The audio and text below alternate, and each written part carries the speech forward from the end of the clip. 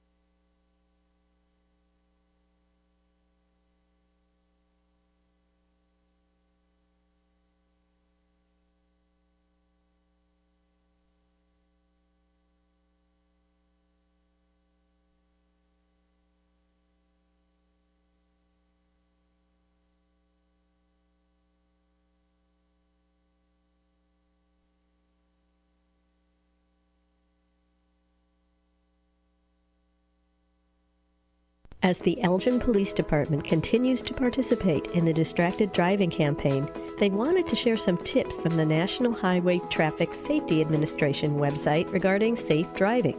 If you are expecting a text or need to send one, pull over and park your car in a safe location. Once you are safely off the road and parked, it's safe to text. Designate your passenger as your designated texter. Allow them to access your phone to respond to calls or messages. Do not engage in social media scrolling or messaging while driving. Are you struggling not to text and drive? Activate your phone's Do Not Disturb feature or put your cell phone in the trunk, the glove box, or the back seat of your vehicle until you arrive at your destination. Remember, the Elgin Police are conducting directed patrols to enforce distracted driving violations. Just drive and stay safe. A message from our friends at the Elgin Police Department and your friends here at WRMN AM 1410 and 96.7 FM.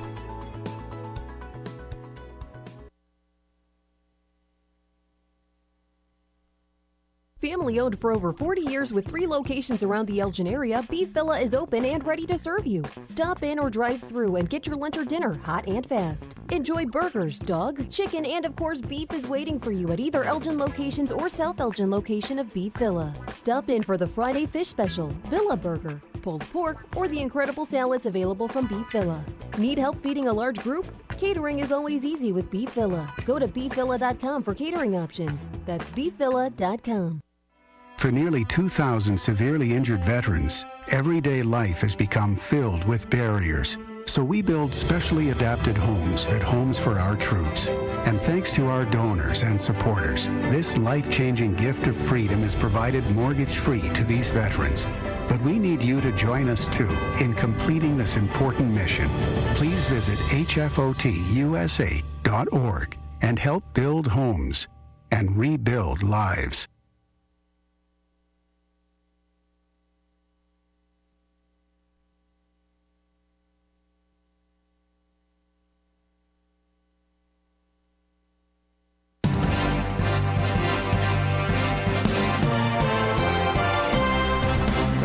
Thanks for bearing with us here as I get a few things under control on a Friday morning.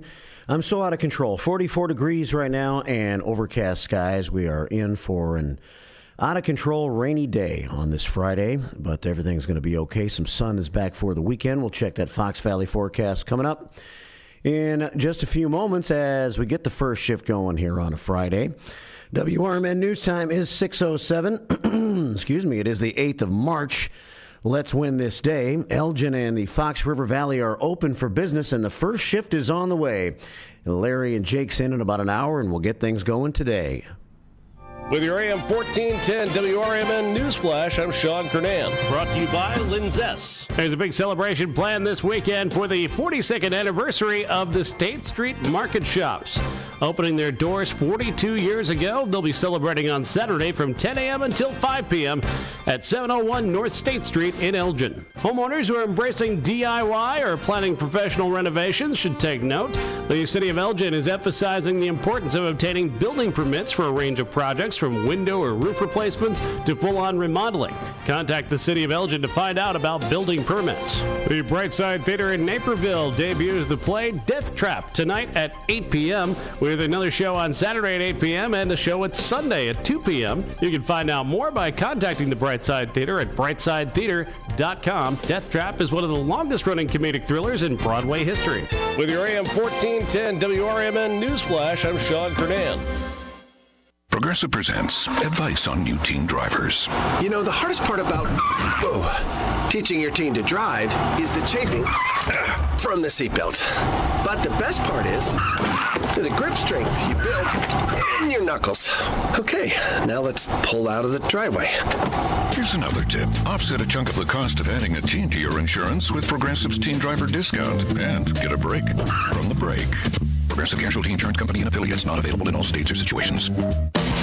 Every day, Cintas service reps help businesses get ready for the workday. They provide freshly laundered workwear delivered every week.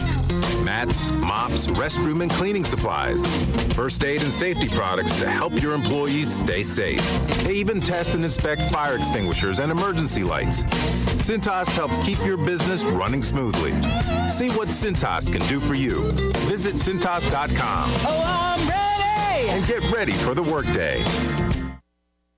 WRMN has been serving Elgin and the Fox Valley for 75 years, featuring a combination of local news, information, and entertainment in the mornings, followed by the radio shopping show for 5 hours each weekday. The first shift with Marky B starts your morning at 6 a.m., and it's always fun when Larry Jones is a part of the show. Maybe we need to get a radio intern in to help. Maybe so. Somebody that you won't have to pay and you can treat them tough. I can haze them. Can't haze. You'll get fired.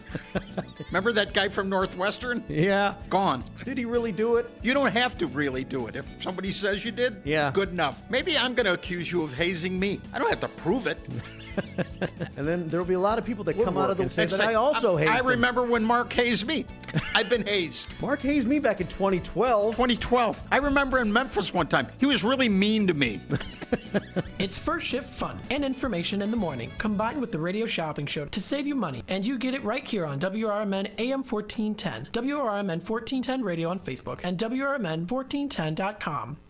Progressive presents the Sports Flash on News Talk Radio 1410 WRMN.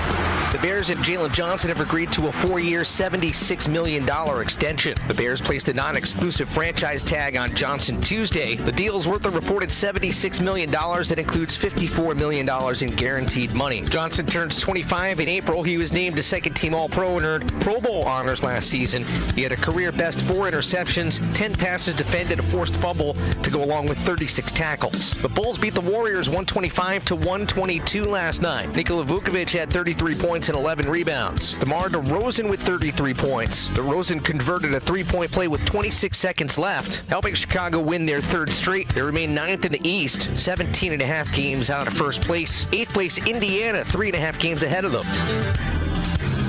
Bundle auto and home, renters or condo, and save with Progressive.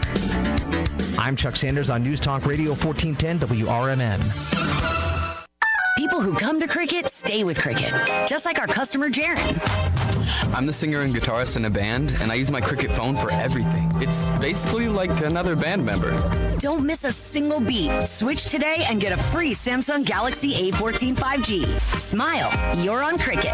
Real customer paid for testimonial. Must bring your number to Cricket on up to a $60 a month voice plan, depending on device. Select models only while supplies last. First month service charge and tax due at sale. Cricket 5G requires a compatible device and is not available everywhere. Fees, terms, and restrictions apply. See store for details. Picture this.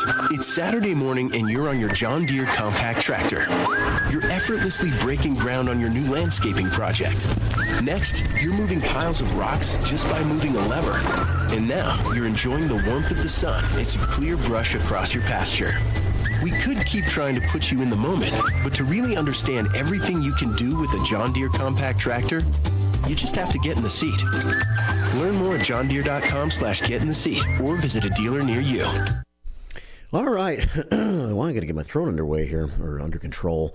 Welcome to a Friday edition of the First Shift here at WRMN, live from Studio 14 in downtown Elgin, where we're going to get wet today. It is the First Shift. I'm Marky B reporting. First Shift starts with our Pledge of Allegiance and with our national anthem. I pledge allegiance to the flag of the United States of America and to the republic for which it stands, one nation under God, indivisible, with liberty and justice for all.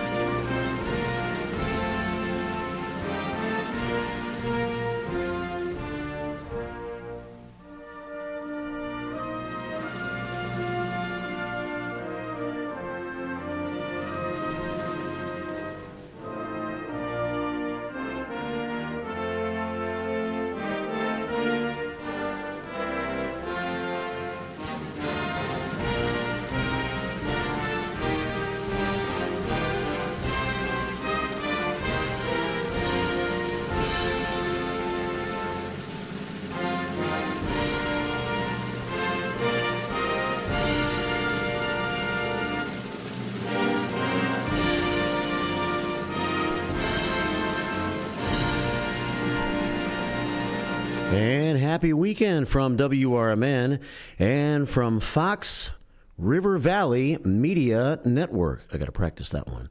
It is 6:15 on this Friday morning, and as soon as I find my cursor, we'll be underway.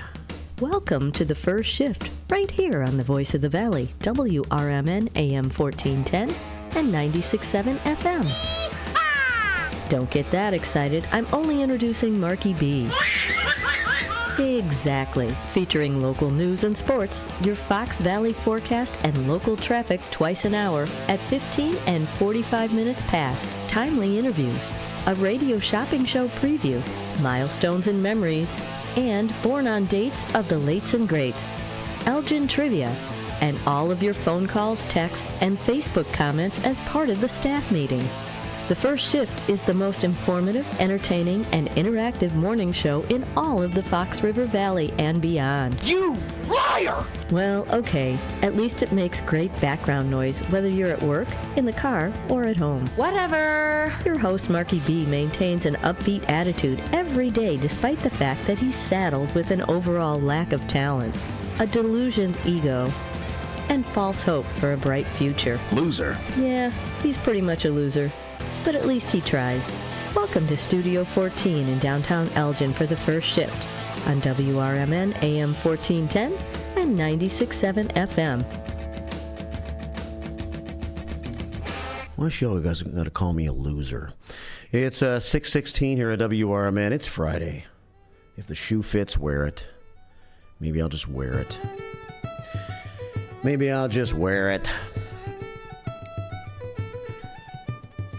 Better bring an umbrella with you today. It'll be one of them days. At least it is Friday. It's a wet one. It's a wet one on a Friday. Did that screen just pop up on my right-hand side because someone's controlling this? I think so. Maybe. I hope so. Larry Jones here already. He'll be in behind the microphone at about 7:10 or so this morning. But he is here. Jake's, I'm sure, will not be here any moment now. He'll be lucky to make it by showtime. And things will get underway here on a Friday morning. Let me transition into the picture here and try to get everything under control. Hope you're under control, ready for the weekend. Let's go ahead and get things started with that forecast for the upcoming weekend. Rain today, so if we can get past today, we'll be all right for the rest of the weekend. Kind of chilly over the weekend, but that's okay. 44 right now, overcast skies. It has started to rain lightly in the last hour. Just a very light rain as I was driving in this morning and walking into the station. Winds out of the east at 9 miles an hour, but I think we're going to have more than just light rain today. Rain with a high of about 44, so we're going to have a steady temperature today, about 44 degrees. 100% chance we can run, but we can't hide. And rain continuing up till about 4 o'clock in the morning. Then actually a chance of rain and snow. This will be in the middle of the night, early tomorrow morning. But little or no snow accumulation expected. Low 35 tonight. Hopefully it clears out for all the paraders around here, those who plan and have entered the parades and are all juiced up and jacked up about tomorrow, where we have our two local parades here in the Fox River Valley there's maybe more than two, but two that I know of, the one in Dundee and the one in St. Charles that I've been talking about for the last week and a half. Get you in St. Patrick's Day spirit. And, I don't know, may try to catch one of the parades. Probably the later one in St. Charles. I've always wanted to go over to Dundee and check out theirs, but Saturday morning things to do, got to work out, got to go shopping, grocery shopping, things like that. So I'm not sure if I'm going to double dip on parades. But 44 degrees for the high tomorrow. Ooh, it's not looking as promising as it looked yesterday. Let's see. A chance of rain and snow. 30% chance. So you may get a little precipitation in your parade, but probably not a whole lot. A chilly high of about 43 degrees. It looks like it's going to be a mostly cloudy day. So we may not see the sun much during the parades tomorrow, if at all. It may be just kind of a cloudy March morning and March day. Tomorrow night, an isolated shower is possible, mostly clear with a low of 27. And then Sunday is promising some sunshine with a high of 46. Monday, sunshine with a high of 58. Tuesday, we're up to about 65 with more sunshine. So a nice start to early next week.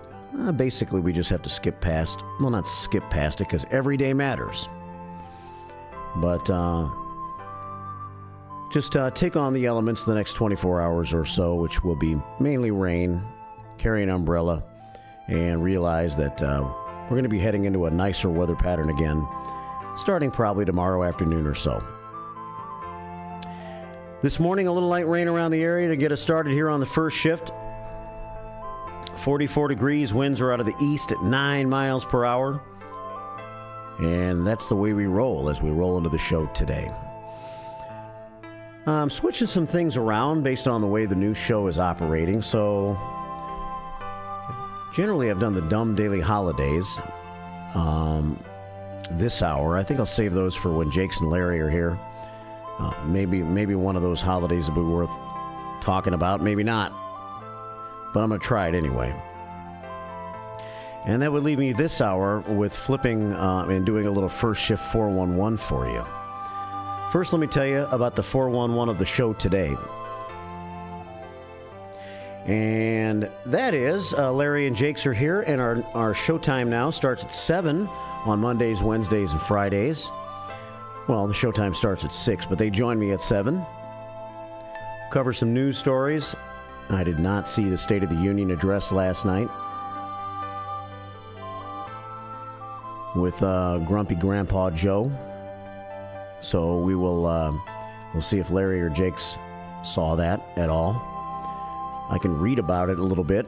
You can give me your thoughts on it and give us your thoughts on it at 847-931-1410.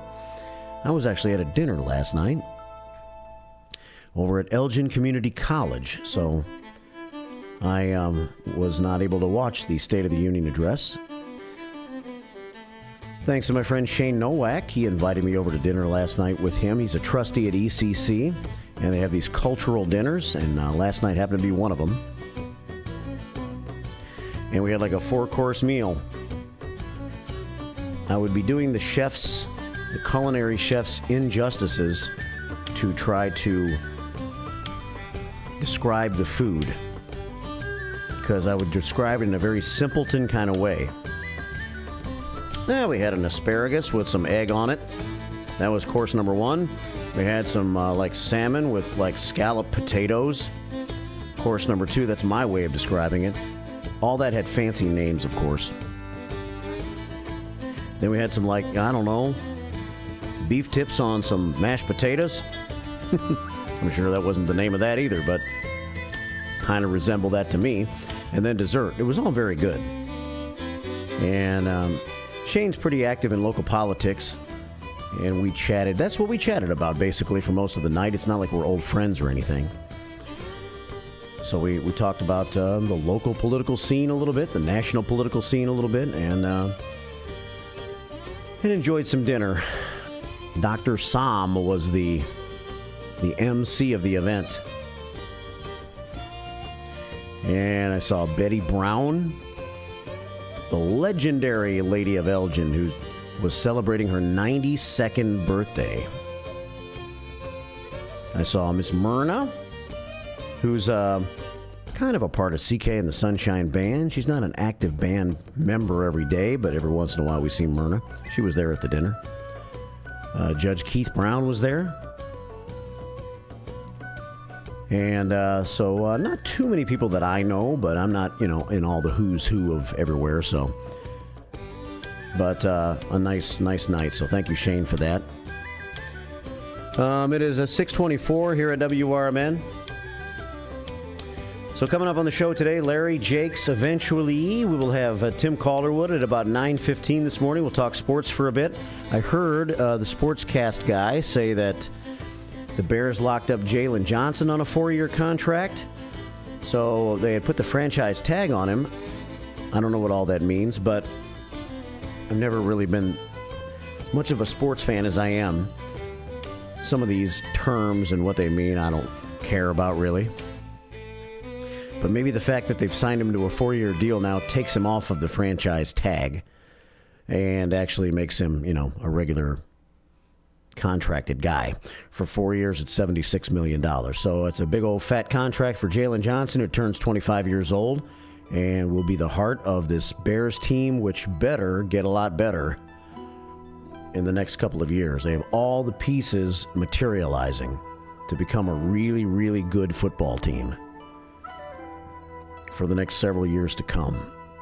You know how that can be, though. I mean, you got to grow it, you got to develop it, you got to build it, and then you got to maintain it. That's a lot of steps to expect from Bears management. But, and we've seen other Chicago teams that were not able to do that. They were able to build it, grow it, and not maintain it, like the White Sox.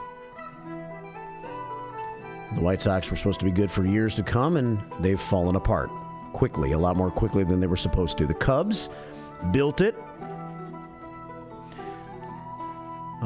and they actually won the World Series, and then they didn't really maintain it as long as a lot of people thought. So it's hard. Hard being on top. Well, the Bears got to get there first. But I think Larry and Tim will probably agree that locking up Jalen Johnson for 4 years is the right move. And it shows the Bears are trying to make a commitment to their players a little bit. It's 6:27 here at WRMN, so we'll talk a little sports this morning at about 9:15. Stevie T in the house, the king of the wing, from 9:30 until 10:30 this morning with a senior community spotlight show. And so it'll be Stevie T and you and me. 10:30 until 11, it's Fridays with the Finest, featuring Badge 240. Chief Anna Lally checks in. And then at 11 o'clock, Leah's here for her show, One-on-One with Leah. So the Friday landscape is a little bit different today than we've seen the rest of the week. We've had Brian Kilmeade on most days in the morning time, but on Fridays it's going to be a little different. And we're going to keep it local almost all the way until 6 o'clock. We have, I don't know why I keep blanking on the name, Straight Money Talk, I believe is the name of the show. That runs from 2 until 3. Technically, it's not local, but other than that, live and local all the way through until 6 on Fridays. And we may tinker with the morning lineup a little bit, but today Leah's going to have her show 11 until 1. And it's also Radio Shopping Show Restock Friday, because we do not have a live radio shopping show tomorrow morning, as we generally do on Saturdays. So Leah's going to be busy. She'll be busy from 11 until 1 because she also has a bunch of interviews scheduled on her show today. And then from 3 until 6, I imagine Matt will be very busy on the Restock Friday, taking phone calls and making sure you're restocked. The Radio Shopping Show will give you a little more preview of that during the 6:50 segment today. It's 6:29 here at WRMN. We'll check some news stories here shortly. Haiku, I've shifted that to this hour, but unless I crank one out, we're lacking a haiku right now. There were a few technical issues that I had to work through when I first got in. Set me back a few minutes today, so no haiku written yet, but that's okay. It's the least of our problems, right? Let's see. The word of the day, in case I get to a haiku. Where is Blackhawks Brad? Is he in here somewhere? Let's see. Thank you, Blackhawks Brad, by the way, for letting me know about the tech problems in the 5 o'clock hour. Thank you, first shift responders. We probably know about it. We don't always 100% know about it, so it's always important that if you hear silence, it's not a good thing for radio. So I do appreciate you, Ned the Hammer, and Blackhawks Brad, for sending me a text. I see it as soon as I see it, and we try to act on it as soon as we can. But the word of the day is acumen. Acumen, the ability to make good judgment and quick decisions. Like business acumen. Do you have good business acumen? That would be one way to use that word. I hope we have good business acumen around here. I think we do, and we look forward to demonstrating it to you moving forward. With the new operating managers and a lot of new things going on here at WRMN, and this is just the beginning. It's 6:30 on a Friday morning, so I'll see if I can crank out a haiku. Time out for German. Not looking so promising for your Friday today, but that's all right. All right, a little first shift 411 for you for a moment. And we also, of course, are going to have our staff meeting. We're going to work that in throughout the show today. We're on YouTube. Where's my laminated page? Well, we're at WRMN Radio on YouTube. I know how to say that now. At WRMN Radio on YouTube, if you want to join us that way. You can always send me a morning text at 901-647-1240. 901-647-1240. That's my cell phone number, you know. Got that Tennessee area code going for me. Captain Keith in the house on YouTube this morning. Good morning, Captain Keith. Have a great Friday and weekend, shifters. And remember, all shifters matter. Captain Keith checking in. The operator. He listens 24/7, except when he dozes off every once in a while. He's one of our operating managers, and he says, good morning, Marky B and the first shifters from the operator, Dino. Becky Blue Eyes in the house on YouTube this morning. Happy Friday, sending sunshine to you on this rainy day. Well, thanks for trying to send that sunshine. I can feel the radiant vibes through the radio this morning. Becky Blue Eyes. And she sends me smiles and some sunshine via the emoji route. Have a great weekend, says Becky Blue Eyes Butcher. Certified in the house this morning. She checked in at 6:12. Happy Friday wishes to you, Mark, and the First Shift family. And we'll continue with more, including No Nickname Johns, Bad Punter Joke of the Day coming up here very soon as we continue our staff meeting throughout the show today. Columbia College of Missouri, Elgin campus is intent in their commitment to open doors and support those who strive for excellence. Too many people have been made to feel that higher education is not a place for them. It is someone else's dream. But Columbia College of Missouri has changed all of that. With individualized attention and ongoing support, Columbia College knows a future built by you is a future built for you. Columbia College of Missouri of Elgin campus, your new starts now. That's hard to say. Your new starts now. Visit ccis.edu. At ccis.edu. They're associated with Elgin Community College, and at the dinner I was at last night, there was a big old ice cube. I guess it was 2 ice cubes. Ice sculpture, I guess it was. It's at 75. They're celebrating their 75th year at ECC this year. They've come a long way. They got a new manufacturing part. I can't think of what I'm trying to say.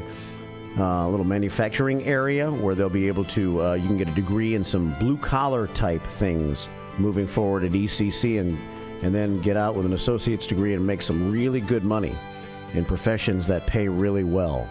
And I'm sure they're going to tie that in with U46, who has that same sort of high school curriculum available now over at Elgin High, where you can train to be a welder and all that in high school.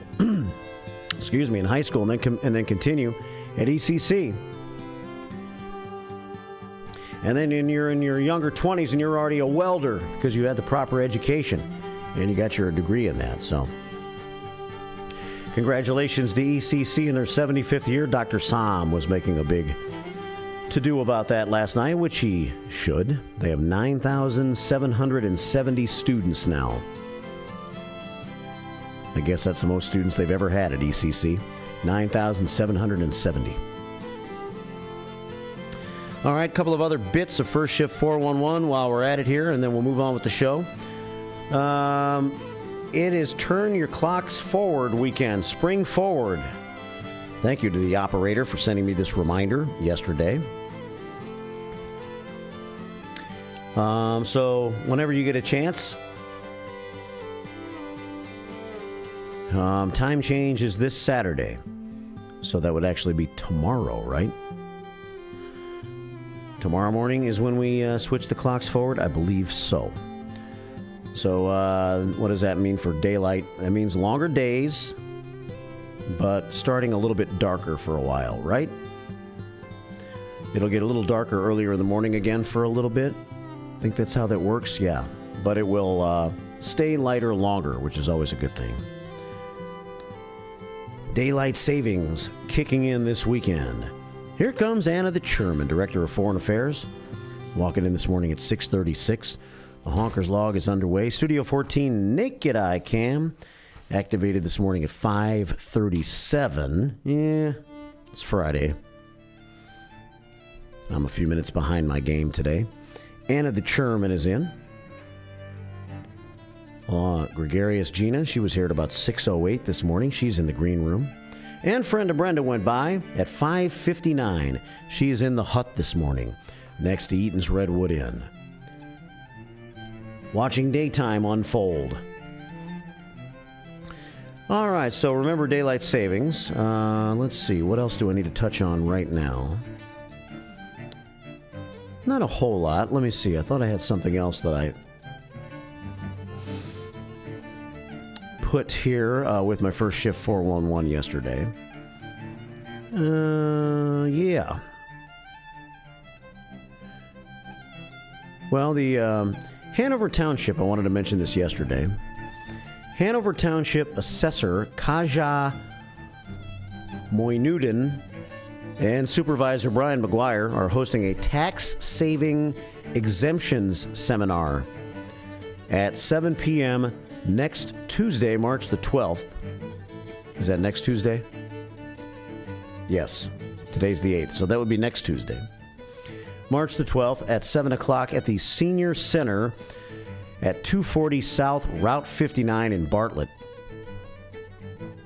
The Cook County Assessor's Office will present on the basics of the property tax system and the different types of property tax exemptions that are available.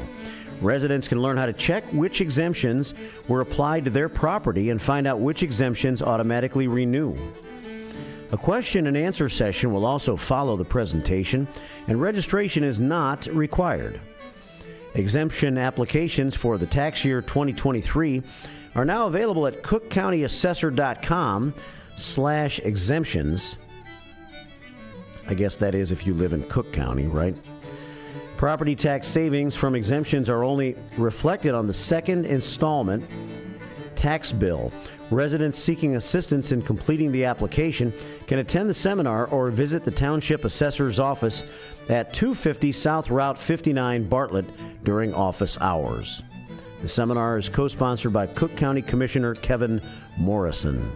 For more information, call the Township Assessor's Office at 630-837-0301 or go to assessor@hanover-township.org. And I don't guess you have to live in Cook County to go to the seminar. Maybe you can just learn about tax exemptions in general, even if you live over here in Kane. But maybe you'll call that office to find out more. The assessor's office over at Hanover Township, 630-837-0301. The St. Charles St. Patrick's Day Parade kicks off at 2 officially. The downtown festivities kick off at 11 a.m. tomorrow morning. If you want to take that in, the actual parade in Dundee starts at 11 a.m. tomorrow morning.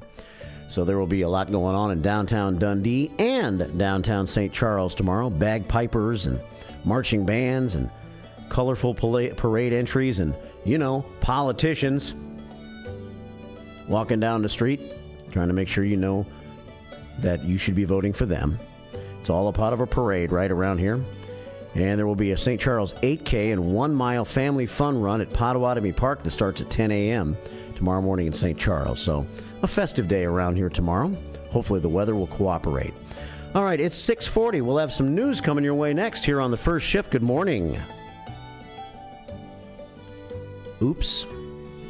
The brake didn't hit automatically like it was supposed to because I didn't have it set that way. So, let me see if I can start it myself here, and we'll move on with the first shift. 6:40 and 44 degrees, maybe a little light rain in the area on a Friday morning. Good morning.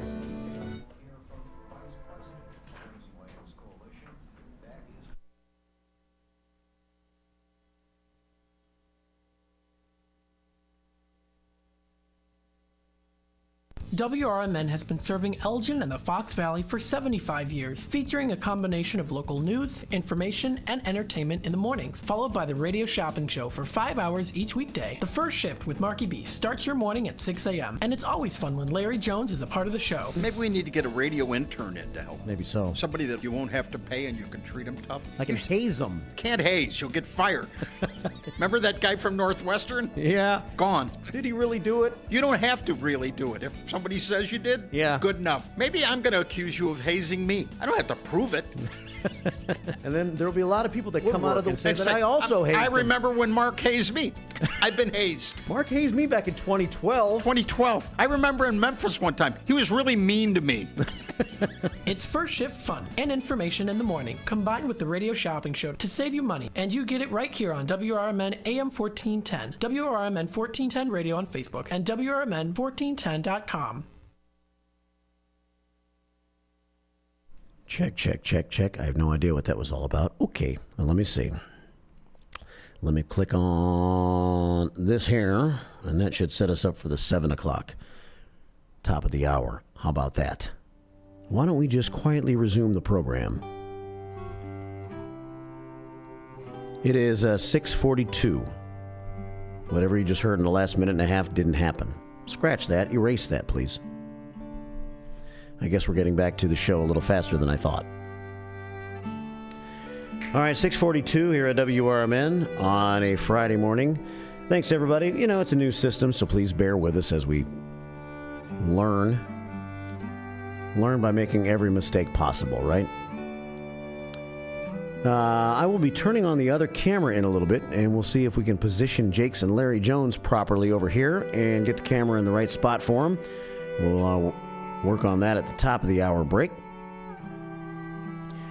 In the meantime, let's see what's been happening in the news in the last 24 hours. So last night, State of the Union address, right? Did you watch it? Did you care? Did you want to stare Joe down to see how he performed? I guess he came out all fired up. I can only imagine, because I've heard Joe fired up before, and it's not very becoming of him. Remember when he ran for president against Donald Trump and everybody thought he was going to be like Softy Joe? Oh, friendly Grandpa Joe? And that would be a nice change from Donald Trump, who's a mean bully. That didn't really materialize. We didn't really get softy Grandpa Joe, did we? We got Joe. Joe's kind of mean just like Donald, but in a different way. Joe's a mean guy. He's an angry guy, too. Donald wouldn't be angry if you just liked him. He's the best thing in his own mind since sliced bread. He's better than sliced bread in his own mind. All you got to do is agree with him, and he won't be angry. Joe is also an angry old man. President Joe Biden turned his State of the Union speech last night into an animated argument for a second term as he laced into GOP frontrunner Donald Trump without mentioning his name. Did he refer to him as the previous president? Previous caller? Donald Trump espoused resentment, revenge, and retribution, and he jeopardized his freedom at home and abroad. And I guess he made some reference to our freedom at home and abroad being jeopardized more so than it has been in 150 years or something? And a Republican, I guess, representative said, that's true. Our freedom at home and abroad is more compromised than it's been in that many years. But the reason's not Donald Trump. The reason is what's happened in the past 4 years. Well, it says here in this story, it was a far different and feistier tone from Biden than his previous State of the Union address, designed to banish doubts about whether the 81-year-old is still up to the job that he is bidding for a second term. He tore into Republicans over their policies, invited call and response banter with fellow Democrats, and seemed to revel in the fight. Yeah. He reveled in the fight last night because it was kind of a one-way fight, right? But what happens when he gets in an actual debate? Will those debates take place later in the year? Those would be interesting to watch. Downtown Jose is here. Sidekick Susan's here. She's in the green room, waiting on everybody. The green room a little bit more busy this morning. CK is here. Thanks. CK is here. She got here about 6:39. Walked in with Sidekick Susan. Downtown Jose at 6:43. I think he's making fun of my breakfast. Yep, it was grab what you can grab day in the breakfast department. And what it was one boiled egg, some salami, and some nuts. Not my breakfast of choice, really, but, you got to do what you got to do. One boiled egg, some salami, and some nuts is what we're working on over here today. It's 6:46 here at WRMN. Well, so if you watched it last night, I can't really give opinions or comments of my own because I didn't see it last night, but maybe Larry or Jakes saw it or saw some of it, and we'll see what they've got to say. Maybe we'll see what you've got to say. You're welcome to call about that next hour at 847-931-1410. That's 847-931-1410. What else is happening here? Well, we got some crime time. Do we? Let me see. Yes, we do have some crime time. What time is it? It's crime time. Crime time, Marky B.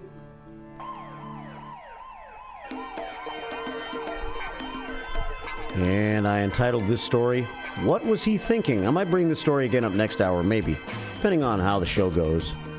You know, the show can take on a life of its own. Sometimes it doesn't take on a life of its own, and we do grab on the lifeguard, the life preserver known as the agenda. What was he thinking? Or was he thinking? A 24-year-old Schaumburg man facing felony human smuggling charges after authorities say he was caught Tuesday driving two undocumented immigrants in a stolen car near the southern border in Arizona. Grayson Jackson, who has two last names, Grayson and Jackson, was arrested and booked into the Cochise County, Arizona jail. Is that how you say that? That's what it looks like to me, Cochise. After a vehicle chase involving county sheriff's deputies, U.S. Border Patrol agents, Arizona Department of Public Safety troopers, and Bureau of Land Management officers. Wow, quite the chase. According to the Cochise County Sheriff's Office, if I'm wrong about that, let me roll. I like the way that sounds. Deputies responded at 4:32 in the afternoon Tuesday to a report of a 2019 Mazda hatchback failing to stop for Border Patrol agents while driving near Bisbee, Arizona. I didn't see you guys. I'm focused on trying to drive back. I ain't got nobody in my car. There's nobody in the trunk. Officers from several agencies, backed by air support, pursued the vehicle. I bet that would have been fun to watch. Maybe. Dangerous, I guess, but it would have made fun TV. Officers from several agencies, backed by air support, pursued the vehicle as it drove erratically and traveled into opposing lanes of traffic in attempts to evade capture. Deputies ultimately ended the chase by deploying tire deflation devices, and I guess that worked. But You can't deflate a man from running, although those would hurt your feet too, wouldn't they? The men in the vehicle, later identified as Grayson Jackson and 2 immigrants, fled on foot, but they were captured. The migrants were turned over to Border Patrol for processing. Let's see. The Mazda later was reported stolen from a Burger King restaurant in Bisbee, Arizona.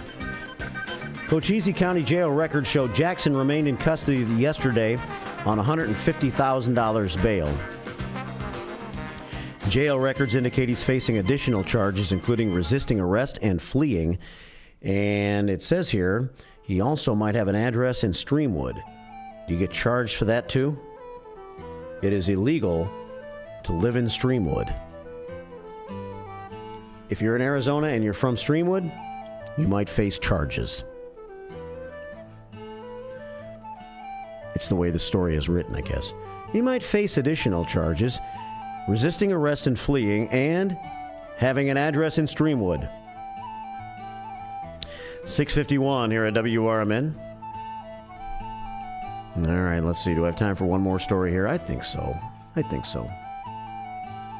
Since I don't have a haiku written. And then we'll get to our staff meeting a little bit before the top of the hour break. We have Crime Time Part 2. What time is it? Crime Time! Boys will be boys. I guess this video went viral. Of course it did. Someone had to video this. It was a great fight. Should I break it up and risk injury, or should I just get my camera out on my cell phone and videotape it and see if I can get a bunch of views and go viral? I think I'll do that.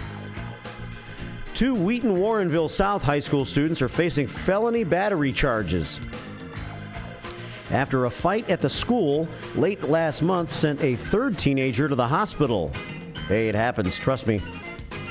Happens around here, not necessarily in high schools. Wheaton police officials said 2 teenage boys charged with aggravated battery on public property following an investigation into the February 28th fight. A video of the fight was turned over to police as a part of the investigation. The pair have not returned to school and appeared in juvenile court in DuPage County yesterday. Here we go. Here's Jeff Schuler, School District 200 Superintendent, saying all the right things.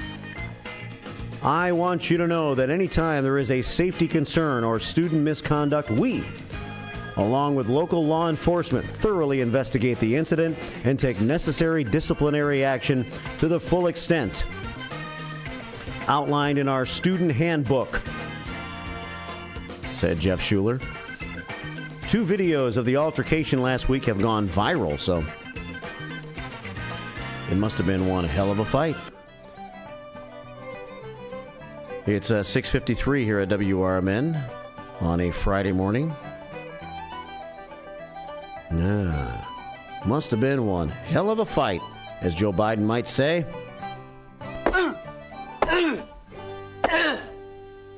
Ooh, yeah, that sounded like it hurt. Ooh. Authorities said the fight took place inside a restroom, of all places.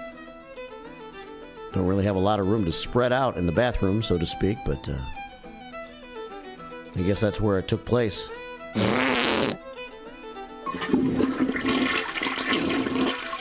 Hey, quit fighting out there. I'm trying to do my business in here. You don't mind? I like a little privacy. According to the district, some of the added security measures implemented at the school included having a dedicated staff member monitoring each of the restrooms now.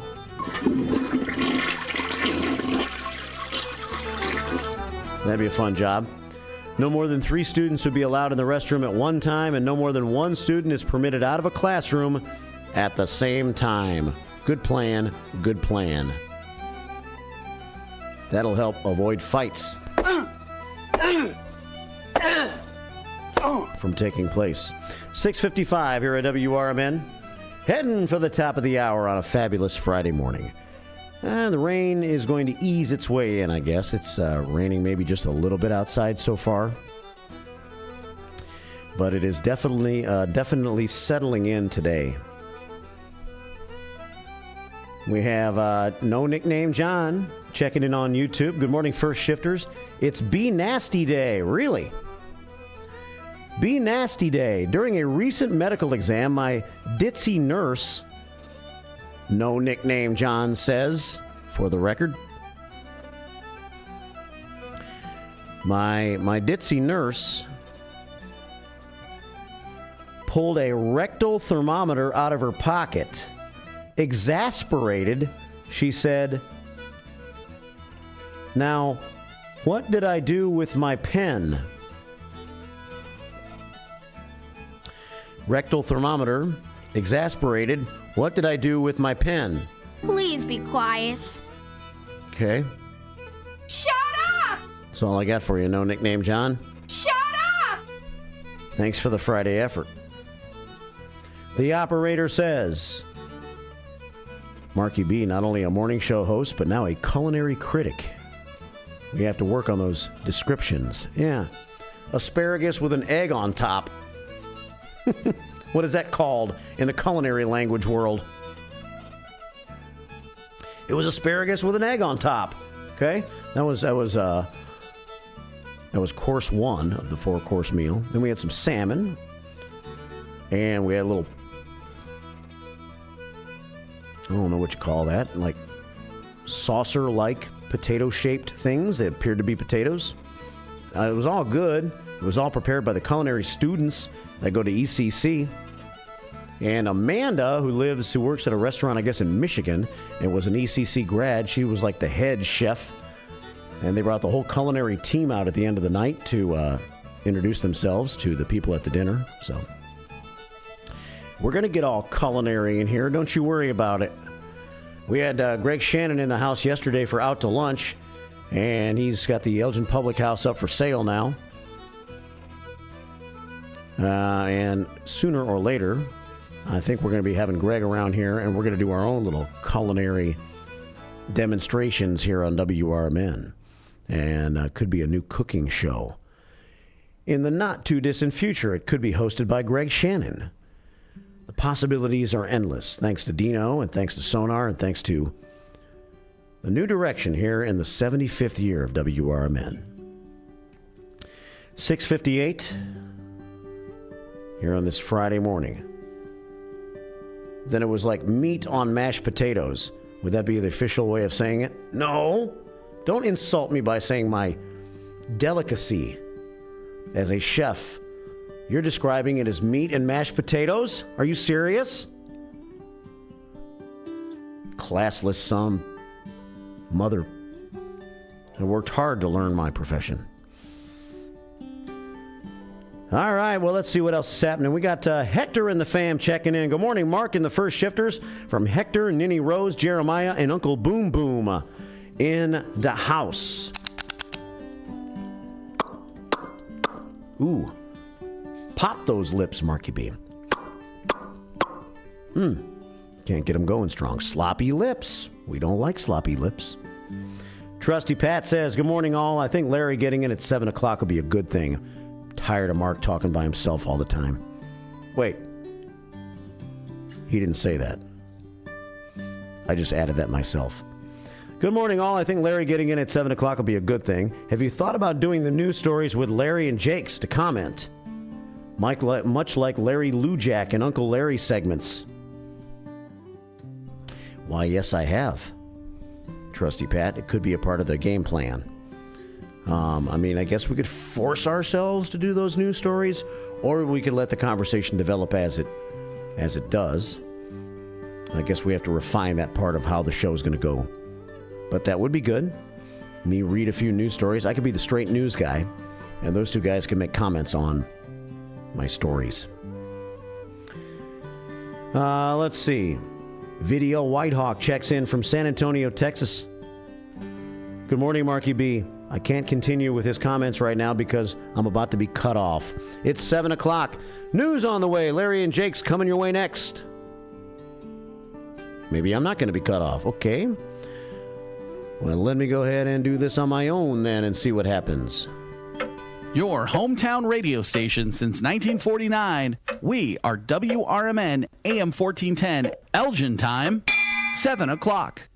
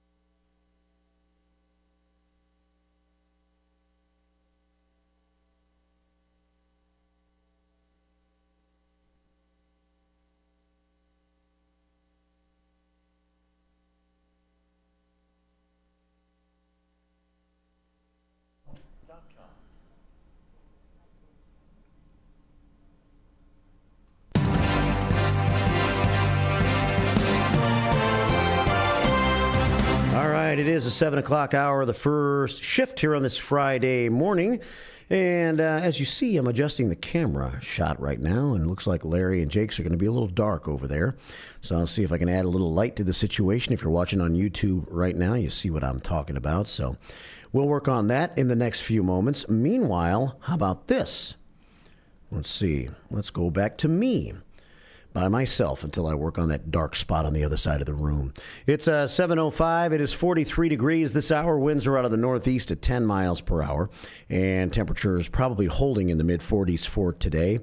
More rain on the way, just a little light rain so far early this morning. Larry's in the house. Jake's hasn't quite made it yet. But we'll have our first shift continuing in just a few moments. In fact, right now, because the local news is a part of the first shift, too. WRMN News Time is 7:06. It is Friday morning. It is the 8th day of March. Let's win this day. Elgin and the Fox River Valley are open for business. Good morning. With your AM 1410 WRMN Newsflash, I'm Sean Kernan. Brought to you by Linzess. Homeowners who are embracing DIY or planning professional renovations should take note.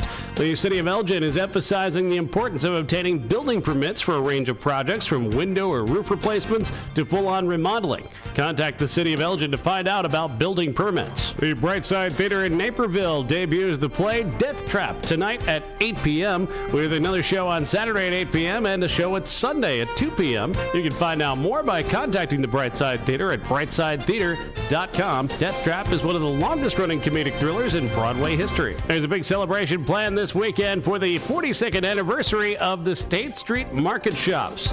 Opening their doors 42 years ago, they'll be celebrating on Saturday from 10 a.m. until 5 p.m. at 701 North State Street in Elgin. With your AM 1410 WRMN Newsflash, I'm Sean Kernan. Progressive presents advice on new teen drivers. You know, the hardest part about teaching your teen to drive is the chafing from the seatbelt. But the best part is the grip strength you build in your knuckles. Okay, now let's pull out of the driveway. Here's another tip. Offset a chunk of the cost of adding a teen to your insurance with Progressive's teen driver discount and get a break from the brake. Progressive Casualty Insurance Company and affiliates, not available in all states or situations. Every day, Cintas service reps help businesses get ready for the workday. They provide freshly laundered workwear delivered every week. Mats, mops, restroom and cleaning supplies. First aid and safety products to help your employees stay safe. They even test and inspect fire extinguishers and emergency lights. Cintas helps keep your business running smoothly. See what Cintas can do for you. Visit Cintas.com. Oh, I'm ready! And get ready for the workday. Here at WRMN Radio, we try to connect with the community and discuss important issues, like our current mental health crisis. Here's Lori Baker, President and CEO of AID. I think most people, when they see young children thinking about suicide at the ages of 5 and 6 and 7, I mean, that's shocking to me that children even know that they want to harm themselves somehow. I know it's difficult. I definitely feel the pinch. We all feel the pinch at the gas pump, at the grocery store, right, in our rents, but I think most people could handle 27 cents a day to help kids and seniors and people experiencing homelessness. Discussions like this take place on the first shift, weekday mornings from 6 to 10, right here on WRMN AM 1410 and WRMN 1410 Radio on Facebook.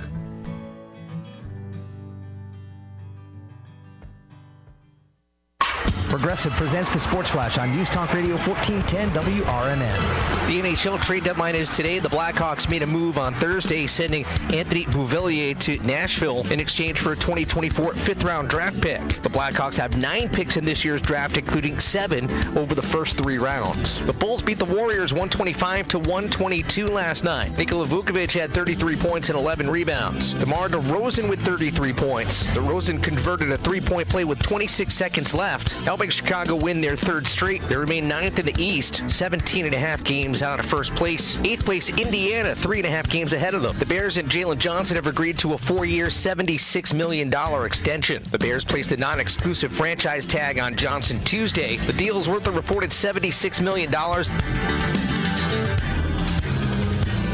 Bundle auto and home, renters or condo, and save with Progressive. I'm Chuck Sanders on News Talk Radio 1410 WRMN. People who come to Cricket stay with Cricket, just like our customer Jaron. I'm the singer and guitarist in a band, and I use my Cricket phone for everything. It's basically like another band member. Don't miss a single beat. Switch today and get a free Samsung Galaxy A14 5G. Smile, you're on Cricket. Real customer paid for testimonial. Must bring your number to Cricket on up to a $60 a month voice plan depending on device. Select models only while supplies last. First month service charge and tax due at sale. Cricket 5G requires a compatible device and is not available in rare fees, terms, and restrictions apply. See store for details. Picture this. It's Saturday morning and you're on your John Deere compact tractor.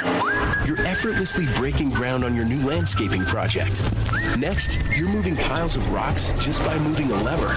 And now, you're enjoying the warmth of the sun as you clear brush across your pasture. We could keep trying to put you in the moment, but to really understand everything you can do with a John Deere compact tractor, you just have to get in the seat. Learn more at johndeere.com/get-in-the-seat or visit a dealer near you.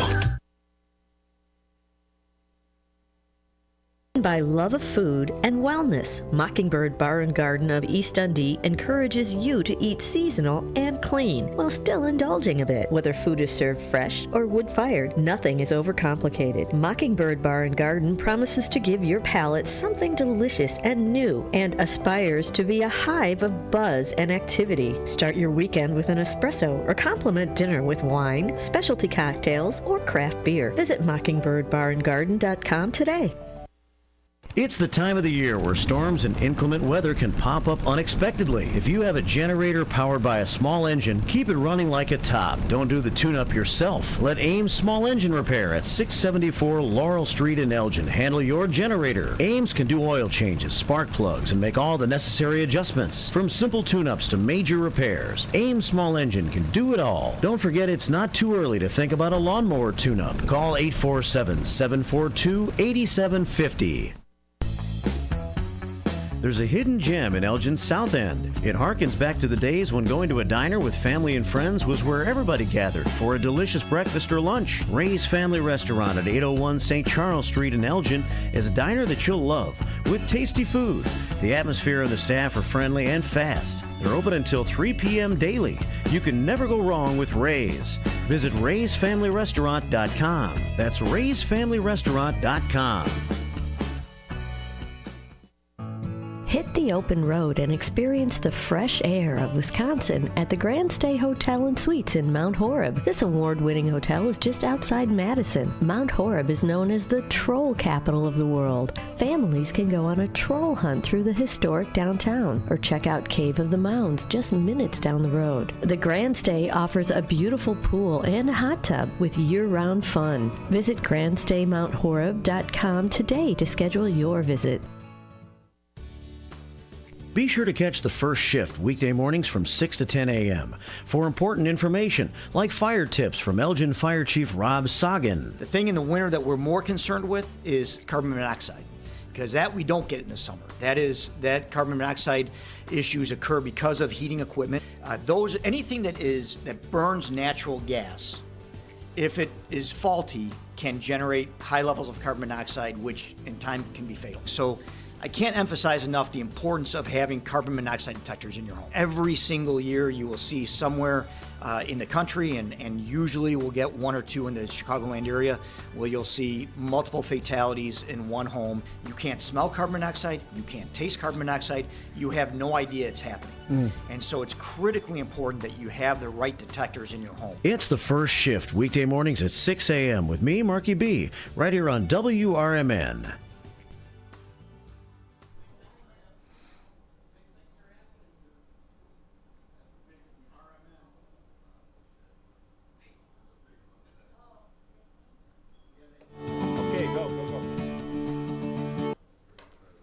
Welcome to the show.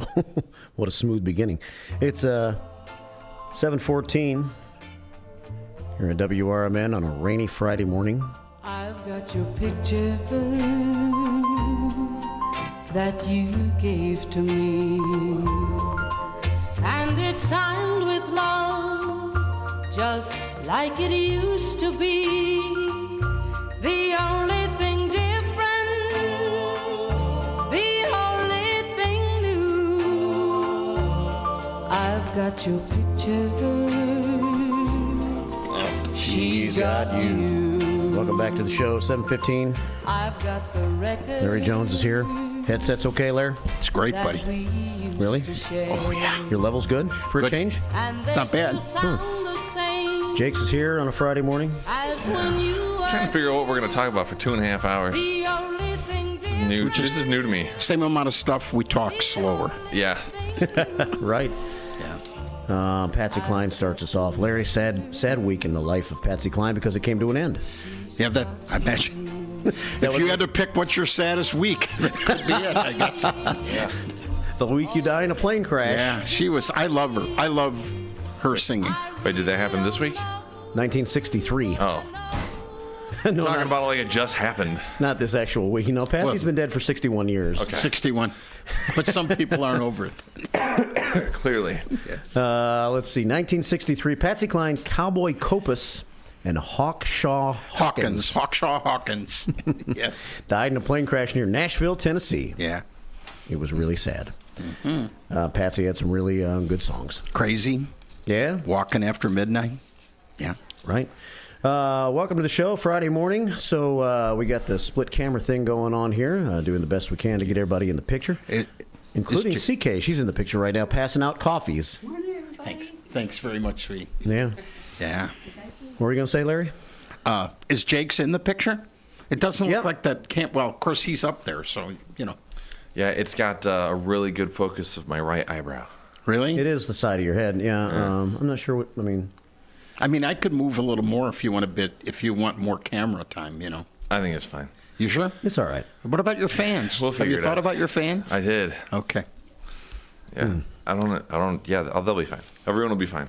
All right. Okay. You know, your comfort is important to me. You know that. I'm comfortable. Okay. I'm not necessarily awake, but I'm comfortable. I know. Oh, yeah. I was wondering if you were going to make it on time, but you made it. Thanks did. to the top of the hour news break. Yeah. You made it. What time? You got up at like 6:30 this morning? I got up at 6:30, right on the dot. Wow. Wow, that's pretty quick recovery. You're here at 7:17, and you're already here from Carpenter's Vegas. Yeah. Have you had any coffee yet? No. Oh. It's even going to make this more meaningful to you, isn't it? Yeah. I know. Actually, and now that we're extending the show by an hour, I feel like it's only a half hour, isn't it? No, an hour. Never mind. No. Well, yeah. I don't do math before 8. So. Right. Well, I hardly do anything before. Are we still here till 9:30? Yeah. Today we are. Yeah. Today. Yeah. We'll see what happens next week, but today we're here till 9:30. My contract's going to require extra coffee for that. Yeah. Tim called it would at like 9:15, so yes. Really we only have to fill with stuff till about 9. Then we'll have the top of the hour break. You'll get caught up on some news information, and then maybe we can do sports trivia. But we need to be here till 9:30. Yeah. That's us still working. Sure, if you want to call it that. Yes. Hey, you do it. But I actually prepare. Well, that's not fair. I looked at what you sent out. I read the papers. What more do you want from me? I looked at it too, and I kind of feel like me getting put together to get here. All this. That was preparing. Yeah. Might do sports trivia before Tim Calder would come. Really? So we could add a new feature to the show, yeah. Wow. Rose Martinez, city councilwoman, has prepared a lot of sports questions for us to use. Should we make any changes this week till we know what's happening next week? Well, you mean as far as adding sports trivia? Yes. I mean, we can still do it. Okay. Like around SB Nation, maybe? We do it along with SB Nation? We can do anything. Jakes and I are here for you, my friend. Isn't that right, Jakes? We're just supporting cast. We're like your caddies. We're like your squires in your knighthood. You know, with sports trivia, thank you, Rose, for coming up with these questions, by the way. But I feel like, maybe I'm wrong, but I feel like maybe some of these questions are Googleable, the answers. Uh-huh. So I wonder if we should do it a different way. Well, they'd still be Googleable, I guess. Googleable. They're all still technically I was going to say, since Googleable. Jake's is not like not a baseball guy at all, we could like ask Jake's the question, have him give the answer, and then like have the caller call up and say, was Jake's right or was Jake's wrong? And if Jake's was wrong, then you give us the right answer. Oh. There you go. I don't know. You know, make it an interesting game like that. Because I know the answer to the first question. Okay. So. Well, let's see. Let's see how we do when we get to that. All right, if we get to that. I don't want to have to worry about that till it happens. 7:19 here at WRMN. I don't have the weather jingle installed yet for Jake's. You came for nothing. Is it a new one? No. Oh, well then, I don't think we're really missing out on much. Oh, we are. It's 43 degrees right now. Fire marshal's here. 43 degrees. Winds are out of the northeast at 10. A rainy day in store today, Larry. That's all right. You okay with that? I'm fine. All day. Yeah. Oh, man. I don't care. This is going to be rough, dude. Really? Because you're handling it really well. Well, so far. Well, it keeps you more calm to be tired. I'll say that. Yeah. It's like tranquilizing. It is going to get warmer next week, though. Like, we're kind of going to ride that. It's only one rainy day. I don't care. I'm fine with What are you going to do on a rainy day, Larry? Read? No, I think I need some things I need to do. I might clean out the garage. There you go. You can do that on a rainy day. That's true. You know? That's a good rainy day project. Mm-hmm. Clean out the garage. Yeah. I got to deliver food today for the seniors. Do you have my address? I'm a senior. Yeah. You got to sign up, Larry. Oh, I just call Senior Services. I thought you were like the ice cream guy. You get a box every 2 weeks. You just came through a neighborhood and old people ran out to you. The food truck. Yeah, exactly. And I play the ice cream truck, That's right, exactly. jingles and stuff. They're kind of cool. Well, you don't really want them running out. Every once in a while, it seems to rain on Friday afternoons from time to time because I feel like I've been caught up in the rain delivering food a few times. Yes. And I can make fun of old people because I am one. So don't everybody get all put out shape, by... Yeah, you can do that when you are one. When you're willing to make fun of yourself. Exactly. You're able to make fun of others. That's right. Like you. Yes. Of like. Right.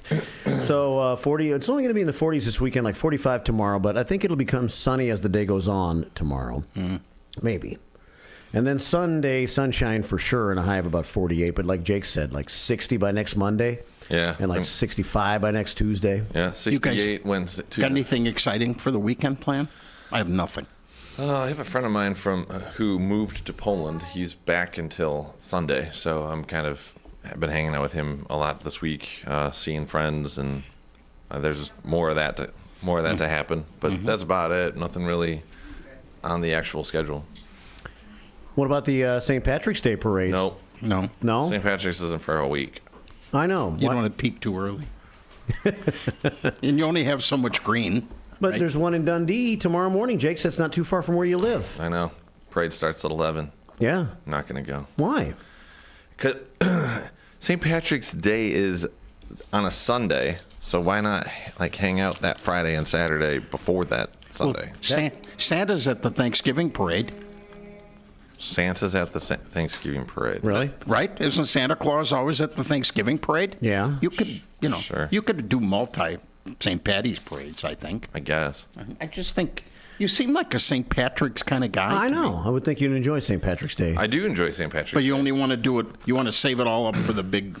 Well, I'm not really a huge fan of parades. Me either. They're fine, but I feel like you've seen one, you've seen them all. Pretty much. And yeah, to a certain degree. It's true. So I'm just that's not really my gig. I mean, honestly, the bigger draw is, obviously hanging out with friends, but then going to the bars. Well, I like food. Yeah, me too. Food, yeah. The food's great. So that's what I'm usually more excited about. And so I know that a lot of places will kind of have like little special.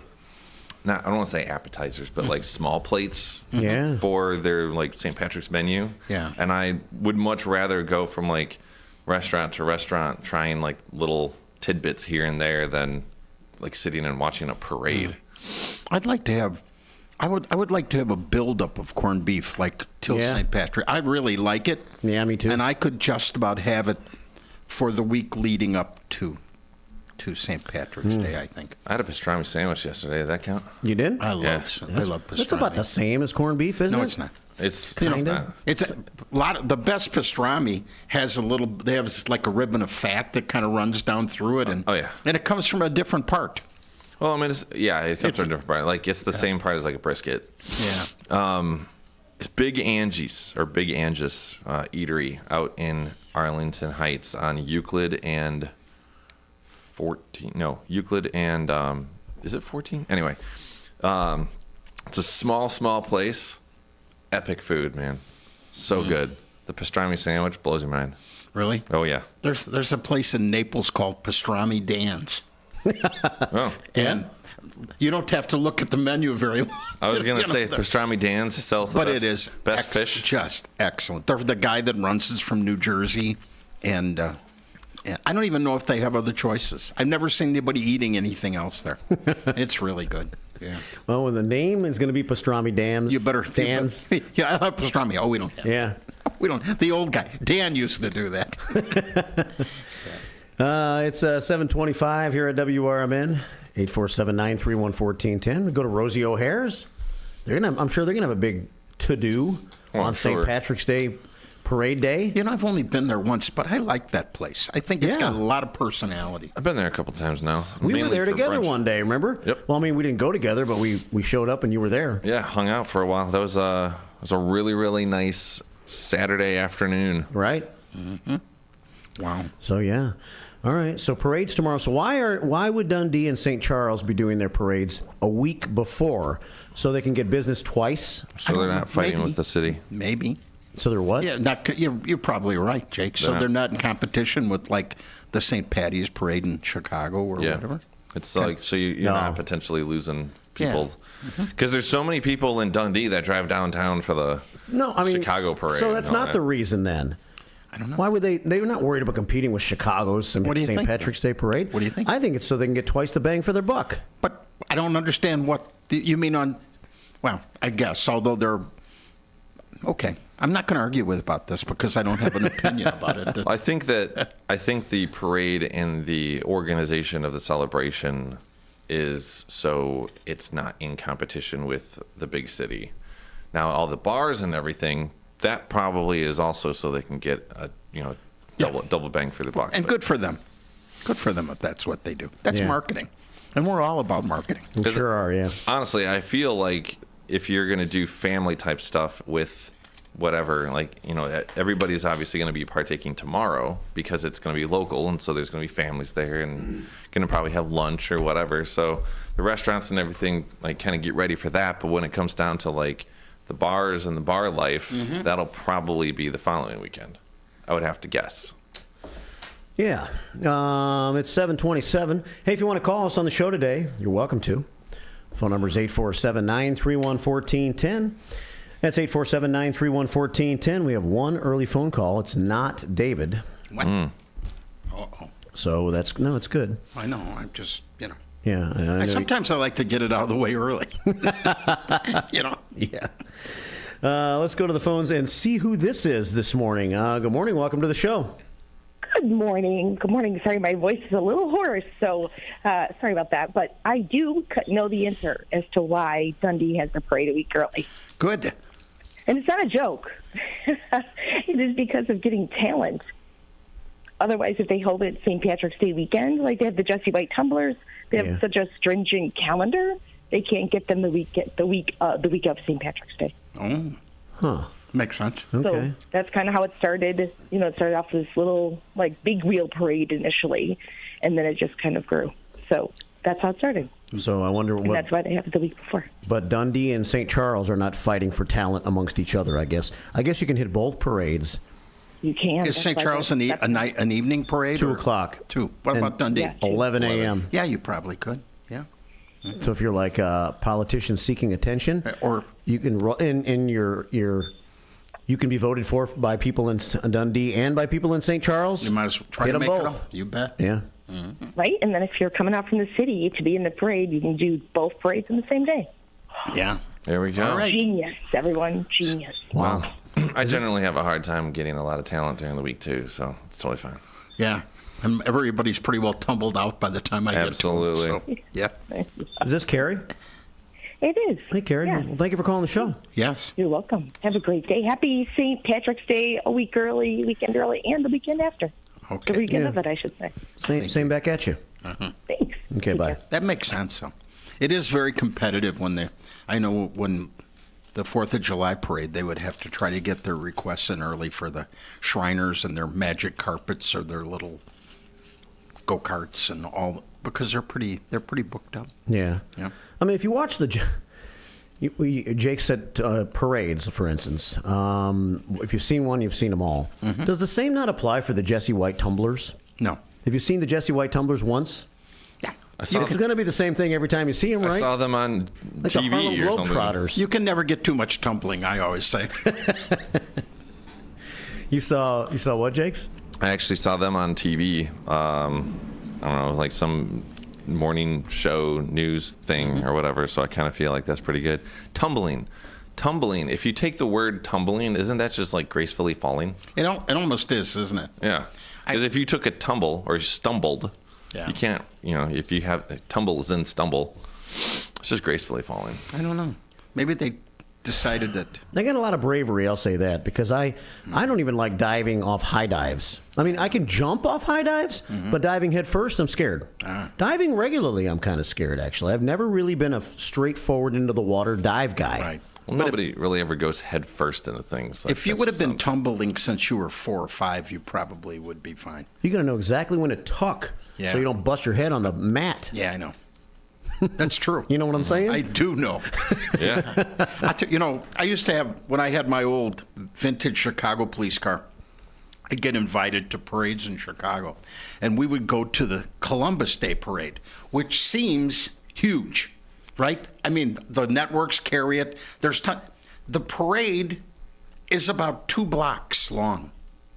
That's about it. Yeah. About 2 blocks. And they stage you down all these streets. And the crowd looks huge, but it's about 2 blocks. Yeah. Yeah. TV makes it look a lot bigger than it is. It is, yeah. If you want a big crowd, get in a smaller room or have a smaller parade route. The St. Charles Parade is kind of long. Yeah. And so they have like gaps. Oh, it's you hard. got to wait for a while? It's really hard. Well, we used to see it when we did the 4th of July parade.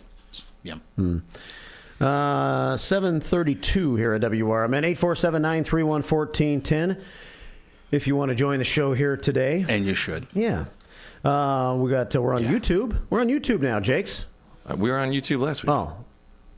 I can't keep track of how long this has been going on. Well, last week was kind of like the first real on-hands experience. So yeah, there's a lot happening.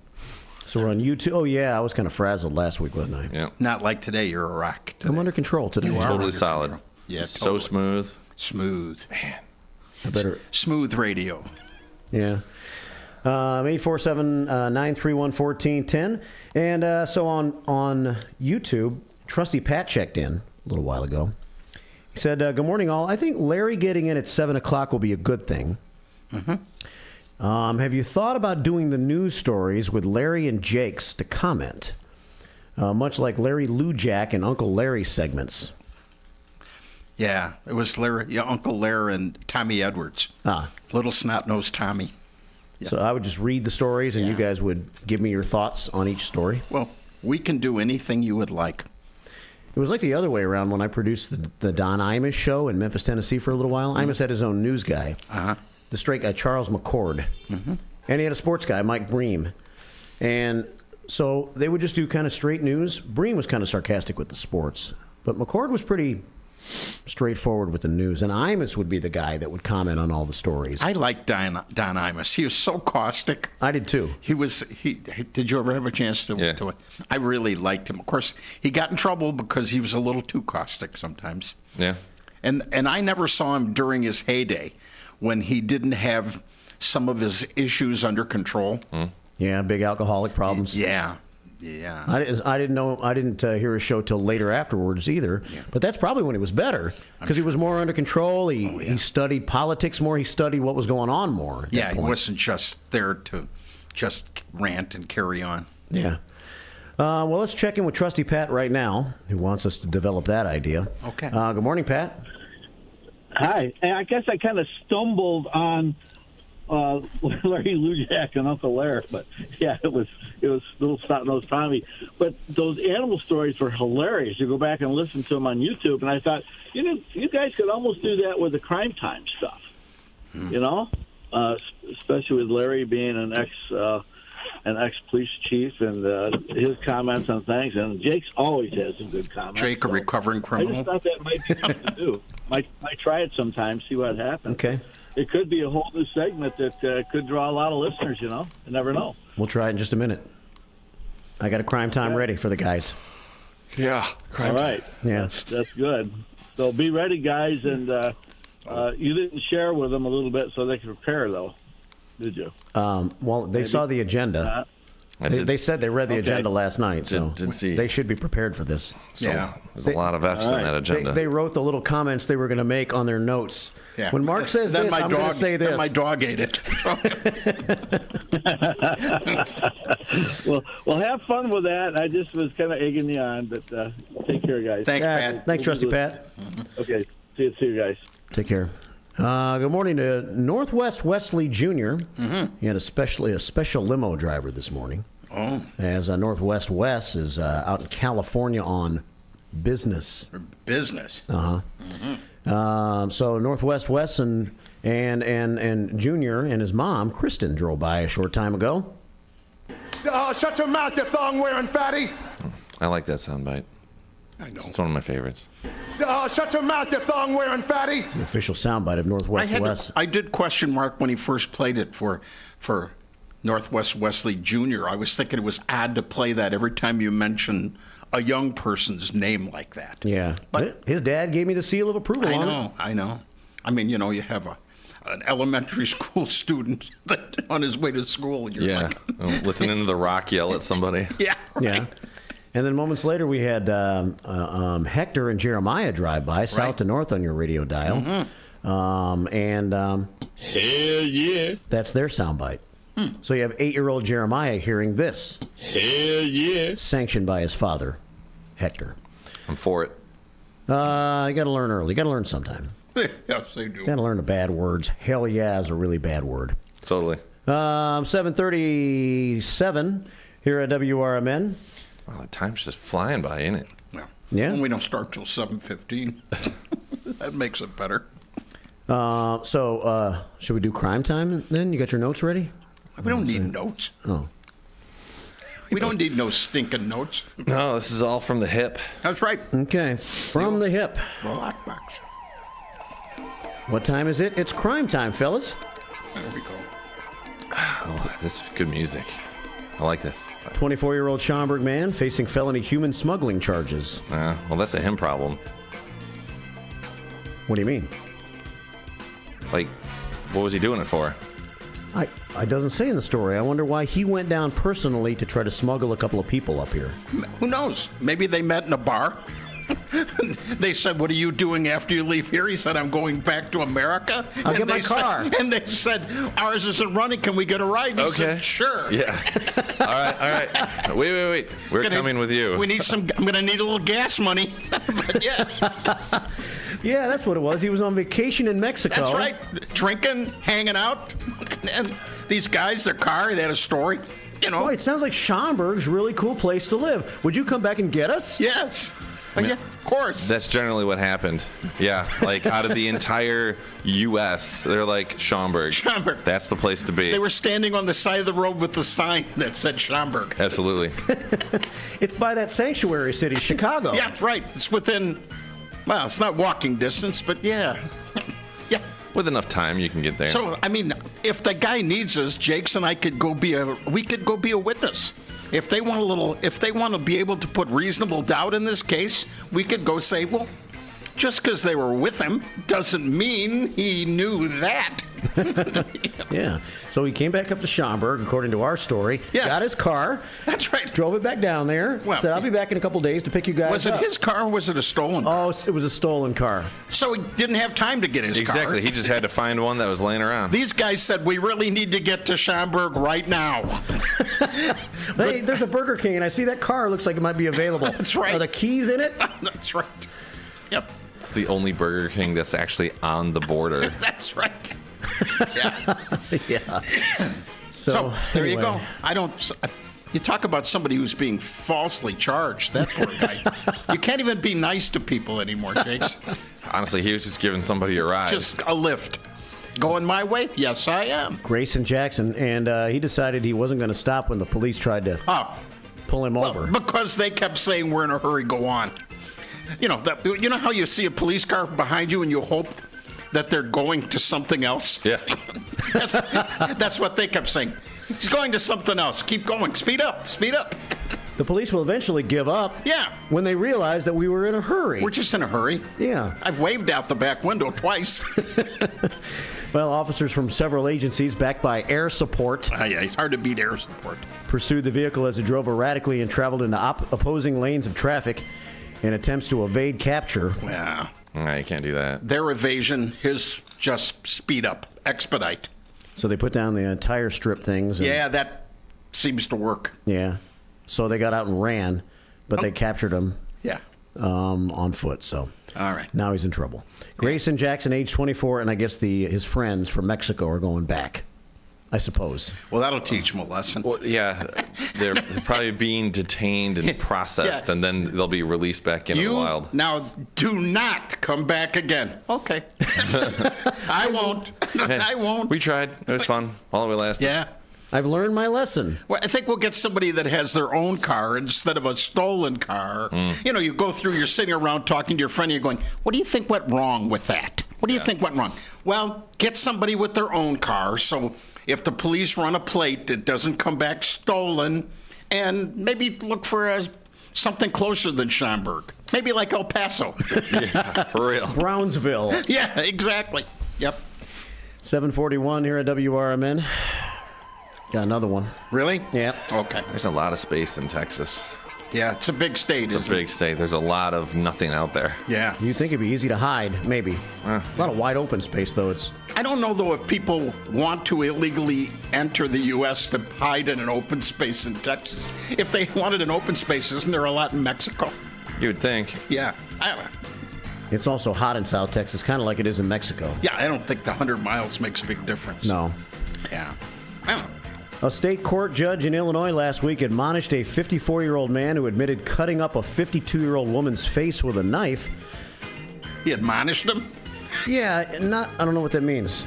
Well, that's usually like giving him like a stern warning or something like that. Don't play with knives. They didn't admonish him over the violent attack, though, but because a defendant showed up to court noticeably drunk. Following the drunken incident, McHenry County Circuit Court Judge Mark Gerhardt found Rogelio Cantu Jr. in contempt of court and later ordered him to serve 4.5 years in a state correctional facility. Yeah. For this 2022 slashing. He was going to get off easy with a slap on the wrist, but Till then he was showed up drunk. Yeah. He didn't show enough. He didn't appear to realize that he had done something terrible. Or knew he was going to the penitentiary and it was kind of like his goodbye party. Could have been, yeah. Yeah. It's not my fault. I was out with my friends last night drinking and got carried away. I'm sorry. Well, he wasn't even necessarily going to be headed to the penitentiary. He was going to get a big break. The big break? How do you get a big break for slashing up some woman's face? I don't know. But last month he reached a deal with prosecutors in McHenry County in which he agreed to plead guilty to 1 count of felony aggravated domestic battery. Oh. In exchange for the plea, prosecutors dropped all of the additional charges. He had been out of detention since posting bond about 2 weeks after the attack, but he showed up to court Thursday, February the 29th for his sentencing hearing and was reportedly intoxicated. Gerhardt quickly ordered Cantu to report to the Department of Court Services and submit to a drug and alcohol screening test. His breathalyzer had a blood alcohol content of .187. Wow. Good for him. Over twice. Yeah, over twice the limit. Yeah, I can do the math, dude. I didn't know. .08. I didn't know if you knew. Who knew you knew? I feel like that's, somewhat common knowledge. At least it was when I was coming up. You know, it was .10 years ago. They lowered it. You're right. Mm-hmm. I feel like I learned .08 like in high school. Maybe you did. I don't know how long ago, but it was 10. It was one. You said a few years ago. No, I didn't mean a few. It was a long time ago. A few years ago I was 6. But it's a few years to me. Yeah. Time starts to fly. I know, because you blink and you're, a couple of years later. Yeah, it's true. 1999 doesn't seem like it was 25 years ago. No. 1999 was 25 years ago. 25 years ago. I haven't really reflected on that much. Mm-hmm. Actually, speaking of 1999, I did see this interesting thing that was, I posted on Instagram or something.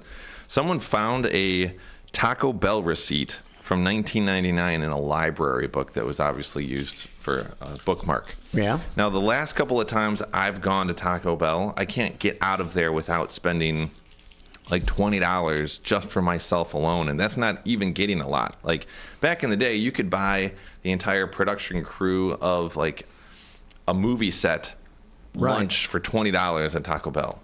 Like CK could come in here with like 2 bags full of Taco Bell for all of us that were in the green room for $20. Totally. Yeah. I mean, nowadays, one thing costs like $4. But anyway, this guy got a burrito, a taco, nachos, and a 16-ounce Pepsi. With tax was grand total of $3.50. Isn't that wild? 1999? 1999. That's actually May 18th of 1999. I don't go to Taco Bell. Do you, Larry? No. I do. Do you? Oh, yeah. I always think of Taco Bell as not anymore. Everything tastes exactly alike. All you're really doing is deciding how you want it delivered to you. Absolutely. It's just the packaging at that point. Exactly. It's you want it wrapped in something or in a hard you shell? Want it in a bowl, hard shell. You want it like double wrapped. Yep. Honestly, Taco Bell is like a weakness for me. It's really. I don't really go just randomly. It's usually after having like a beer or two. Like, of course. Then I kind of want some Taco Bell. But that would make sense. Though. I mean, honestly, I really like Taco Bell, and it's yes, it's all the same stuff repurposed. I mean, they are coming out with some new things. Like they've got fries, or they've got like some sort of like chicken thing coming out now. Like there's new items that have been announced, but. I feel like it's almost like Subway. Like everything tastes how it smells, and like everything in there, it's Subway. Mm-hmm. Like that. It's like not really sure what that meat is. It looks more like the rubber end of the pencil. It's just freaking weird, man. Mm. Now I don't dislike Subway. No. But you walk in there and it's like even the lettuce smells like the ham. It's very weird. 847-931-1410. I really don't go to fast food much anymore. I don't go to McDonald's either. I occasionally do, but you know what I like? Filet of fish. Yeah. Filet of fish. That's my. Yeah, I'm out. I haven't had anything. I want to grab something, but that's one of the things, at least for me, you don't get and think I'll eat this while I'm driving. I don't know how much of that. Of the tartar sauce they put on it, but whatever they put on it is more than enough to squish out of it. Totally. Yeah. More than enough. Honestly, I don't really go to McDonald's except for maybe I'll do their breakfast for sure, but I haven't had their breakfast in eons. Yeah. And then the Wendy's right in front of my house closed. Really? I'm really upset about that. No more breakfast Baconators? No more breakfast Baconators, no more Junior Bacons, no more nuggets. Yeah, dude. Wow. I'm very upset about it. When I found out that was gone, I didn't know Wendy's actually closed. Seemed like fast food franchises don't usually close. Yeah, I don't know. I don't know why. Must have really been doing bad, huh? Well, and it's an odd you can't get to it unless you pull off because it's right there in front of Menards. Oh yeah. So you have to turn off of Randall onto Miller and then take a right and then get down there. So it's not like just pull off and pull back in. Mm-hmm. But yeah, I mean there's a Wendy's that's up the way closer to Lake in the Hills, which is fine, but that was really nice being right in front of my house. Of course. Just needed it but it's also right next to a McDonald's, and of course the McDonald's is always busy. So. I know. Yeah. I think that the ease of getting off a road and getting in, I think that plays a big role. It does with me. The Wendy's down by Menards is really close for me. But there are times that I think I'm not taking on trying to get in and out of that place. Right. Especially when you're on Bose and you see cars backed up all the way up the drive trying to get out. You think, no, I'm not going to get stuck up there. That's exactly what. I mean, think about getting gas. Like you're going to probably turn off. I mean, if you can make a right into it. I always am like that, yeah. You're not going to go to the one across the street. I agree, yeah. So. 847-931-1410. Well, here he is now. It's our friend David giving us a call.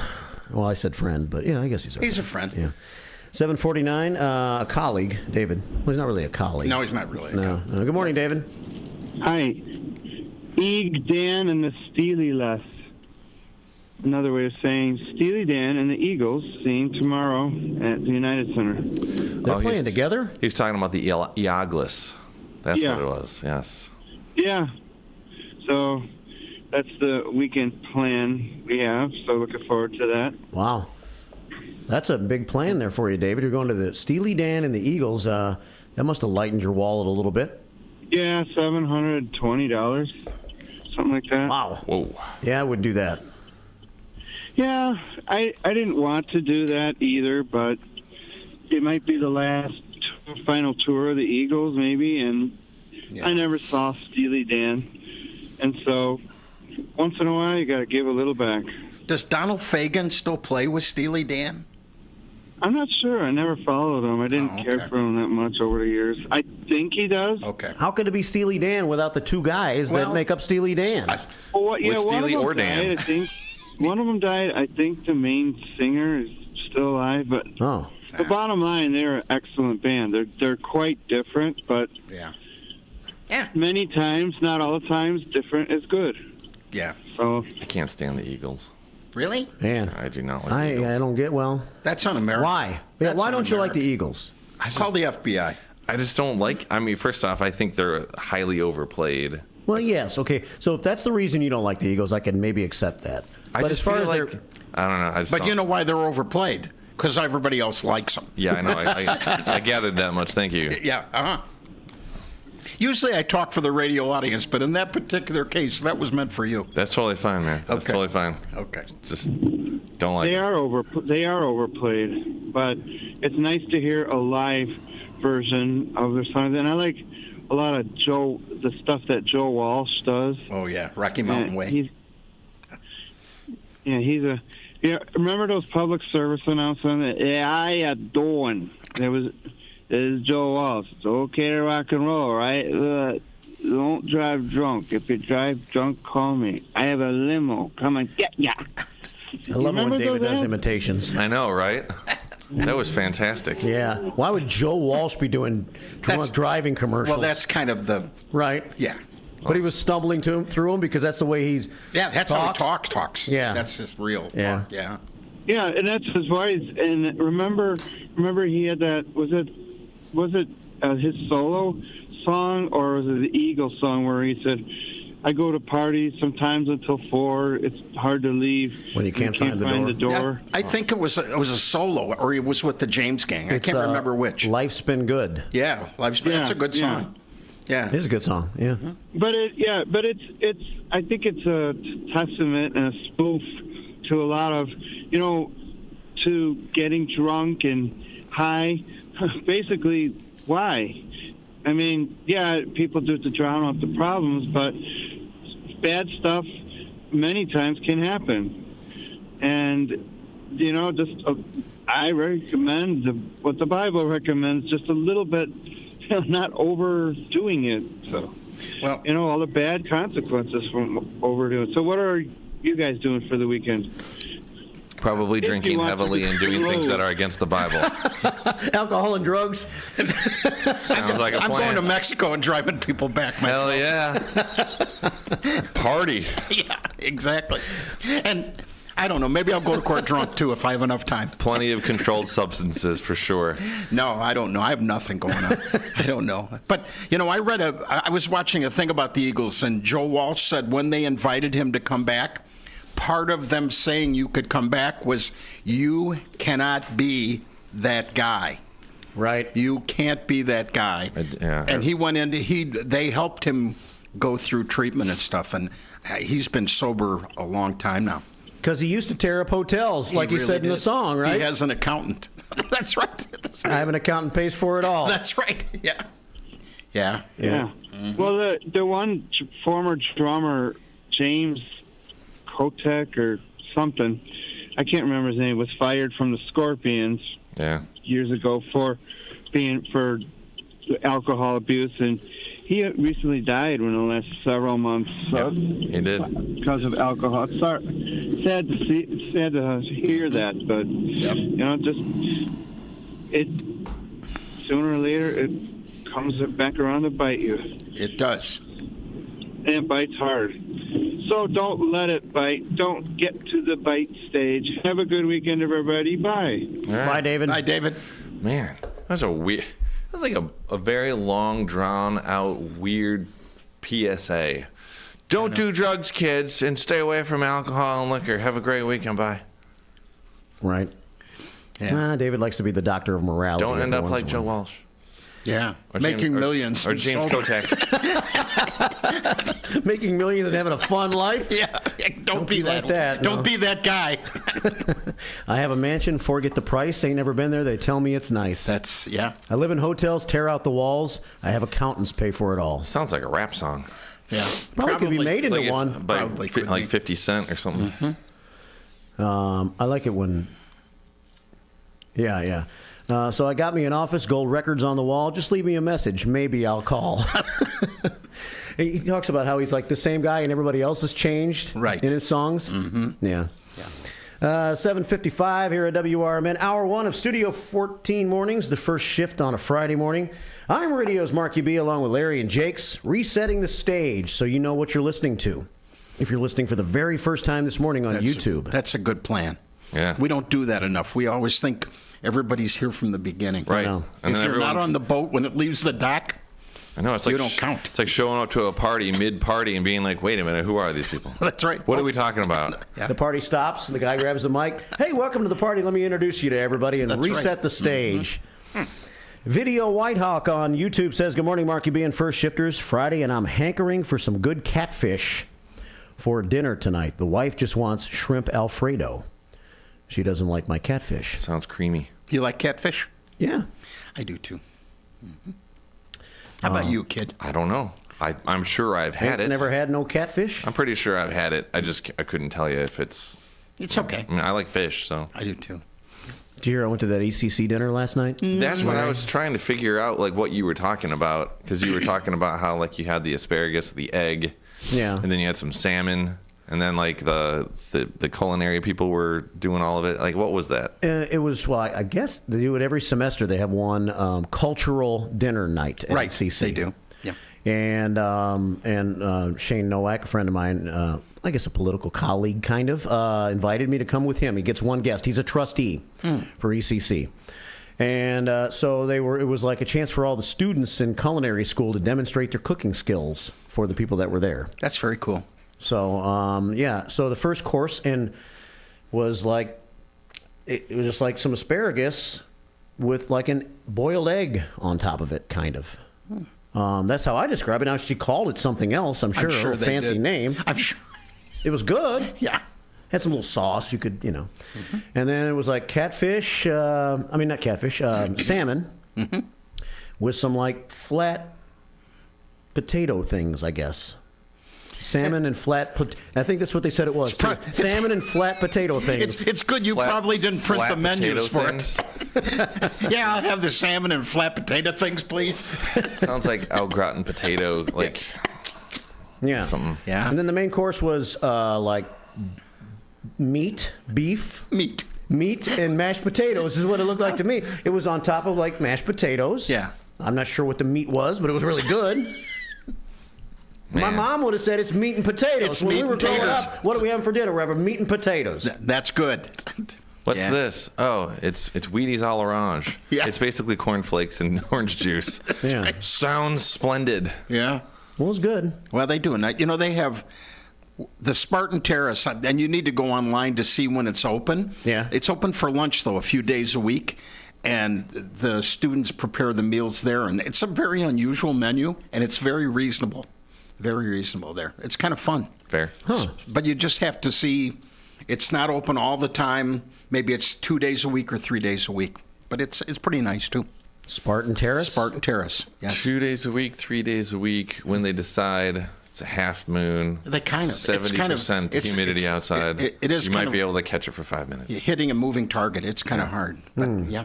But it's good. And it's reasonable, too. That's cool. Yeah. Guess what? We're heading to the 8 o'clock hour here, fellas. All right. Wow. So why don't we take a little news break here? Okay. And then we'll come back with the second hour of the first shift with Larry and Jakes and me, Marky B, on a Friday morning.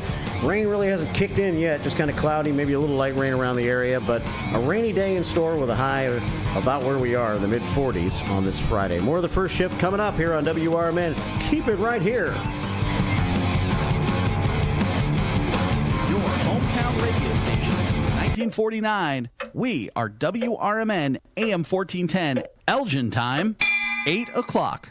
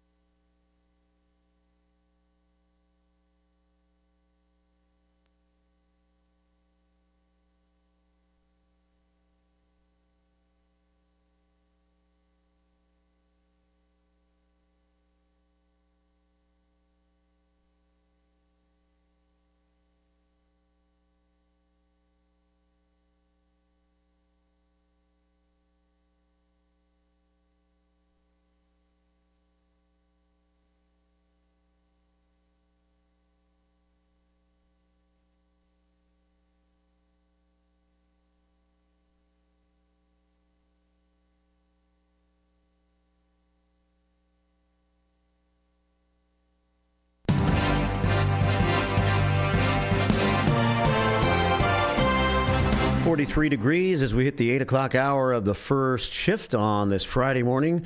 I'm Mark, along with Larry and Jakes, and they'll be back with me in just a few moments. Winds are out of the northeast at 10. Rain on the way all day today, letting up tomorrow, maybe a little snow at the end of it, and then some sunshine by the end of the weekend. WRMN News Time now is 8:05. It is a Friday. It is the 8th day of May. And let's catch up on a little bit of news and sports as the show continues. With your AM 1410 WRMN Newsflash, I'm Sean Kernan. Brought to you by Linzess. The Brightside Theater in Naperville debuts the play Death Trap tonight at 8 p.m. with another show on Saturday at 8 p.m. and a show at Sunday at 2 p.m. You can find out more by contacting the Brightside Theater at brightsidetheater.com. Death Trap is one of the longest-running comedic thrillers in Broadway history. There's a big celebration planned this weekend for the 42nd anniversary of the State Street Market Shops. Opening their doors 42 years ago, they'll be celebrating on Saturday from 10 a.m. until 5 p.m. at 701 North State Street in Elgin. Homeowners who are embracing DIY or planning professional renovations should take note. The City of Elgin is emphasizing the importance of obtaining building permits for a range of projects, from window or roof replacements to full-on remodeling. Contact the City of Elgin to find out about building permits. With your AM 1410 WRMN Newsflash, I'm Sean Kernan. Progressive presents advice on new teen drivers. You know, the hardest part about teaching your teen to drive is the chafing from the seatbelt. But the best part is the grip strength you build in your knuckles. Okay, now let's pull out of the driveway. Here's another tip. Offset a chunk of the cost of adding a teen to your insurance with Progressive's Teen Driver Discount and get a break from the brake. Progressive Casualty Insurance Company and affiliates, not available in all states or situations. Every day, Cintas service reps help businesses get ready for the workday. They provide freshly laundered workwear delivered every week. Mats, mops, restroom and cleaning supplies. First aid and safety products to help your employees stay safe. They even test and inspect fire extinguishers and emergency lights. Cintas helps keep your business running smoothly. See what Cintas can do for you. Visit Cintas.com. Oh, I'm ready! And get ready for the workday. For a little lighthearted lawlessness on Sunday afternoons, listen to Handle on the Law from 4 to 7 p.m. Handle on the Law is a unique combination of useful legal advice and outrageous handle remarks. Whether you're talking about Big Brother, big business, big legal problems, or Big Macs, you'll rarely find Bill without an opinion. His rapid-fire commentary gives listeners the information they crave in the way they crave it. It's Handle on the Law, Sunday afternoons from 4 to 7 p.m. right here on WRMN, AM 1410 and 96.7 FM. The word is out. Nissans cost less on Route 19, but that's not all. Parts, service, and body shop, they all cost less at McGrath Nissan. Used cars too. The reason why is how hard we try. Right now, get 0% APR financing on select new Nissan models at McGrath Nissan because Nissans cost less on Route 19. Come to Elgin. See what we mean. Progressive presents the Sports Flash on News Talk Radio 1410 WRMN. The Bears and Jalen Johnson have agreed to a 4-year, $76 million extension. The Bears placed a non-exclusive franchise tag on Johnson Tuesday. The deal is worth a reported $76 million that includes $54 million in guaranteed money. Johnson turns 25 in April. He was named a second-team All-Pro and earned Pro Bowl honors last season. He had a career-best 4 interceptions, 10 passes defended, a forced fumble to go along with 36 tackles. The Bulls beat the Warriors 125-122 last night. Nikola Vukovic had 33 points and 11 rebounds. DeMar DeRozan with 33 points. DeRozan converted a 3-point play with 26 seconds left, helping Chicago win their 3rd straight. They remain 9th in the East, 17.5 games out of first place. 8th place Indiana, 3.5 games ahead of them. Bundle auto and home, renters or condo, and save with Progressive. I'm Chuck Sanders on News Talk Radio 1410 WRMN. People who come to Cricket stay with Cricket, just like our customer Jaron. I'm the singer and guitarist in a band, and I use my Cricket phone for everything. It's basically like another band member. Don't miss a single beat. Switch today and get a free Samsung Galaxy A14 5G. Smile, you're on Cricket. Real customer paid for testimonial. Must bring your number to Cricket on up to a $60 a month voice plan, depending on device. Select models only while supplies last. First month service charge and tax due at sale. Cricket 5G requires a compatible device and is not available everywhere. Fees, terms, and restrictions apply. See store for details. Picture this. It's Saturday morning and you're on your John Deere compact tractor. You're effortlessly breaking ground on your new landscaping project. Next, you're moving piles of rocks just by moving a lever. And now, you're enjoying the warmth of the sun as you clear brush across your pasture. We could keep trying to put you in the moment, but to really understand everything you can do with a John Deere compact tractor, you just have to get in the seat. Learn more at johndeere.com/get-in-the-seat or visit a dealer near you.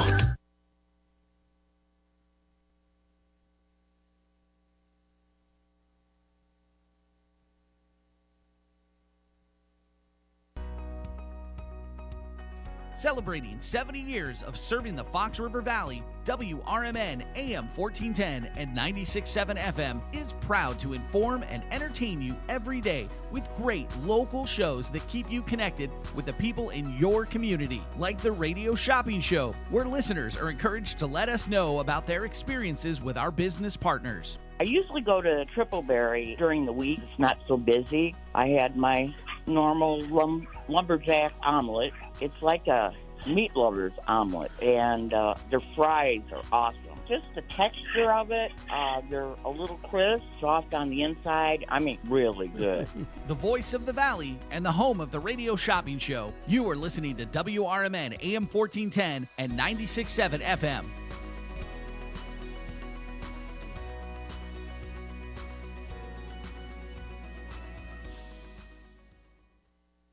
You never know what or who you'll hear from on the first shift with me, Marky B. Like Tim Skoning, a WRMN news reporter back in the 1960s. The jingles you all play, they were purchased by Dick Sutter. He was at some radio convention. He came back with this reel. I remember them playing that in the studio. We were so excited. We thought we were network now.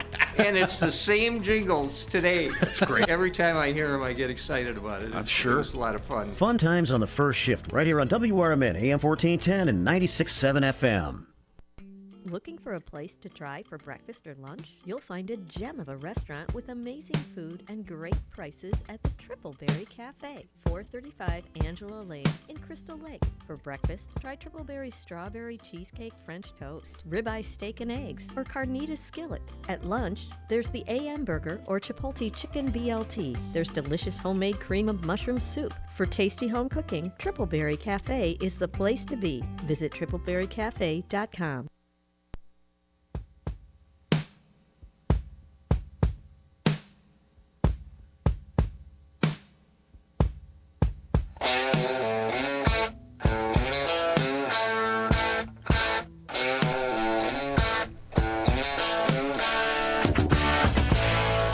Joe Walsh. He's a good guitarist, too. A really good guitarist. He'll be with the Eagles tomorrow night, right? He will. Yeah. He's one of the survivors. He is. Well, he was gone and then brought back. But, yes. Mm-hmm. Tomorrow night at United Center with Steely Dan. The crowd loves it when he breaks into that song. The crowd always loves his... Every member of the Eagles gets a couple of solos that, that they're kind of... that they get to shine on. And so he usually does like Rocky Mountain Way and what was the other song we were just talking about earlier? Life's Been Good? No. Yes. Yeah. He usually does both of them, and the crowd, they love it when he starts playing. Yeah. Welcome to this hour of the first shift. Brought to you by Columbia College of Missouri. They're associated with ECC. Yes, they are. Elgin campus intent in their commitment to open doors and support those who strive for excellence. Too many people have been made to feel their higher education is not a place for them. It's someone else's dream. But Columbia College of Missouri has changed all that. So visit Columbia College of Missouri Elgin campus. Go to ccis.edu. Dr. Sam was the MC last night for the dinner. Mm-hmm. Interesting fella. He's a really wonderful man. He really is a wonderful guy. Vicki used to work for Columbia College of Missouri. Is that right? Yep, she was the assistant director of the Gurney location. He was. We were at a conference one time, and he was talking about being a foreign exchange student. And he was a foreign exchange student in, like, kind of, not southern Illinois, more central Illinois, but central west Illinois. And he was the only black student in the whole school system there, as a matter of fact. And he had a great, he always talks about what a great experience he had. Yeah. Yeah. He's from Ghana, I think. Yeah, I think he is. He said there's now 9,770 students at ECC now. Yes. Mm-hmm. Approaching 10,000. At one time, it was over 10,000. Oh, is that right? Yeah. Kind of pre-COVID and all that kind of thing. Well, it's an inexpensive alternative to going to a 4-year school and having to pay for all 4 years of it, right? And you come out of it after 2 years, and you're kind of in the same place you would be after your first 2 years at a 4-year school, right? They really have become, especially when they have relationships with college, when you finish 2 years at ECC and you go to a 4-year school, you come in as a true junior. And cheap. And they have I was on the foundation for like 13 years there. There's a great deal there's a lot of scholarship money that the foundation raises, and it's a great place to go. It really is a great place. It is 8:16. If you want to give us a call, 847-931-1410 is the number to call this hour. We'd love to hear from you. One other thing comes to mind, only because we're talking about ECC. Yeah. They have a joint program with the school districts that are in District 59, the junior college district, that high school seniors can take college classes while they're going to high school. Yeah. And there are people who get their ECC diploma the day before or the day after they get their high school diploma. Yeah. They finish 2 years of college when they're done with high school. Shane was telling me that last night. Oh, really? They get their 2-year degree from ECC before they get their high school. Exactly. Isn't that amazing? That's pretty wild. It is. Yeah. 847-931-1410. All I remember as a high school kid and going to Elgin High, I hardly ever went to the west side. It's funny how our worlds were so small. Yes. That was the east side in that area over there by Parkwood. And I guess we went east when we went out sometimes to Barrington and stuff on Friday nights. Never really came to the west side of Elgin. And so I just remember coming to the west side, and ECC was there, but there wasn't much to it from what I can remember. It's quite a campus now. Yeah. And they're still building more. Yeah. Still building. New manufacturing facility or something going in out now. there where Colonial was. Yeah. Well, join us here in hour 2 if you want to. BHB's on YouTube this morning. He says, good morning, Mark, Larry, Jakes. Good morning. And our first shift team, Sensational Shelley, says, good morning to all shifters. Going to be a beautiful day, even if it's rainy and cold, because your day is only as good as you make it. It's going to be rainy and cold. It's going to be rainy and cold, totally. Yeah. And I didn't make it that way. It's just that's the way it is. Yeah, that's how it rolls. Still going to be a beautiful day, though. Every day matters. Sure. It does when you get older, man. Power to the people. Yeah. Stick it to the man. Right on. No nukes. Save the whales. The commander checks in. Big day. It's always a big day at the American Legion, especially on Fridays. He says, happy Friday. First shifters, fish fry today, American Legion, 11:30 until 1. 4 until 7. It's Red Friday, which means if you wear your red shirt, it's BOGO on your first drink when you wear a Post 57 red shirt. Stop in and enjoy a meal and a drink. And South Elgin Chris checks in. He says, good morning, first shifters. He's found us on YouTube now. Good. The Queen of Hearts at the American Legion now is worth $20,020. Jeez. Yeah, it's getting there. Monday's drawing. Tickets are on sale daily. Bingo Sunday at 12:30. And a Legion 2nd Division meeting Sunday at 1 o'clock in Belvedere. Have a great weekend. From the commander over at the American Legion. He brought me a red shirt last week, so I get a BOGO if I go today. Let's see. And South Elgin Chris back in to say there's a free baseball game tomorrow at Judson University. It's a doubleheader starting at 1 o'clock. So college baseball season is underway. I wouldn't mind going to see a Judson game, but 45 degrees. It's supposed to be windy tomorrow, too, right? Yeah, not the best day for baseball. Well, that high school and college baseball season, there's a lot of iffy weather that they get games in. Yeah. A lot of iffy. Isn't it crazy how, a week or two ago it was 70 And we're going to have a lot of days like that. But it always seems like when the Cubs play their first game of the season at Wrigley Field, it'll be like 37 degrees and cold as hell. Yes. Well, no, but that's a strange comparison. Yes. Cold is the opposite of hell? Yes. Yeah. Yeah, if it's as cold as that, I think it'll be pretty balmy. Yeah. I know you're not excited about it, but I always thought, and even though I wasn't a Cubs fan, opening day for the Cubs was always like discussed more, and it was hyped more than the Sox thing. I got excited not just because baseball was coming, but it was like another step towards summer's it's coming. Yeah. Summer for sure now. For sure. Yeah. Mm-hmm. Well, today's the 8th, so about 3 weeks away from the Major League Baseball season starting, because they start kind of early now. Do they? Seems like they start in late March instead of waiting till early April. Maybe they try to get all those playoffs, and don't they have an extra game because they increased the... Yeah, with the wild card teams and all that. Not just an extra game, an extra series in there. Yeah. So, I think they have to try to make it work. They might get a couple of extra days off during the season than they used to, too. Probably their labor says they have to have time. 8:21 here at WRMN. Let's go to the phones and take a phone call at 847-931-1410. Friday morning, and Prigomortis is going to set in now as John Prigge, the director of Shots Fired. I'll tell you one thing. When it's a cloudy day, a little bit of sunshine is always welcome. And here he is. Good morning, John. You guys are killing me. You're killing me, Larry. I'm here for you, buddy. Yeah, I know. I can always make the hot tag to you, Larry. Thank you. I'm getting beaten up, I can always lean over to the turnbuckle of the wrestling match called WRMN. Have you hot tag in. I'm too old to climb on the top rope and leap in anymore, though. I may have to try to crawl through.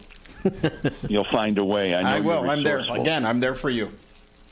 Hey, has anybody there found any joy or delight or interest in hearing the city council talk about the Kimball Street Dam? I thought about you when I read that article, John. I didn't read the article. Did you really? I did. I thought about you only because, and let me just throw my take in at this. There are people on the council who want the dam gone. They want to vote to get rid of it, and they want to claim they thought the citizens wanted that to happen. But if they have that non-binding referendum, then all of a sudden they're not able to say, we didn't know. That was my feeling about it. So let me guess. Really? That would have been Carol Rauschenberger and Tish Powell and John Steffen and Good. That they want the dam gone? Yes. Yeah. Yeah. Okay. That was my guess. It's so easy to vote for something that probably is not popular if you can claim you didn't know it wasn't popular. Okay. Yeah. Well, I'm skimming through the Courier article now online, and I'm finding there was one part of the meeting that was comical and really accentuates how low the indecorum and atmospherically words are said. That did not make it in the Courier article. Tish Powell was talking about it and said that something to the effect of, if we do this, we're going to be stepping into a bunch of the S word. Really? During a council meeting. And there's been... Brings a little color. Yeah. Yeah. Oh, sure. It's acceptable now. There's been a degradation of decorum on the council for the last year at least, highlighted by Councilman Thoren, who eats from the dais, brings the plate out from the back room, and is eating while they're discussing millions of dollars worth of money. He's beating up some cookies or brownies or whatever it is right on the dais. Well, you got to keep your energy level up. Yeah, I suppose you wouldn't want to take care of that before you come and, represent 110,000 people. I think I'll have a piece of chocolate. Yeah. Anyway, sorry, John. And then you also have, there's been many times where the men aren't even wearing ties. Nobody wears ties. Collared shirts. Blame that on Barack Obama. Nobody wears ties. Oh, okay. So that's who they're emulating. All right, I got it. Really. He, like John Kennedy did away with the hat, Barack Obama did away with the tie. Yes, it's true. I see. Funny, I don't remember watching Barack Obama give State of the Union addresses with an open collared shirt or something that said, John, are you comparing a city council meeting to the State of the Union address? I'm comparing decorum in government. All right. Okay. Yeah. But that's just it. But it's an interesting thing, and I really do think people should be following the scenarios involving the Kimball Street Dam, if for any other reason, for how your local government is working. I found one comment in the Courier to be really interesting from Dave Captain. He says, "This is, to me, having lived here all my life, this is probably the most significant decision this community has had. It deserves the highest standard of participation," and he asked the council to consider the referendum idea. Mm-hmm. Dave forgot about that. He forgot about 250 South Grove, Grand Victoria. Oh. Remember that? Oh, yeah, kind of. Yeah. Yeah, remember, that was down to 4-3. George Vandervoort, the mayor at the time, broke that tie so that we could have a gambling vote, which saved our and then you fill in the rest of it, saved our rear ends. Well, if we were at a meeting, you could say that. That's right. I got to go to a meeting. And just rattle them all off in one sentence. Exactly. And walk on. Yeah. All the 3 and 4 letter words. Everything. Yeah, that would be nice. But do I have to wear a tie? No, not anymore. It's over. It'd actually be a lot better if you did, but just the tie. Yeah. That'd take away from what you said, wouldn't it? Yeah, that would be distraction 101. It really would. That class at ECC. Exactly. But anyway, it's Rose Martinez, Thorin, Anthony Ortiz, John Steffen joined Captain in voting yes on the referendum. John, I was wrong. John Steffen was on the referendum side. Yeah. Voting yes. So explain what that means. Then. It's a non-binding referendum. All it is saying, do you think we should remove the dam? I mean, they'll word it. They'll have the city attorney throw a lot of legalese in there. Yeah. It won't be like as easy as this. But since it's non-binding, all it is information for the council. That's all it is. I mean, the majority of the people could say yes, and the council could still vote no. It's non-binding. It's only an informational referendum. So the voters are not making the decision. No, they're not at all. No. They're just voting, and whatever the result is, those council members can then look at that vote, and maybe that helps them make their final call. And maybe decide. I mean, the hard thing about referendums is how many people vote. We talk about that all the time. How many people show up to vote? And so I'm not sure it's even a really good litmus test for the will of the citizens, but it's something. It's something. There's two, and Mark, I hope you can absorb what I'm going to tell you now. And I think I've said this to you before, maybe on the air or not. When you are an elected official, you have to have 2 hats. One is being a delegate. The people want, Reese's candy bars at every corner. The people have spoken. Mark, you vote for Reese's candy bars. The other thing you have to wear is that being a trustee, where you make decisions based on being elected, running on a platform, and assuming the responsibilities of that job, where you have to be one that says, I don't care what the people are doing or what the people want. I'm voting for this because I'm looking out for the greater part of Elgin, or I'm looking out for the next year or 2 or 10 or 20. A delegate or a trustee. This is a trustee matter. It's not a delegate matter. Because if you compare this and the benefits to it to other things that the council routinely votes on, to buy this, to enlist this contractor, all of to make sure we bring enough chemicals to keep our water safe. That's, you have to rely on other people, and that's when you are a trustee. This is a trustee issue. To look for ground cover in case the decision is, the people. I think the council basically is looking for a place to hang their hat and say, well, the people want it, or, well, the people don't want it. Yeah. It's not the time for that. It's not the time for that. And I hope, Mark, you kind of remember that when you go through your votes here, that sometimes you have to make those tough decisions. And, yes, you want to listen to the people, but you have to have that courage. And this, I think, is being devised strictly as cover fire. So you can hang your hat on the people saying yes or no. And it didn't sound right, but it actually is true what Tish Powell said. She says our people aren't going to understand all of the intricacies of what's involved, from advisors, the Army Corps of Engineers, the reports, all of that. Probably 90% of the council doesn't understand it. So, yes, voter turnout reflects in this issue as well. You watch and see. But again, it could all be reversed because they're putting it on the next agenda in 2 weeks. How do you think that vote's going to turn out? You know what? I don't know. Yeah. It was 5-4 to get a referendum. Right. No, I mean the vote. I mean the referendum. How do you think the people are going to vote? You know what? It probably sentimentally.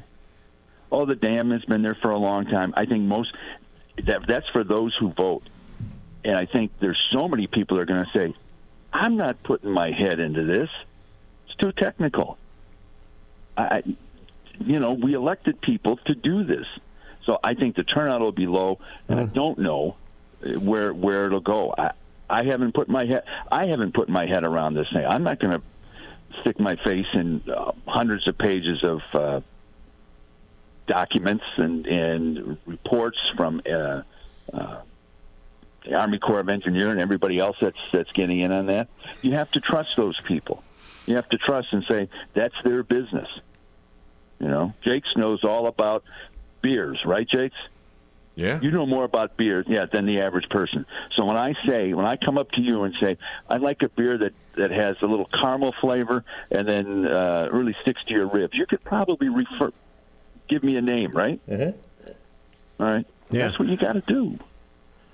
So, but for those who get the Courier either online or in the hard copy, it's just a pretty thorough report. I just wish she had put Gloria Cassis had put in what Tish said about dropping that S word. But like James says, politics is my sports. Right. All right, John. Thanks, man. So, take care, gentlemen. Have a good weekend. See you, John. You too. Right on. Bye. Mm-hmm. Kimball Street Dam, one of 9 along the Fox River, being considered for removal at the recommendation of the Army Corps of Engineers. Right.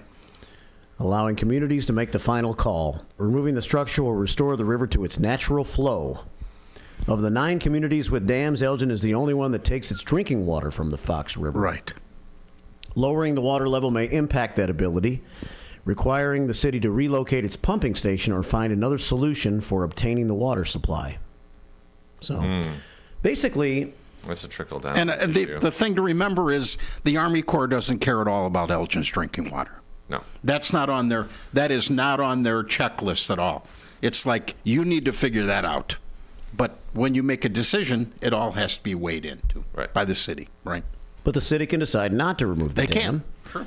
And that would save taxpayers probably money, right? Because it's going to cost so much money to get this project done. Yeah. Well, then not to mention that they're going to have to figure out a new way to get people their water. Well, the Corps... apparently, from reading the article, no local funds have to be part of removing the dam. That's going to be paid for by the federal government. Yeah, but it's going to impact the Elgin water supply. Think about. I know we shouldn't think the greater good has to be more than thinking about 25 residents. But let's say you bought a condo in St. Charles. And it's like right on the river, and all of a sudden that dam's gone, and the river in July is low enough you could walk across it without getting the top of your shoes wet. That impacts a lot too. So I don't know. I mean, when they say make it the natural way, but if the water's so low you can't even canoe down it, that's kind of weird. And it's not like the salmon run up it, is it? I don't think so.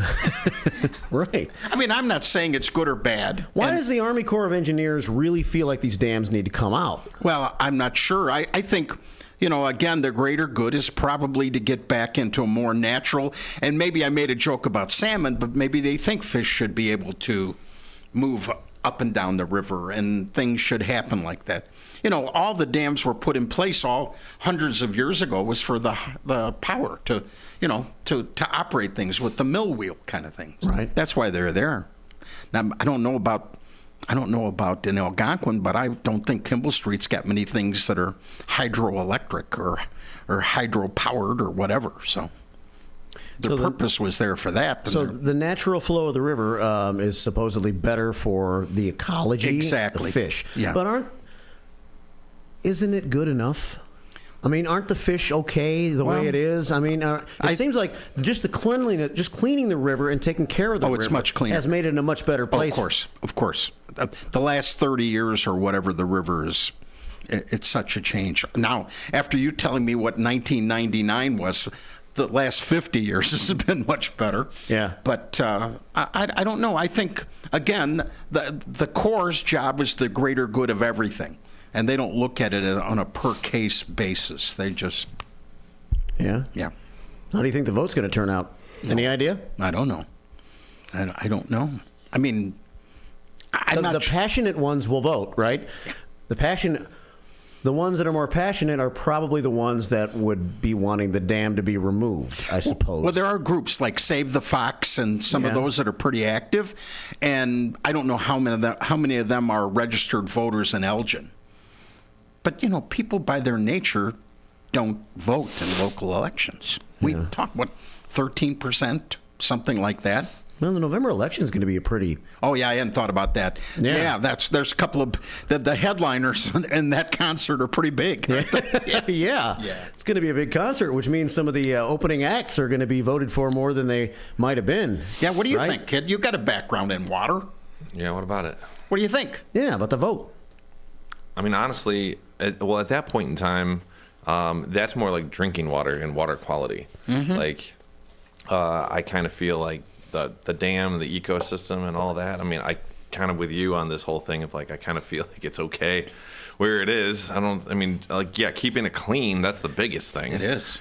I don't necessarily think that we need better flow from north to south or anything, but honestly, I think the bigger impact is going to be trying to figure out how to pump drinking water. Oh, no question. Like, and if you're gonna have to relocate pumps and like build a whole new like system, I mean that's going to cost a decent amount too. I thought I read, it's been a while when this first came up, that it's, I mean, millions of dollars if they want to continue to use Fox River water. Mm-hmm. Millions. And the idea of going back, I mean, I know that they still have a few wells online in case of a failure and things like that, but I'm not sure you could pull enough water out of all the aquifers that take on 110,000 consumers plus businesses. I don't know if you could do that.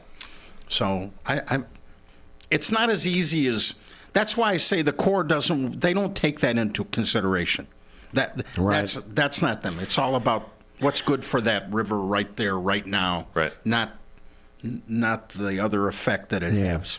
Well, I mean, I know this is a very simplistic approach, but if the environment is already better and the water quality is already better and the fish are doing okay, they seem to. Not one has complained that I know of. Right? No, I haven't heard any fish complaining. No. The dams look good. The water moves nice. Mm-hmm. I keep envisioning that the Fox River is going to become like a creek. Yeah, it can be. If you take the dams out, it can be. And I mean, there have been. I think they took a dam out of Yorkville or Montgomery, but I think it was not in good shape, and they decided instead of rebuilding, and I can't remember which one of those places, but it's gone from down there. So, and some dams, I think they have almost like a raceway kind of beside it, where it's open, just a little part of it beside the actual spillway kind of thing. So I don't know.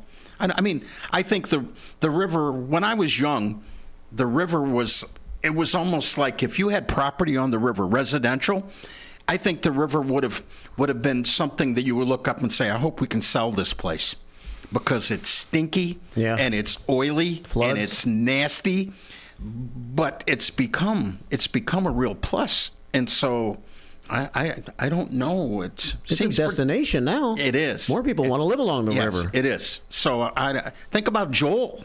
He might not even be down by the riverside anymore. He could be near the creekside or near the trickle. Right. Walking out in the deep mud. Yeah. 847-931-1410. Couple of phone calls coming in. Let's see who we have here. I think this might be Jesse. Good morning. Welcome to the show. Yeah, I'll just ask the question. When is it going? When can you pick up your things for a radio shopping show? Noon to 3, and the radio shopping show's on the air 3 to 6. Okay. You can pick them up from noon to 3. Yes, sir. Okay, thank you. All right, thanks. 847-931-1410. Good old Bob studies ecology and nature and all that. Good morning, Bob. Good morning, gentlemen. How are you? The Corps of Engineers, of course, would like to get rid of the dams for a number of reasons. Number one, it is the ecology. They would like to have things natural because that requires the least amount of maintenance, and they are responsible to a certain degree as far as maintenance is concerned. And they have a bit of a club, and that club is that if people say that no, they want to keep their dams, the Corps of Engineers say, okay, it's yours. It's your responsibility. You have to maintain it. And that could be a little costly. But they really don't know what will happen if they take all of the dams out because they don't know what the water level is going to be at different locations or what effect it will have on your ability to maintain the quality of the water that you're able to take if you're using it as far as drinking is concerned. Because it will affect the flow, it will affect the depths. If you live along the river, you may find that one of two possibilities: either your what you thought was your property is now partially covered underwater, or where you thought you could put a dock and have a boat parked is no longer more than a couple of inches of water deep. Mm-hmm. So those are the things that happen. You know, in a great situation, you can always say, well, what effect would it have 100 years from now, or 10 years from now, or 15 years, or 20 years from now? Unfortunately, we have to live now. Mm-hmm. Never mind what's going to happen 20 or 40 years from now. So, I think it would be foolish to remove the dams. Frankly, all of them are functioning properly. Some of them require some maintenance, but in many cases, that's the Corps' problem or their expense. One of the things they'd like to spend the money, get them out of there, and get it over with. But that's not always in the best interest. That's my opinion. Thank you, gentlemen. Thank you, Bob. Thanks, Bob. Well, they're not going to recommend opening more water coming out of the chain of lakes. I don't think they're going to want to drain the chain of lakes to keep the water level up in the Fox River. And that's where the Fox River comes out of. Yeah. So it'll get lower more than likely. Well, I don't know. I mean, because they regulate how quickly water's released from up there, they may decide we're not going to let more water come because we want the lake to be the lake. Yeah. So, yeah, it's and I don't know. I don't know if the Corps has said, back in the day, there was no locks or like gates at the chain of lakes. It just flowed when it flowed. I don't see them doing that. So I don't know. Yeah. I'm always open-minded about things. My early thoughts are that I think the dam should stay. 8:43 is the time. 847-931-1410. But you can convince me otherwise, I guess. Mm-hmm. There's some time to still think about it. It's only March 8th, and the vote's not until November. I know. Take a little time out of thinking of all your other political things and start thinking about local referendums. Yeah. Mm-hmm. I think the people are going to vote to keep the dam. That they want the dam to stay. Okay. So I think we'll they see. do. My feeling about it is they will too, and that's why people who would like to see it go really wouldn't like to see the results of that referendum. That's my feeling. Yeah. It's like I said, it's very easy to vote and say, I did my best. I thought this is what you wanted. Yeah. You elected me to look out for you, and I did. I thought that's what you wanted. Now that you're mad at me, I know it wasn't, but that's done. Next. Yeah, right. What's the next big issue? I can disappoint you with. $1 billion bridges over the top of the train tracks for all those extra freight trains. I know. So Stevie T can get to work. The extra freight trains, which so far you've been right about, Larry. Yeah. No impact so far. Told you that. No impact. We just wring our hands and get all upset, and you're like, come on now, let's relax. But maybe it's just they haven't gotten around to having the extra freight trains. Yeah, that yet. maybe still COVID is keeping the extra trains from being out there. Yeah. 845, 847, 931, 1410. Terry S. says good morning and happy Friday on YouTube. First Shift Sherry says good morning, First Shifters. A bit drizzly out there, but the birds are singing. Enjoy your day and weekend. And as Marge Fox of Elgin Public Museum used to say, enjoy the skin you're in. Dynamite Denise says happy Friday all. Enjoy the day. Dean DeLaley, the operator, always ready to fix things when they're not right. I know. Says the lighting, don't worry about it. We'll handle it over the weekend. You'll have lighting next week on the side of the room that's a little bit darker this morning. Okay. On YouTube. We'll have to spend, Jake's, for next Friday, we're going to have to spend a little bit more time on our appearance. Yeah. I mean, it's 4K, man. It's 4K technology here. You're going to be able to see everything. I've kind of got a 2K face, so I'm a little nervous about that. Well, it's a face for radio. Yeah, that's why we're on the radio. And a voice for print. There you go. Let's see. Kay on YouTube says Steely Dan is the name of a sex toy. That's how they got the name of their group. And the commander says Steely Dan these days, the band is led by Donald Fagen. His co-founder, Walter Becker, passed away. Oh, okay. Back in 2017. Commander's going to see them. Good for him. Tomorrow night. Oh, that's right. He mentioned that, didn't he? Yeah. Good for him. Over at United Center. It'll be a good time, no doubt. I don't think I could be $700 lighter in the wallet, though, and justify that. To see a concert. Eagles cover bands are probably just as good these days. What if they would invite you on the stage to sing "Peaceful, Easy Feeling"? Isn't that your song? Well, it's one of the Eagles songs I can sing, yeah. Yeah, what if they would you spend $700 to be pulled up in front of the United Center crowd? No. Oh, okay. They should ask me for free. If they want me. You know I'm a big supporter, but you may be overstating your ability on this. Well, I'm not saying they should ask me, but if they were going to ask me, that means they would want me. I just thought maybe you'd pay to be in the spotlight a bit. No. That's all. No. Okay. I already get the spotlight every day. Millions watching us here on YouTube, Larry. Tens of listeners. Tens of listeners, yeah. Wow. Okay. Well, I'm going to believe you on that, Mark. BHB says there was no audio on YouTube at the top of the hour break. Uh-oh. I think the reason is because we're supposedly not allowed to use the top of the hour news on YouTube. Oh, you can't send it out through another medium, maybe? So Sonar's got it muted during that time. Okay. So I guess I could play some jazz music or something for that 5 minutes instead of just having dead air. But that's what's happening when that happens, BHB. First Shift Sherry says, I don't think Stephan was on the referendum side, but he voted against a motion to table the referendum vote. First Shift Sherry keeps up with the city issues. The vote proceeded and the referendum was approved 5-4, but it must be voted on a second time. And I would say it's a shaky and may go 5-4 the other way next time around. Wendy says, good morning, Mark and Larry and Jakes. On last night's Leah program, a guy called Dr. Walker, a weatherologist from the United States government, called from Alaska. He's around here for a 90-day period, apparently, and he's watching on YouTube right now to help him pass the time. Hey, Dr. Walker, thanks for watching. 848 here at WRMN, 847-931-1410. Thanks, everybody, for checking in. Mike sent me a text this morning. Mike H., let's call him. How about have a show dedicated to hearing people on both sides of the issue of dam removal? Someone from the Army Corps, etc. Yeah, I guess we could do that. The Friends of the Fox River group, I think, wants the dam removed, too.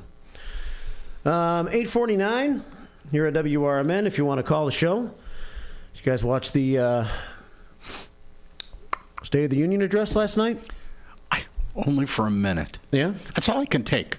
It's all I can take. One, because the president looks like he's got the script written on his eyelids, so he has to kind of keep them down so he can read the inside of them. Yeah. I mean, he really looks like he's like close. It's almost like I'm kind of weird like this. If you have a button that you can't button because it's hard, I seem to do better if I close my eyes when I'm doing it. That seems really strange, I know. Huh. But anyway, I felt like he was doing the same thing when he was doing the address.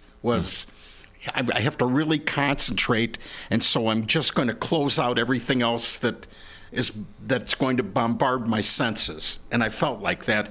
And then to have the vice president popping up, and I always hate that. You know, I always hate it. I don't care who the vice president is or who the president of the Speaker of the House is. When they pop up and down, it's just part of the play. That's all it is. It doesn't mean that they have those strong feelings. No. If your party guy is giving the State of the Union, you have to pop up and down and act like it's the best thing you've ever heard in your life. It's just it's theater. That's all it is. Well, sure. Because I doubt that, I mean, in the real world, Kamala and Joe are really tight. Yeah. They're best buds. Yeah, she probably every night saying a little prayer that he doesn't get to say another prayer.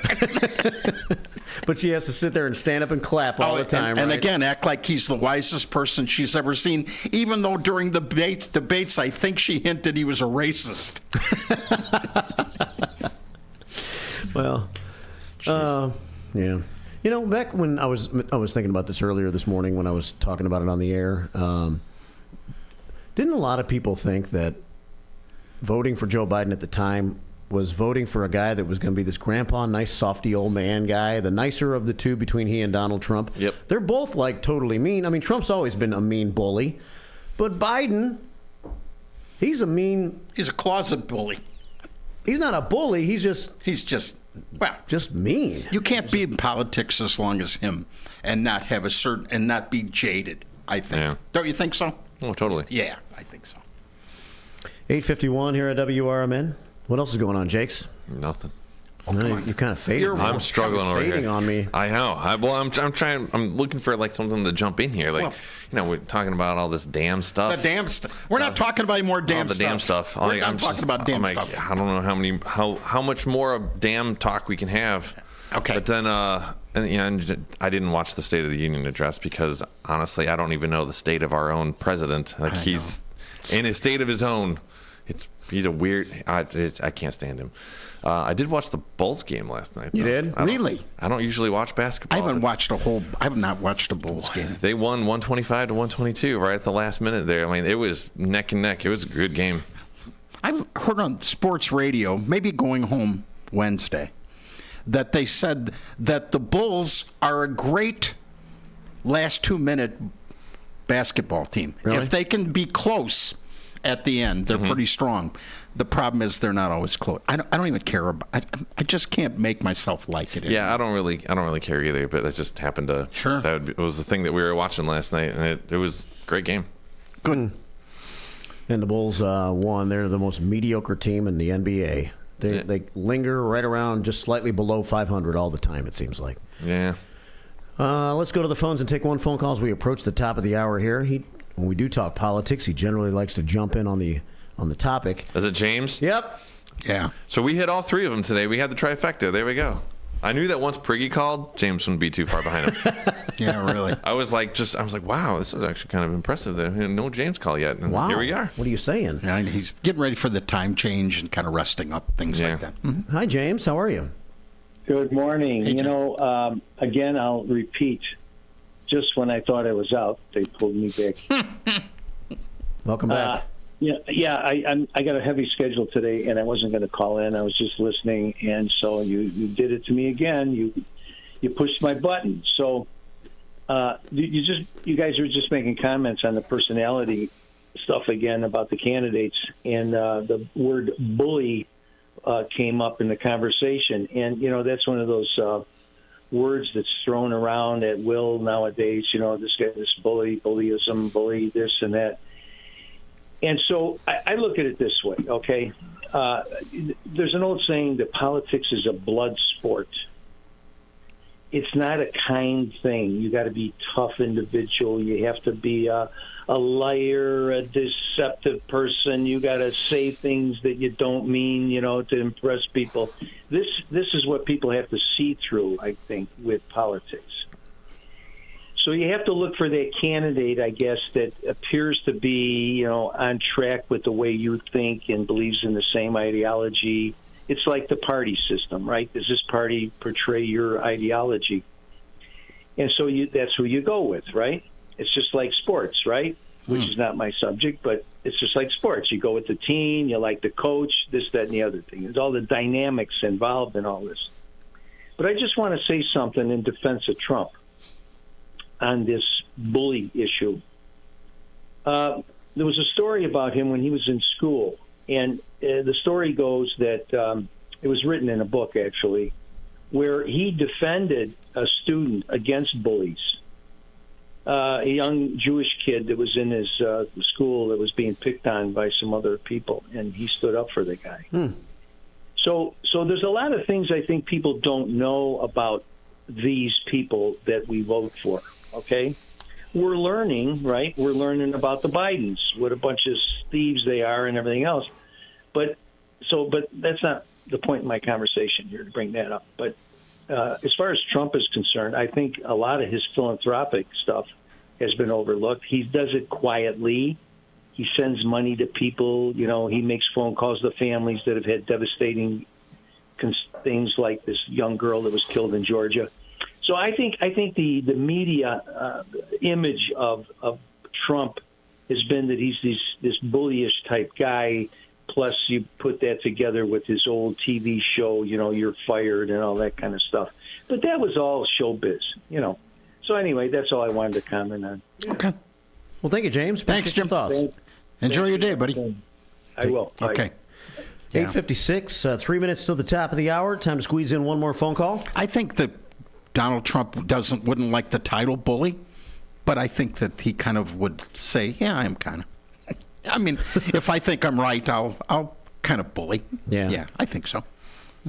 Trusty Pat checks in for one last phone call this hour. Hey, Pat. Hey, Pat. Yeah, I just try to be real quick. It's all right.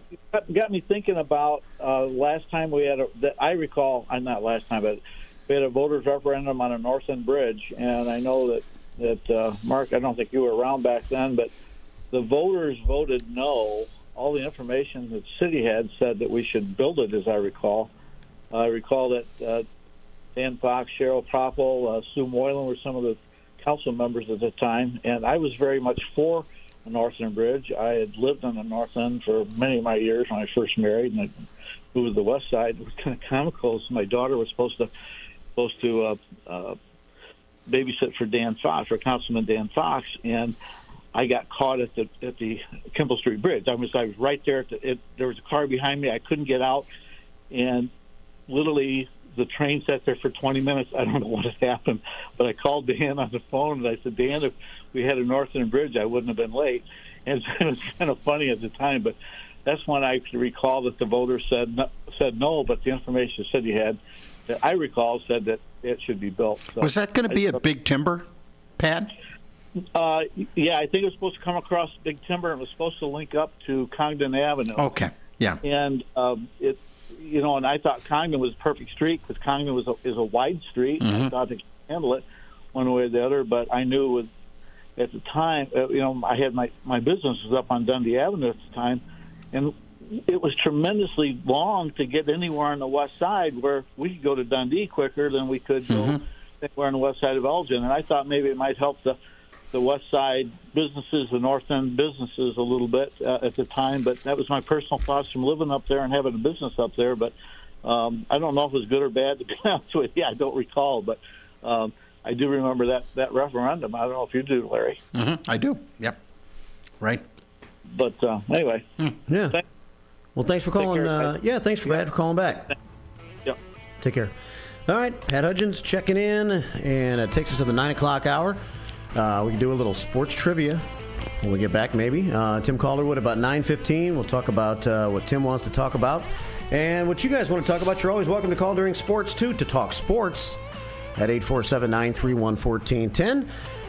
Stevie T at 9:30 with the Senior Community Spotlight Show, and at 10:30 it's Chief Anna Lally with Fridays with the Finest. Then Leah's in this morning from 11 until 1. It's Restock Friday on her show, plus she's stocked full of interviews, I understand, in her program this morning, too, from 11 until 1. Keep it right here on a Friday morning. A little light rain around, and it's going to be a rainy day. In the mid-40s, this is the voice of the valley, the Fox River Valley WRMN.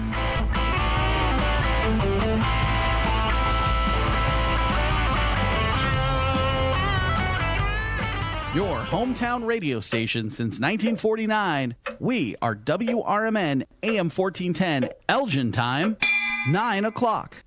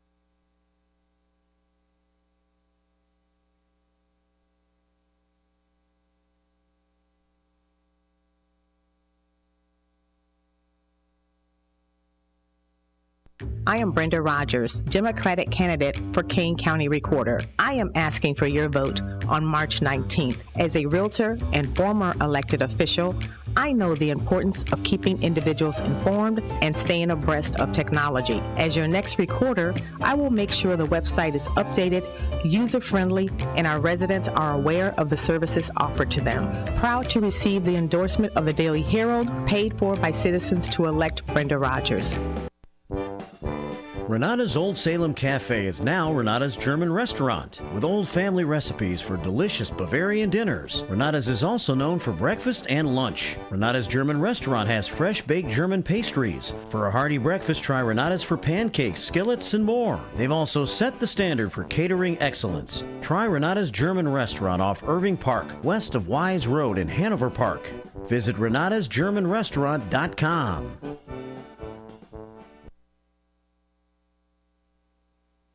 With your AM 1410 WRMN Newsflash, I'm Sean Kernan. Brought to you by Linzess. There's a big celebration planned this weekend for the 42nd anniversary of the State Street Market Shops. Opening their doors 42 years ago, they'll be celebrating on Saturday from 10 a.m. until 5 p.m. at 701 North State Street in Elgin. Homeowners who are embracing DIY or planning professional renovations should take note. The City of Elgin is emphasizing the importance of obtaining building permits for a range of projects, from window or roof replacements to full-on remodeling. Contact the City of Elgin to find out about building permits. The Brightside Theater in Naperville debuts the play Death Trap tonight at 8 p.m. with another show on Saturday at 8 p.m. and a show at Sunday at 2 p.m. You can find out more by contacting the Brightside Theater at brightsidetheater.com. Death Trap is one of the longest-running comedic thrillers in Broadway history. With your AM 1410 WRMN Newsflash, I'm Sean Kernan. Progressive presents advice on new teen drivers. You know, the hardest part about teaching your teen to drive is the chafing from the seatbelt. But the best part is the grip strength you build in your knuckles. Okay, now let's pull out of the driveway. Here's another tip. Offset a chunk of the cost of adding a teen to your insurance with Progressive's Teen Driver Discount and get a break from the brake. Progressive Casualty Insurance Company and affiliates, not available in all states or situations. Every day, Cintas service reps help businesses get ready for the workday. They provide freshly laundered workwear delivered every week. Mats, mops, restroom and cleaning supplies.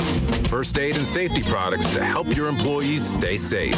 They even test and inspect fire extinguishers and emergency lights. Cintas helps keep your business running smoothly. See what Cintas can do for you. Visit Cintas.com. Oh, I'm ready! And get ready for the workday.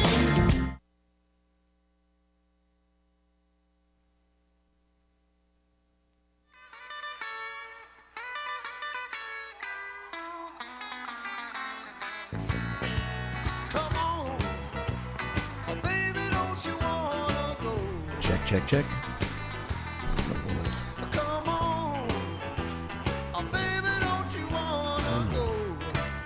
Thirst-quenching craft beers await you on tap at the Spotted Fox Ale House in St. Charles with food and drink specials daily. Stop in on Tuesdays for half-off Black Angus burgers and $4 nitro drafts. Fridays feature the Spotted Fox Atlantic Cod Fish Fry. It's hand-dipped in Blue Moon batter, giving it a light, crispy coating, and served on a bed of fries. Grab your boots for country line dancing Saturdays. Watch all the games at the Spotted Fox. Spotted Fox is now hiring, so stop by and apply. Check out SpottedFoxAlehouse.com. Hop on over to Lamb's Farm in Libertyville for a delicious bunny brunch on Friday, March 29th or Saturday, March 30th. Enjoy a delicious buffet at the Magnolia Cafe and Bakery. Then take a walk over to the Bunny Patch in the Visitor Center for crafts and a special visit with the Easter Bunny. Call the Magnolia Cafe and Bakery at Lamb's Farm for reservations for the Bunny Brunch at 847-362-5050. Visit lambsfarm.org for more information. Hippity hop!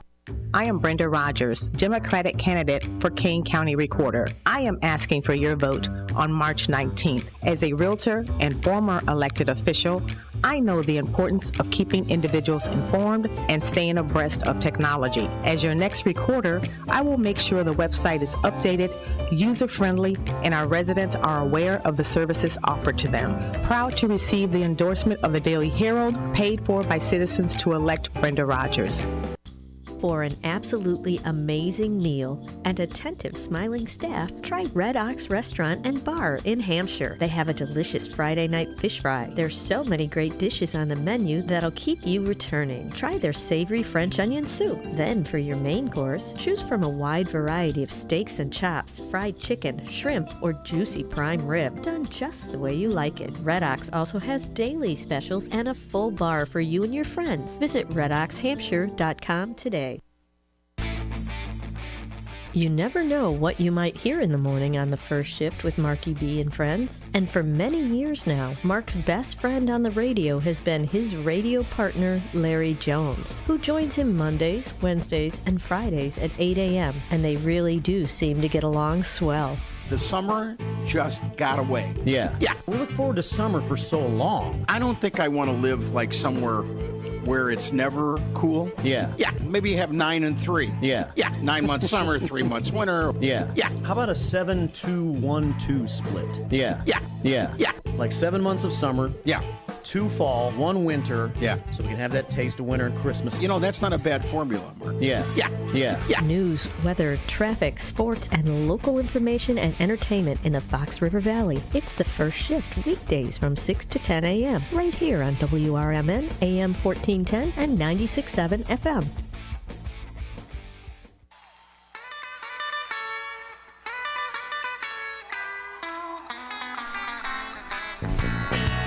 Come on, baby, don't you wanna go? Come on, baby, don't you wanna go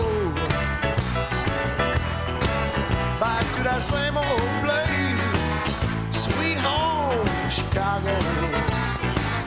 Yeah, welcome back to the show. Come on, The Blues Brothers start us off in the final portion of the show here today. I'm Radio's Marky B, joined by Larry Jones and Jakes. Well, it's your radio best friend.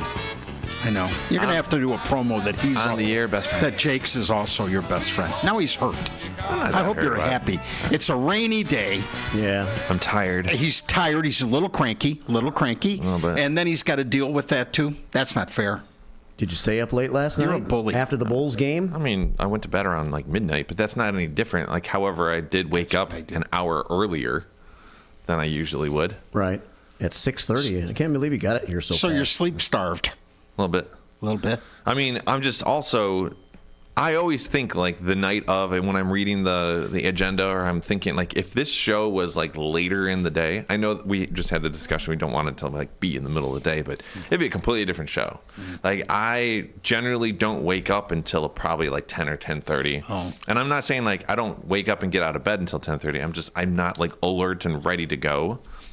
Sometimes, you know, this morning, like I've gotten moments, but I feel like it's like a dying battery. Like it'll give you a little bit of energy, and then it's going to kind of wane a little bit. So you can tell, like, yeah, it's almost about time to get rid of this. But yeah, so that's kind of where I'm at. Okay. Well, I'm not sure. I mean, Larry and I did do afternoons for a little bit when we first got started. I hated it too, really, honestly. Yeah. Because I guess I've gotten so used to mornings that I'm not the same person in the afternoon. When I was with Jeff Ward, we had 2 mornings and an afternoon. 2 mornings and an afternoon. I didn't like that at all. But when you and I first started, I think we were like right after Tradio. I think it was right after Tradio, which, we got a lot of people because we had a big audience, big following, and we followed them. But I didn't like the fact that what time was that on? At 12:30? Yeah. Was at 12? I didn't like the idea that wherever I was, I had to be back downtown for a 1:00 show. That was like saying, you have a free 3 hours, but get back here. Yeah, it's like working a second shift job. That's right. That's what always sucks about that. And I kind of like the morning. I just kind of do. I mean, I've never been a late sleeper, so it works for me. Well, the reason I played that Sweet Home Chicago is it was this week in 1982 that John Belushi died. Yeah. From Wheaton. That's where John's from. Wheaton. Drug overdose in the Chateau Marmont Hotel in Los Angeles at the age of 33. Yeah, it's a famous hotel, man. It is. A lot of people have you can do anything there. Yeah. I mean, I've heard a lot of stories from a lot of different people about like the goings-ons. Yeah. Too bad it's not here. That'd be great. When you would do your out to lunch segment, you could be there. Yeah. That'd be cool. Yeah. Let's see. I saw this sports note. We're about to talk sports with Tim Calderwood in a moment. And on this date in 1983, the United States Football League began its first season of pro football competition. United States Football League. The USFL, and it's kind of back now, sort of. It's tried to come back a few times. The XFL and the USFL, they've like combined. Yeah. Now they're like the UFL. Yep. This season. Which, speaking of the XFL and the UFL and all that, there's been a lot of talk about the NFL adopting the XFL kickoff rule. Have you heard anything about this? No. Where the only players that are in the backfield of each side are the receiver and the kicker, and everybody else lines up 5 yards away from each other at the 35-yard line. So basically it kind of alleviates the problem of all these like concussions that they're worried about, and you have people like running a lesser distance, and the only person that should be catching it could potentially have some sort of return at that point. So I mean, it'd be kind of interesting. I was kind of reading up about the potential of that happening and like the rules and stuff behind it. It just seems interesting. Well, they certainly have taken most of the unless that whole element should unless the kicker completely whiffs a kick. Yeah, they've taken everything out of it. It's just a formality at this point. Yeah, and there's no reason to run it. Even if you can run it out, you're better off just taking a knee and letting them. What is it? A 25? 25-yard line. Yeah, just bring it out to the 25. Then I don't know. They should. After a touchdown, if they don't want people to run them back, they should just say you start on the 25 with the ball. Right. Yeah. Pretty soon they're going to have to change the name from football.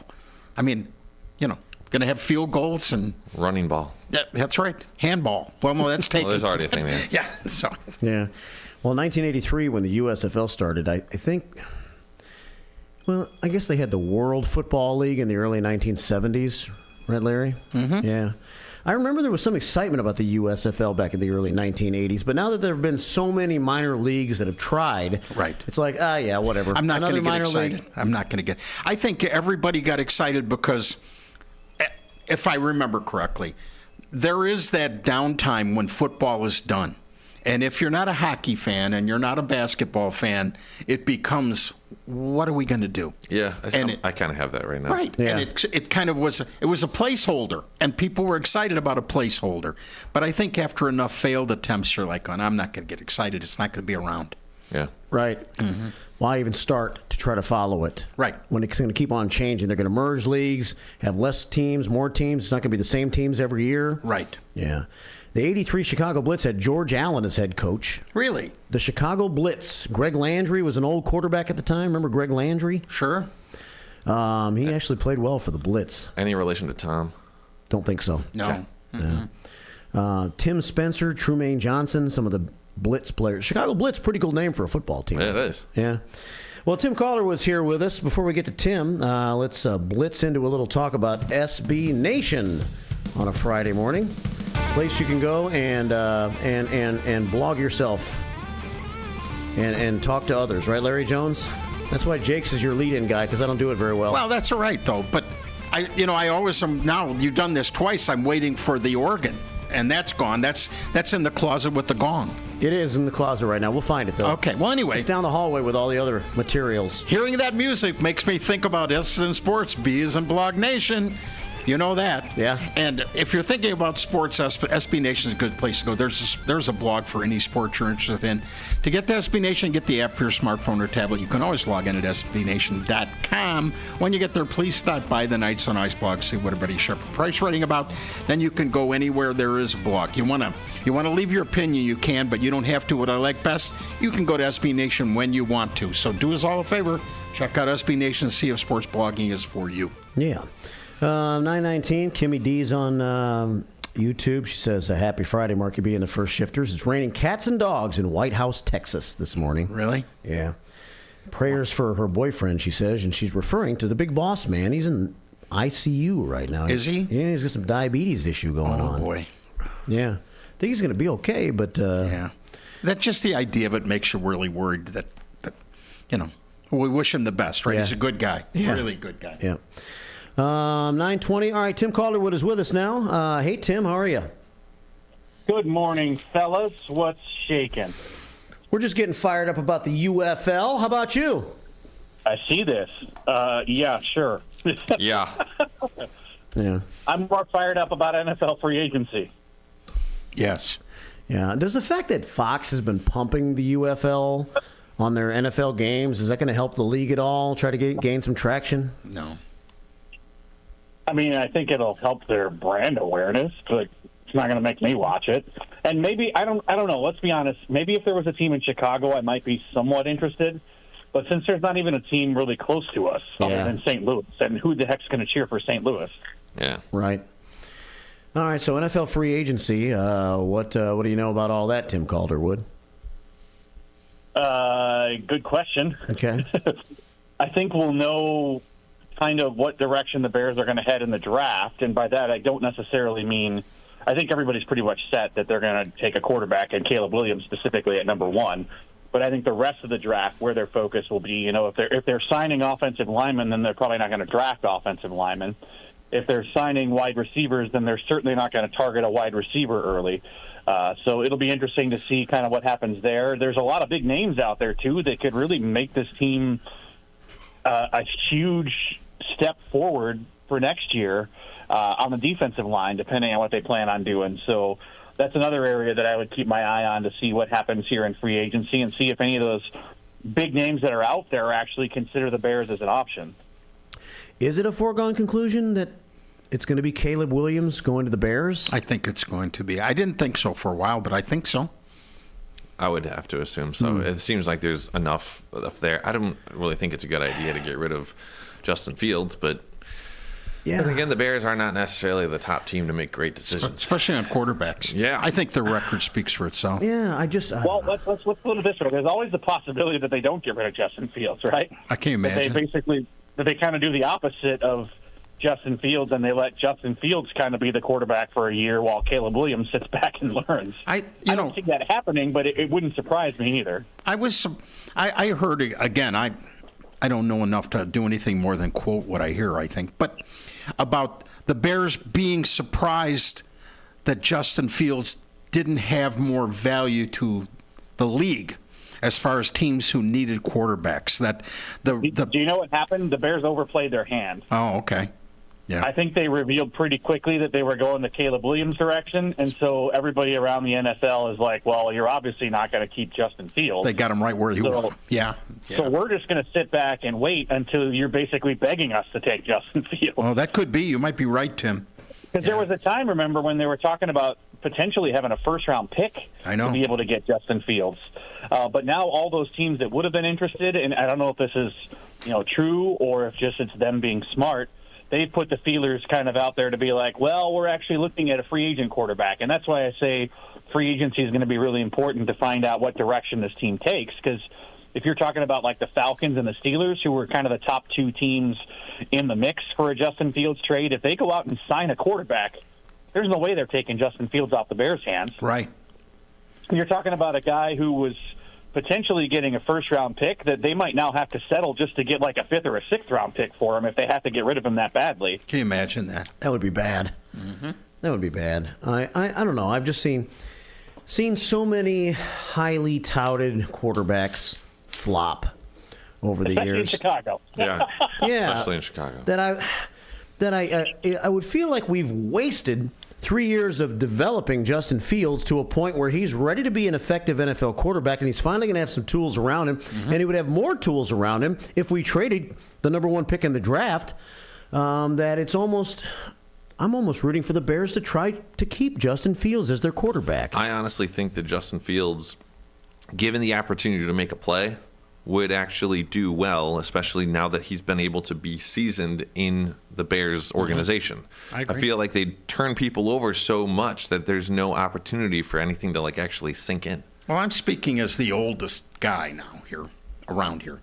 I just can't stand the thought of another whole rebuild again. Yeah, it just seems like we're always rebuilding. feel like every 2 years. I don't think it is a rebuild. Yeah. No?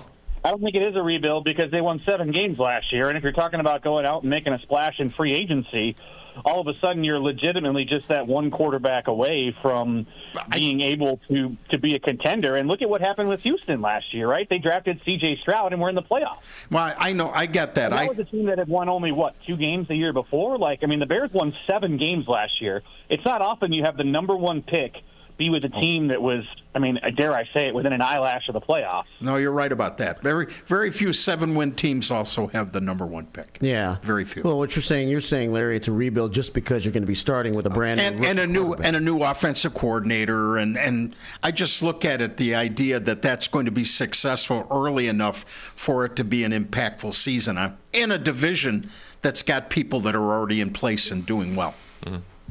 Yeah. Hard to disagree with that. My only thought would be, again, first of all, people are saying that Caleb Williams is a can't-miss pick. And yes, that worries a lot of people, especially when you're talking about the Bears potentially trying to be the ones to develop him.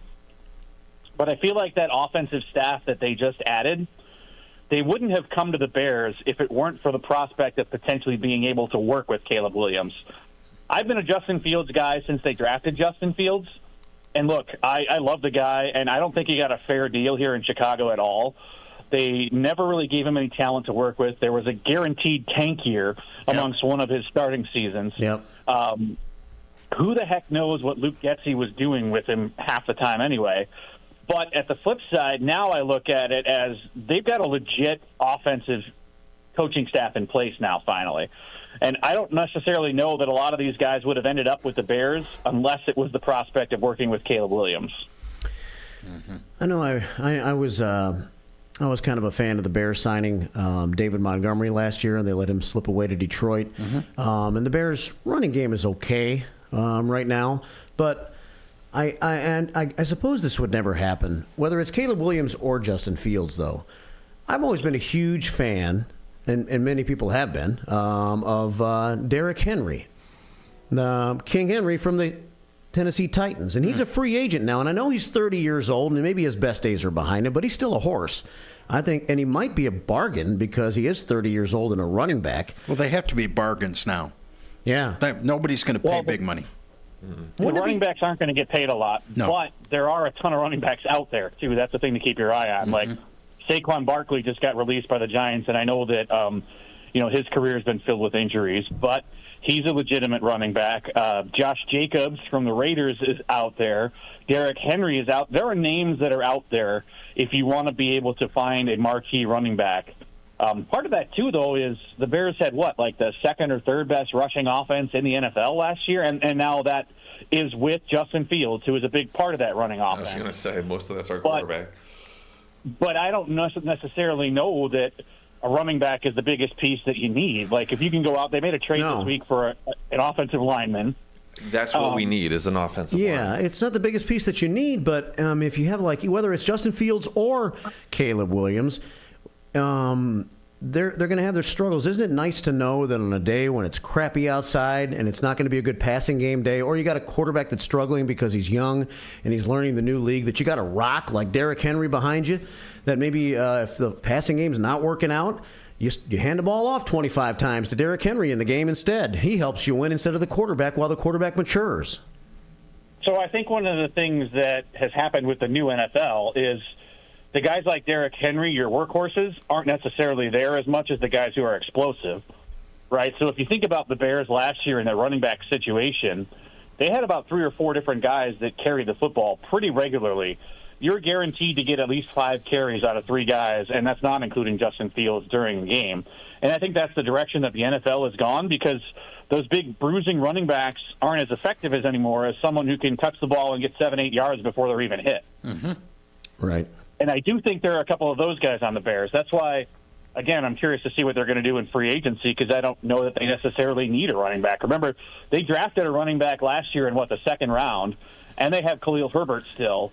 And I know those aren't standout names or whatever, but those are guys who can pick up yards for you pretty significantly. Yeah, and I guess was it Rochelle Johnson? Is that his name? Yeah. He's a pretty good runner. I think he's got potential. to be. And he was the backup in college, mind you. Yeah. And he was still a second-round pick because he backed up Bijan Robinson, who was with the Falcons now. Wow. So a backup running back in college and drafted with a second-round pick. I know.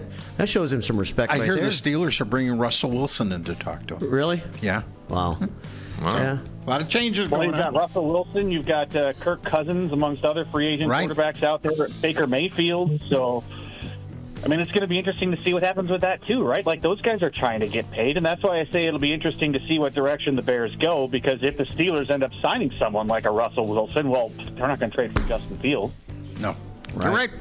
All right, Tim, thanks a lot, man. Next week we'll be 2 weeks away from the start of the baseball season, so we'll talk a little more about that. Take care, Tim. All right. Always a pleasure, guys. Okay, take care. Thanks.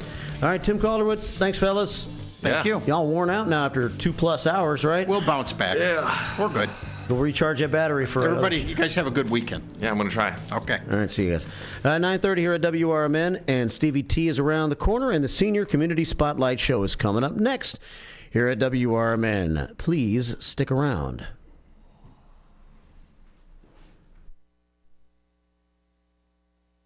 Theriault Booth, a leading local law firm, is located on the beautiful Fox River in downtown St. Charles. Here's Ryan Theriault. For better or worse, there are just times people need a lawyer. Whether you are involved in a work injury, in an automobile crash, selling a home, or even planning for your estate after your passing, we're here. We're local. We're part of the community.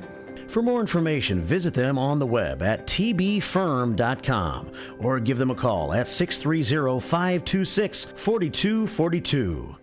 A recent Gallup poll indicated that 38% of Americans are putting off health care because of financial concerns, the highest ever recorded. I'm Dr. Bob Martin, here to serve you every Sunday afternoon from 1 to 4. Millions of Americans are seeking health advice that will not cost an arm and a leg, so I offer health tips and advice absolutely free. Listen to my show, Sunday afternoons from 1 to 4 right here on WRMN, AM 1410 and 96.7 FM, the voice of the Valley and the home of Radio Shopping Show.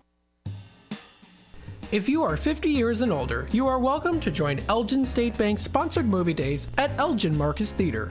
It will always be on the second Thursday of each month. Doors open at 8:30 a.m.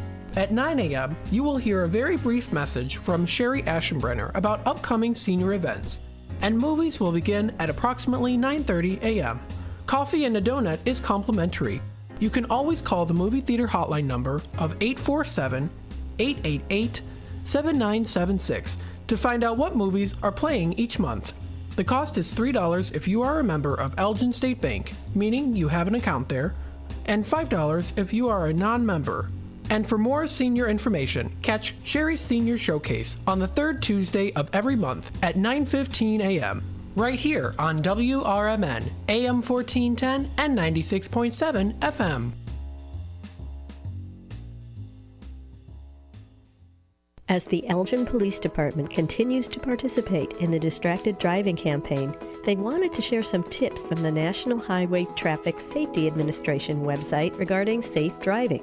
If you are expecting a text or need to send one, pull over and park your car in a safe location. Once you are safely off the road and parked, it's safe to text. Designate your passenger as your designated texter. Allow them to access your phone to respond to calls or messages. Do not engage in social media scrolling or messaging while driving. Are you struggling not to text and drive? Activate your phone's Do Not Disturb feature or put your cell phone in the trunk, the glove box, or the back seat of your vehicle until you arrive at your destination. Remember, the Elgin Police are conducting directed patrols to enforce distracted driving violations. Just drive and stay safe. A message from our friends at the Elgin Police Department and your friends here at WRMN, AM 1410 and 96.7 FM.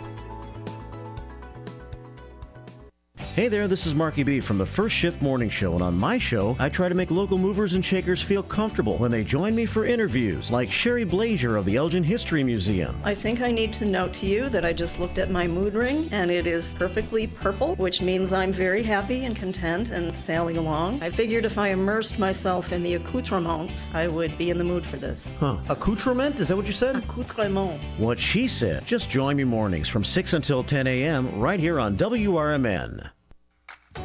Come on out to the Country Donuts, that is, at Route 20 and Nestler Road. They're always open. Donuts are made daily using only the finest ingredients to ensure freshness. Their huge variety of donuts offers something to please everyone. Country Donuts doesn't stop at offering you the best donuts. Enjoy a delicious breakfast sandwich or stop in for lunch and try a bowl of their famous chili. Need a larger or special donut order for your office? Call 847-488-1900.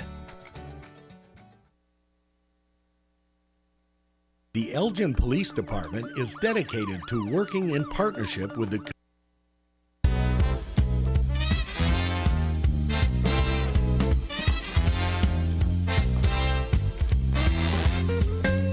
Boom, boom, boom, boom, boom.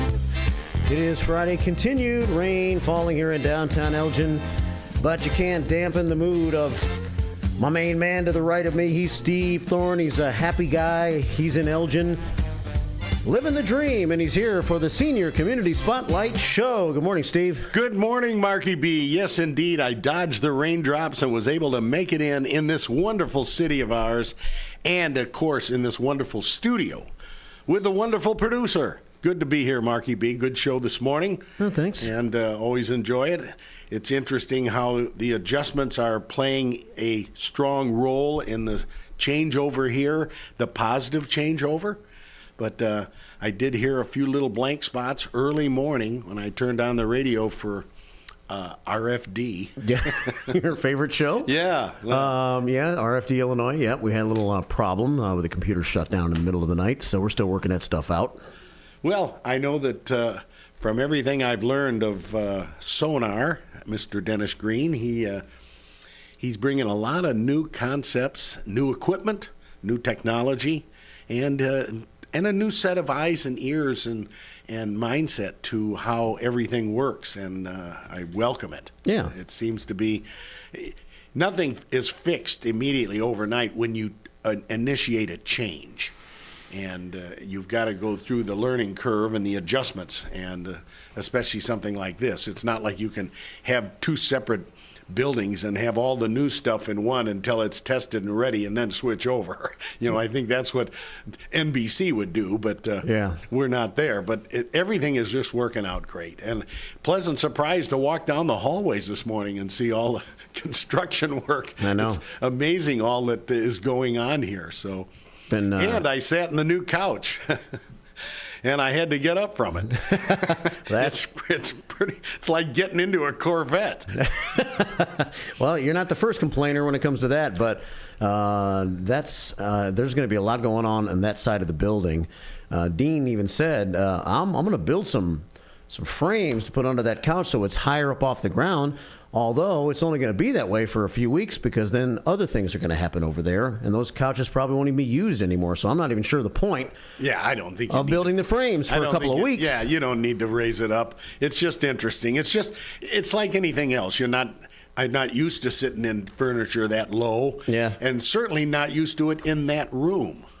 Right. So that's why it's a change. But it's cosmic looking. It's certainly a change. That's some of the furniture from upstairs. Oh, is it? Yeah. I got you. That has made its way downstairs as we're not going to try not to be using the upstairs anymore, and have everybody down here in this downstairs area. So eventually the upstairs will go away? Yeah, we're not sure what's going to happen with the upstairs yet, whether the landlord wants to reassume it or if we can sublease it or what. But I'm friends with the landlord, by the way. I know him personally. Skeet, right? You bet. Yeah. Well, I just call him Steve. Yeah. But, he lives up on Douglas Avenue. Yeah, I like Skeet. Very nice guy. Mm-hmm. Very nice man. Well, good to be here, and good to have the listeners all out there. Hi, everybody. Steve Thorne here with another Senior Community Spotlight program. Happy Friday, everybody. I hope everyone had a good week out there. Well, I'm joined here as usual, and fortunately with our wonderful morning producer and the host of the morning show on WRMN, Trustee Marky B. Interesting news this week for some of your co-trustees, Marky B, but it's just I believe in that team. That team has made a world of difference. So like some of them, the things they do or not, their decision-making as trustees for the benefit of the township has been second to none. I truly believe that. Yeah. And I think you can see the difference and the accomplishments that have happened in these last 3 years is just unbelievable compared to the past. So well, we're all trying, and everybody's got their own viewpoints and way of handling things, and whatever. So there's been a little bit of news, I guess, that Jeff Ward has brought out during his segment the last couple of weeks. First about Eric Stair and his race against Mike Kenyon, and this week little scenario that happened with another trustee, Alex Lopez. But, yes. Yeah. Well, it's just I don't know that it's always warranted, because that doesn't affect their trustee decision making and what they're elected to do there, and that's the way I see it sometimes. But yeah, Jeff, I compliment Jeff on all of his research, his work, his opinions, and we all have our opinions, and I respect him for his. Well, let's move on. And listeners and Mark, as you know, I always start each week's show with a dedication, most often a memorial, sometimes to a living person or persons, place, or even an event, most of the time a memorial for someone who's left us. Well, I checked everything this week, and I always like to have a dedication of some manner that is in reference to our time frame. And I came across something that was yesterday, not today. So I sometimes will do it very close or on the weekend or the week of, etc. And I came upon something I thought would be a fun, interesting topic for you and I to have a little talk on, for some fun music, some referencing of films, television show, engagement of this particular product and its effect on the world. And what on earth could that be? I don't know. Well, it was 148 years ago yesterday. 148 years ago yesterday that Alexander Graham Bell got the patent for the telephone. Ah. So the telephone has been around essentially since then. But after doing some research, I found that actually there were some people that had come upon that idea prior to him, but their negligence didn't give them credit. And so really, even Thomas Edison had experiments with an acoustic telegraphy and telegraphy or telegraphy, however you pronounce it, in November, and he built an electrodynamic receiver, but he did not exploit it. And that was in 1875. But March 7th, 1876, Alexander Graham Bell, U.S. patent number 174465 for the telephone is granted. It was March 10th, 1876, Bell transmits the sentence, "Mr. Watson, come here, I want to see you," using a liquid transmitter and an electromagnetic receiver. Using the telegraph line between Bradford and Paris, Ontario, 8 miles, 13 kilometers distance, Bell makes a telephone call said by some to be the world's first long-distance call. And that was August 10th of 1876. There were a number of different things that related to the telephone's progression, but I thought I would list a few. 1877, the first long-distance telephone line, and it was also 1878, the first commercial U.S. telephone exchange opens in New Haven, Connecticut. So further progress was being made. But then we're going to jump all the way to 1915. The first U.S. coast-to-coast long-distance telephone call is ceremonially inaugurated by Alexander Graham Bell in New York City and his former assistant Thomas Augustus Watson in San Francisco, California. So that was a monumental telephone call. Yeah. I can only imagine if Lily Tomlin were around, what she would have said on that call. Bye, Ringy Dingy. Pick up. Hello? Is this the party to whom I am speaking? Bye, Ringy Dingy. Pick up. Hello? Is this the party to whom I am speaking? There you go. Is this the party to whom I am speaking? Well, I think a lot of people remember her with her comedic little phrase, and she was on a number of old shows years ago, and Rowan and Martin Laugh-In, and I think even some other different comedy shows. But and she, of course, had her comedy albums out, but that was one of her notable, humorous telephone little ditties. In 1927, Mark, the first transatlantic telephone call was made from the United States to the United Kingdom. So it's moving on. There was so much about telephones. I don't know about your memories of telephones, but talking about how the telephone moved in history as the phones first started to come into businesses and in homes. They had different designs of the telephones. They had the candlestick design, which is like the one you see on Andy Griffith, and that required what was called a ringer box separate. So the line would go from the phone to a metal black box. It was roughly about a foot square and maybe 4 inches thick, and that had the bells in it and the mechanism. And then that would send out a signal, or you would click your receiver up and down to get the operator, and then you would tell her who you wanted to talk to. And then, or it would ring in that box, but you would pick it up from the receiver and talk to it like that, talk into it. Also, they had what was called the grab-a-phone design, and then they had the wooden wall phone with a crank. The crank had a generator inside that phone. Excuse me. And you would actually send a signal out, and it would make it ring at an operator. Yeah. And then the operator, you would talk to them, and then they would connect you.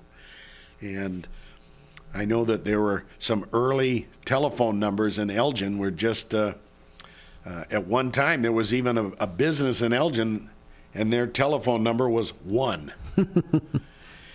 Pretty cool. Yeah, very, very interesting. And that they kept that for a long time, and I can't remember what it was, but it is in the Remembering Elgin history book.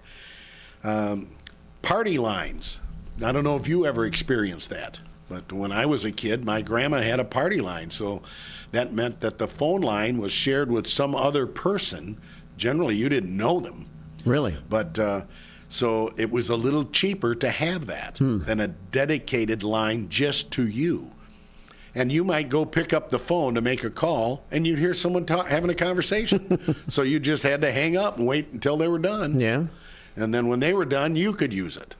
Interesting, yeah. And that happened in your house a lot, I can remember. Yeah, that's what I mean. Yeah. Homes, not businesses. Businesses would not have had party lines. Right, but I mean, I'm just saying, like when you had to share the phone in your own home because you only had the one line and only one person could use it. So some that person might be upstairs and you might be downstairs and you want to make a phone call, you pick up the phone and someone's talking it already. Well, and of course, that's another interesting concept that you might not remember, but, years before you and phone, there were not 2 phones in a house. There was one phone.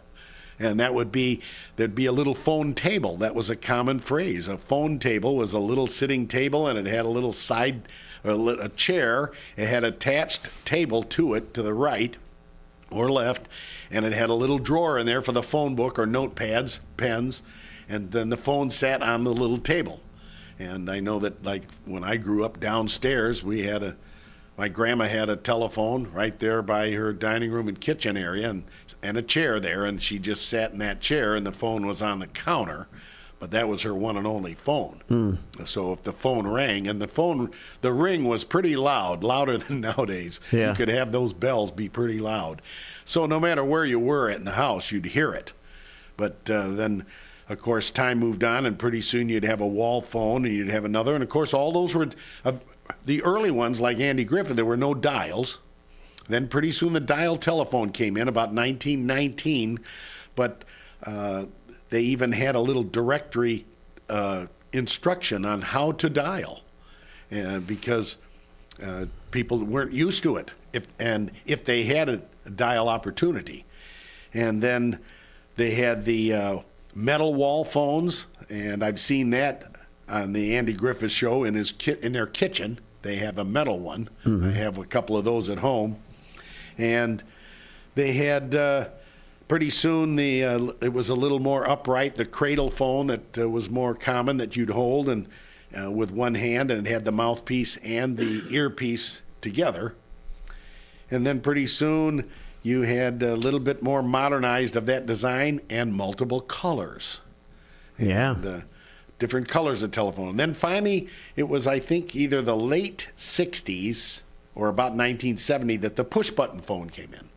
So you'd have those heavy, straight, square phones with the head, or the mouth and earpiece connected together, the arm set, but they had push-button phones of all different colors. And then they had them for the wall. And they had the Princess phone that was kind of a cradle, curvy design.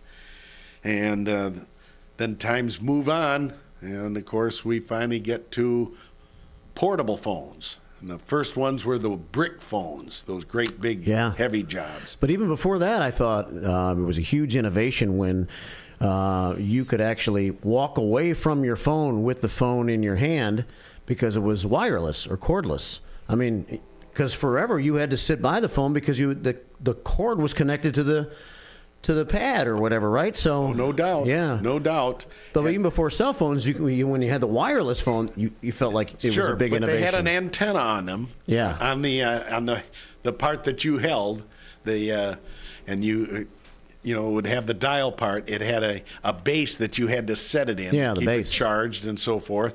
And some of those had the recording device in them, record a call, recordable, your voicemail. But you'd have an antenna and pull it up, and you could walk around your house. You couldn't go too far. And then they had the bag phone, and then pretty soon they got a little smaller.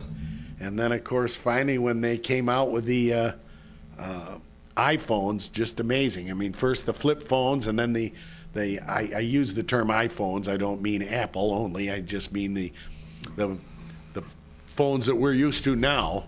Yeah. But when they first came out, they didn't necessarily have all the photo capabilities, and it just kept escalating. It's just amazing what it's become now. And of course, texting.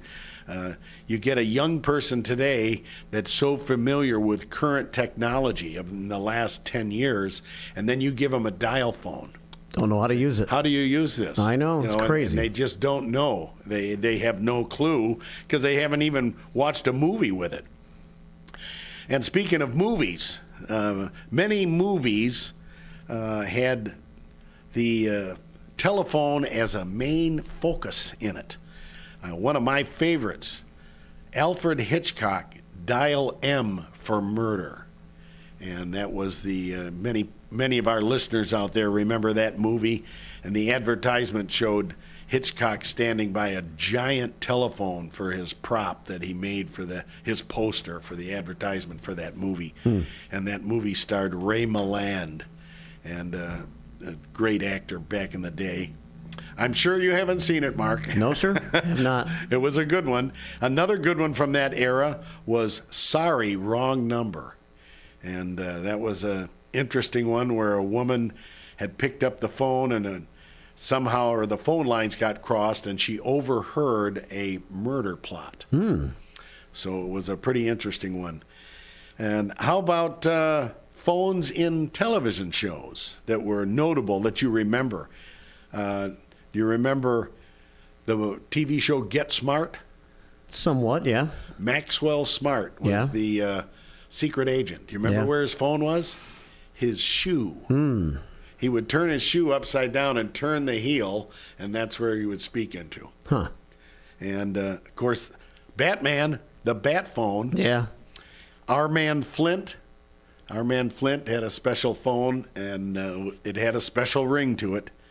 So there was a lot of phones that were unique in television shows, and from TV shows, also movies, etc. And how about movie lines? One of the most famous, I think, was E.T. Phone Home.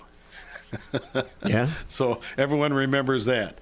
Well, that gets to the fun part of our show, as you all know, ladies and gentlemen. Music and telephones. Well, I tried to do some history searching, and I thought maybe I'd find some that were older, but I wanted everyone to be familiar with them. And I think most of my listeners will remember these. But let's start out with going back to the 1940s. And this was a song by the one and only great Glenn Miller. And the title of the song was The Phone Number.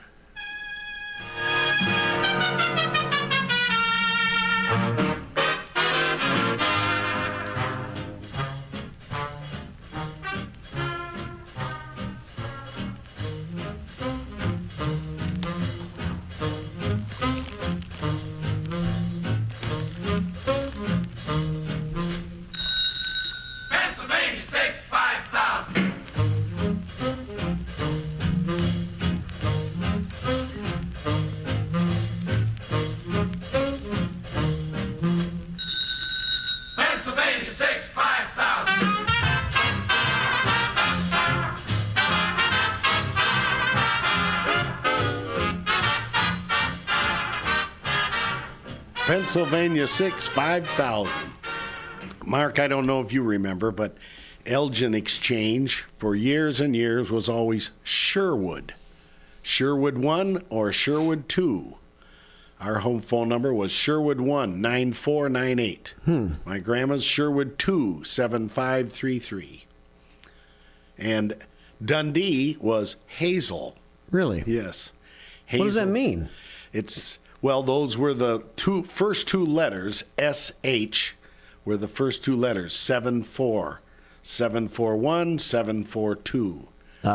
So they just had different words. I don't know who picked those words or why, but something for me to look into just for your curiosity. Yeah. But some fun songs that had to do with telephone. Let's fast forward from the 40s of Glenn Miller to the late 50s. And this was a classic, probably his most popular song. Sadly, he performed it for the last time at Clear Lake, Iowa. The Big Bopper with Chantilly Lace. Hello, baby. Yeah, this is the Big Bopper speaking. Oh, you sweet thing. Do I want? Will I want? Oh, baby, you know what I like. Chantilly lace and a pretty face and a ponytail hanging down, wiggling a walk and a giggle in a talk. Make the world go round. Ain't nothing in the world. I got Marky B bopping himself here. You can tell when there's a song that kind of gets him going. Sometime you sit motionless to some of my tunes that I pick, and other times you're moving around. Moving around. I have heard that song a million times. Yep, Chantilly Lace, a weird song. It's a weird one. It was his actual, as he put it, a conversation with his gal on the phone. That's how he described it. Well, we've got quite a few more. Should we try to wedge one in, or should we wait for our top of the hour ID? Well, we're down to about a minute and a half. Let's wedge this one in real quick. We go to the 60s with The Doors.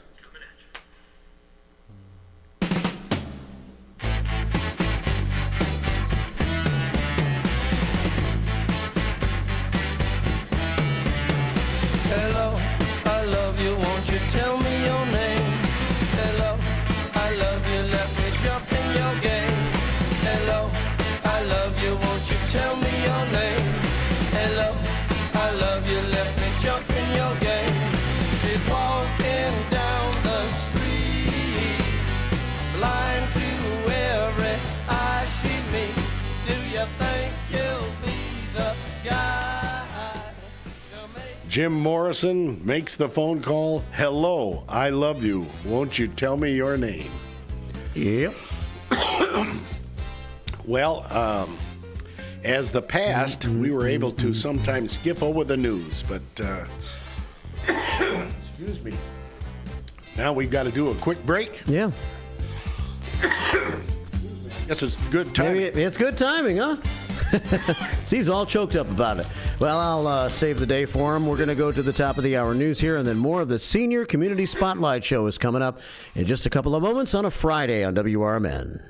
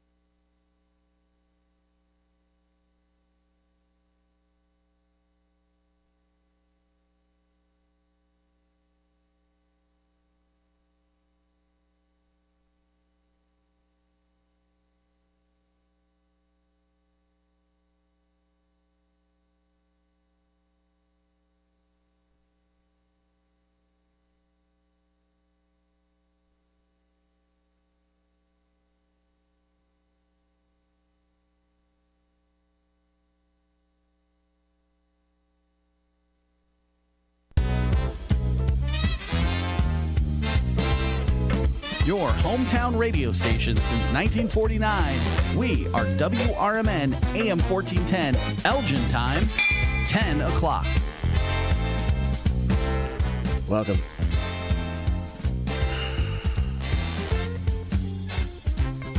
Your hometown radio.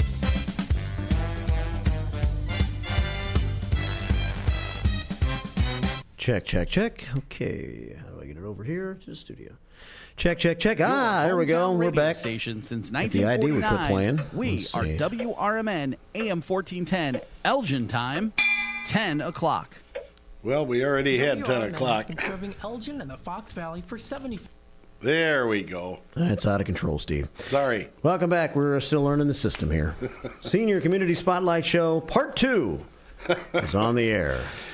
Well, we're back. We're back. And, well, we're good to listen to hear a little bit of news anyway in between there. And a lot more fun stuff here coming with the second half of the program.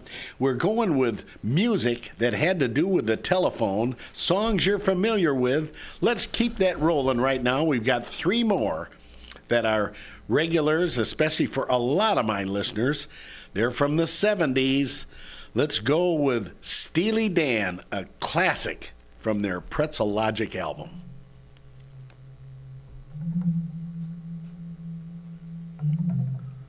It's one of those with a slow beginning.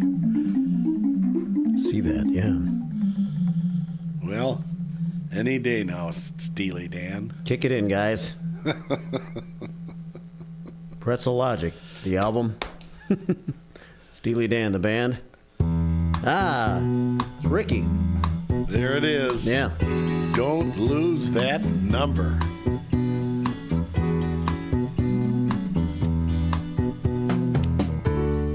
We hear you're leaving, that's okay. I thought our little wild time had just begun. I guess you kinda scared yourself, you turn and run. But if you have a change of heart, Ricky, don't lose that number. You don't wanna call nobody else. Send it off in a letter to yourself. Ricky, don't lose that number. Ricky, don't lose that number. You don't want to call anybody else.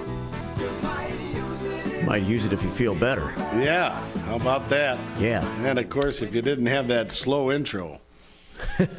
Then we're going to move ahead to an artist that most people probably forgot his name. I don't really remember anything else he did that was of recognizable, song title or hit title, etc. But this one sure was, and it was 35 years after Glenn Miller did it, with the song title being The Number. This one, 1981, Tommy Two-Tone. Yeah.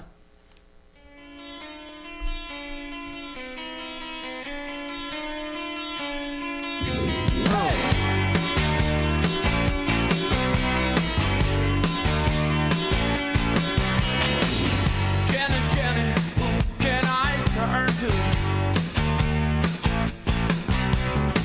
You give me something I can hold on to. I know you think I'm like the others before, who saw your name and number on the wall. Danny, I got your number. I need to make you mine. Danny, don't change your number.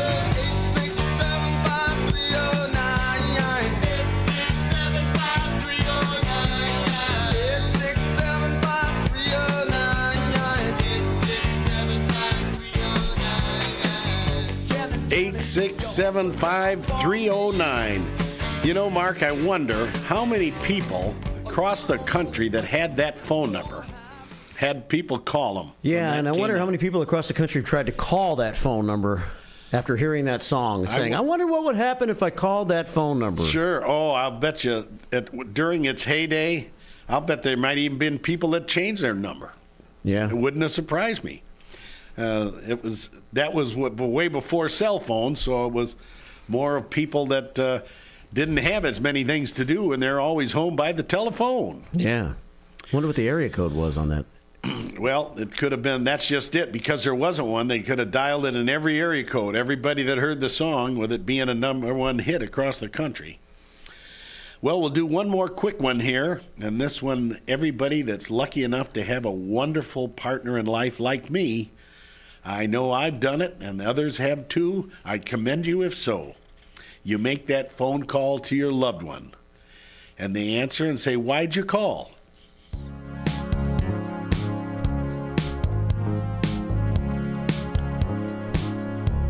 No New Year's Day to celebrate. No chocolate covered candy hearts to give away. No first of spring, no song to sing. In fact, here's just another day.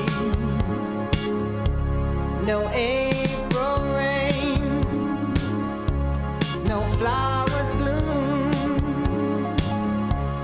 no wedding Saturday within the month of June. But what it is something true, made up of these 3 words that I must say to you. I just called to say I love you. I just called to say how much I care. I just called to say I love you. Well, that says it all. There you go. Well, that's the end of our tribute to the telephone, 148 years old yesterday. And Alexander Graham Bell was born this week in 1847. How about that for connection? He lived until 1922. He lived to be 75 years old. So there you go. He was an innovator, made a world of difference in our world. Yeah. All righty, let's keep moving. We're going to have to talk really fast today. Keep in mind, folks, we've got some people out there that are struggling with health. George, going through a lot of treatments right now. Think of you every day, my friend. I hope you listeners are as well. Eugene, hey, Gene Wheeler. Mean Gene, a nickname that certainly does not fit him. No, he likes it, though. Gene, I hope you're doing better. My dear friend Hildy Lauber, she's struggling, and Arnie's wife and mom to Jim and Tom. I hope she's doing better. And Ernie Lauber, Arnie's brother, really having a tough time. Cindy, way out west, with shoulders giving her a tough time, but she has a new love with a new little dog in her house, and that's great. And she named it Timmy. Timmy. And she took she asked me my opinion, what do I name it? I said, well, I named mine after a dear friend that was struggling with health, and she decided to name it after one of her best friend's late husbands who just recently passed. His name was Tim. He played on her golf league, so she named the dog Timmy. And her girlfriend was undoubtedly very touched. And Pam Oglesby, she cuts my hair, but she can't do it right now with a cast on her wrist. Good luck, Pam. Heal up. How about some friendly hellos to say out? I can't expound on the conversations of the folks. I'm just going to go through the list. But we got former Elgin Chief Jeff Swoboda and his dear wife Laura out in Colorado. Current Chief Anna Lally keeping the peace in Elgin. Amy Lessing, the Kallenbergers at Kallenberger Auto, and all the crew there. My dear friend and City Council colleague Rose Martinez. Thanks, Rose. A pleasure to serve with you. Stevie A's friend Patty Krause from Dundee. Morning listener CK comforting Kathleen and her crew out front, Gina and Heidi and Anna. Linda Wolf and Frenda Brenda, 58 Mike, Laura Buman and her family, Betty Bruning and her family, including her Betty Bruning's family and her daughter Sarah and all of them. The Schneider family saw Tom yesterday. Of course, Vicky and Scotty and Carrie, everybody in Arcades. Mike Warren and the Warren family, Ernie from Wing Park, Ken Barnhart, Elgin's inductee for drag racing. Ken Bruderly, the best Elgin Township supervisor.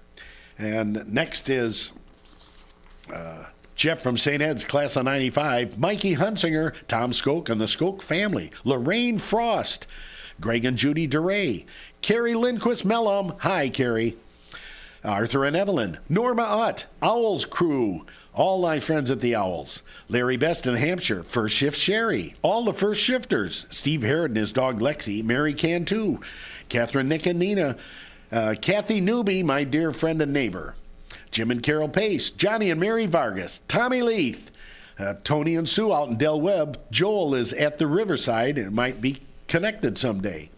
Next is Cindy way out west, Wendy and the Bob, and Joyce, Janelle Johnson, Barb Parker, Millie passed. I got to do something for Millie. And my friends at the Vines. And Ellen Widener and her daughters, Barb and Diane. Janie Miller, Marv the Mailman. Hi, Marv. Sean in St. Charles. Jeanette Jackson up in Dundee. Susie Samuelson. Hi, Sue. Elisa Corsi, Cindy Walden and husband Cecil, Dr. Dennis Flynn, Minnie over at Senior Services, Oline Singleton, my dear friend, Dee Connors and her friend Janet, Jane up in Cary, and Butch. Hi, Butch, I haven't seen you in a while. I hope you're doing better. Excuse me, folks. Jimmy Mack and Peggy is Grandy. My dear friend Catherine Smith. Hi, Kathy. Had a great time with her yesterday. I know she's awake and listening, but is she up? I know better. Kathy, I'll talk to you later today. Lawnmower Ames and Lawnmower Chris, Roseman Coney, Carol Albright, Gary on Melrose, Jackie Gowan, Pastor Steve and Mom from Wakanda, Dink Eller, the Dink, the Foresters, Tom from Genoa, John Zimmer and the whole Zimmer clan, CJ and Addie, and Mary, Butch and Chase. Chase is serving the country right now. Thanks, Chase, for your service. Janet and Bernie over at Heritage Woods, Jeff Meyer and Jeff Myers, and James Harvey, and Arnie and Hildy Lauber, Ernie Broadnecks, and my dear friends Terry and Dana. And back to Arnie and Hildy. Hey, their son Jim's visiting. Hi, Jimmy. I hope you're doing well, and I expect to see you tomorrow morning. Save me a seat. A very special hello to my better half, my dear wife Maureen, mainly known as Peach, for all the love and support I get each and every day. As soon as the show's over, I'm going to call her up just to say I love you. Oh, boy, mush. Yeah, it's mushy, Steve. Coco the Wonder Dog, Big Dog George, keeping her company while the radio's on. Corey Ainsworth, the angel from our beloved comrade Steve Ainsworth's shoulder. And I see Corey's best friend Carrie, running around, power walking past our house. Ron Onesti bringing all the great music to the Arcata. Alan Kirk, he's the president of the Elgin Breakfast Rotary, definitely the most active Rotary that I see in the whole area. I'm proud to be a member. Bill at Suburban Podiatry, they'll do house calls even just for toenail cutting. And Schukert Motor Sales, what a place over there. You got a grandson that likes old motorcycles? Have him go over there and check out the showroom. It doesn't need to cost you anything. Just go in and look around. Edison and Larkin in Elgin, even on Saturdays. Dr. Dan and Advanced Chiropractic Services for Seniors. And go in on a Wednesday, you get some food. They got free consultation. If you have a friend that's struggling in life in any way, listeners, give them a call. Just like I said, the phone call can make a world of difference in somebody. Call them up just to say hello or say, I love you. Mark, let's focus on the senior services just briefly. Elgin's so lucky to have them. They offer so many services that help and benefit seniors and their families. So many people don't get that. They think it's just a senior center for crafts, bingo cards, playtime. That's 5% of what they do. They do have some great parties. And the next one is next week. Wear your green. St. Patty's Day. That's right. Next Wednesday. Wednesday. Okay, I'm giving you the heads up now. Okay, I got you. All right. Hope your new schedule will allow that. I should be able to make it, yep. All right. We'll remind Dean that while you're on stage, we do a nice promo for WRMN. Absolutely. Okay. Yeah. Mark will be at the microphone leading the entire population there, the entire audience, in the Pledge of Allegiance. Yep. As he does every morning here at about 6:09. Something like that. Well, Senior Services Associates, they do so much for so many. Make sure you have their phone number handy, 741-0404. Speaking of seniors and activities, Sherry's Senior Showcase, a wonderful and informative program here on WRMN. It's on the third Tuesday of every month at 9:15. Are you on Sherry's email list? Make sure you are. If you don't have email, your neighbor does, your sister does, your daughter does. Call Sherry, 847-289-2626. Speaking of Tuesdays at 9:15, the second Tuesday of the month is the Elgin Time History Radio program, and that'll be next Tuesday at 9:15, and I'll be talking about famous people that either from Elgin or have visited Elgin in the past. Okay. Be enlightening for some. A lot of people you didn't know were here. Jerry Turnquist will be my guest. Oh, okay. He's doing the research now as well as myself. You know, the reverse mortgage program, ladies and gentlemen, keep this in mind. Anyone over 62 years old that still has a mortgage, it's an incredible option for you. You don't have to make a payment every month, but you can.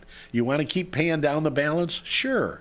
But what if it's Christmas time? What if it's tax time and you're tight?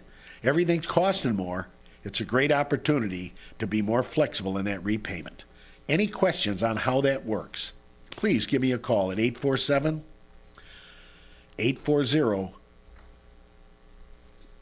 Uh, 7319? Yeah, 7319. I started thinking of Tommy Two-Tone. I'm having a blank. Call me. 847-840-7319 or 867-5309. You decide. My gosh. Well, that's never happened to me before, but having a good time here. You just bring out the humor in me, Mark. Call me anytime, ladies and gentlemen. That's the words. Call me, call me, call me. All right. The Elgin History Museum, the Elgin Public Museum. Elgin's so lucky to have them both. Make sure you visit them. And speaking of visiting them, Elgin Humane, that's in South Elgin, but it's Elgin area. Humane Society for Animals. Used to be called Anderson Animal Shelter, but they do so much for so many other animals. But the main thing I talked about, because I talked to so many seniors, is they think they're too old to adopt an animal. Try fostering. Learn about it. It's a wonderful alternative. There's pets out there that need your company. They need your love, and they're ready to give you theirs. Check out Anderson Humane today. Speaking of animals, we sure need pet food. Rose just gave me another great donation, and I bought some more. I'll be taking some to the senior center today. The Elgin American Legion Post 57 has wonderful food for all of us and programs, enjoyment, entertainment. Don't forget they have a great fish fry. They have lightning fun night, steaks, burgers on Thursday, fish fries on Friday. The second Wednesday of the month, they have a spaghetti night, Queen of Hearts on Mondays. What a cool place. Check out the Elgin American Legion, open to the public every day. Other fish fries, very popular this time of year with Lent. The Turners Club over at Villa and Fulton, give them a try. And the Eagles Club. I'm so sorry. I got something stuck in the throat. Hate it when that happens. Yep, well, I got time to get going here, Mark. We have the end of the show coming. Keep a good and positive attitude, everybody. Thank a veteran every day. Thank a policeman every day, too. Thanks for listening. I'll always stand for the flag will stand for me. Thanks for a good show, Mark. Yeah, thank you, Steve. And by the way, ladies and gentlemen, as I mentioned before, you have a comment, you have a concern, you have a question, anybody can call me anytime. That's the phrase to end the show with today. Call me.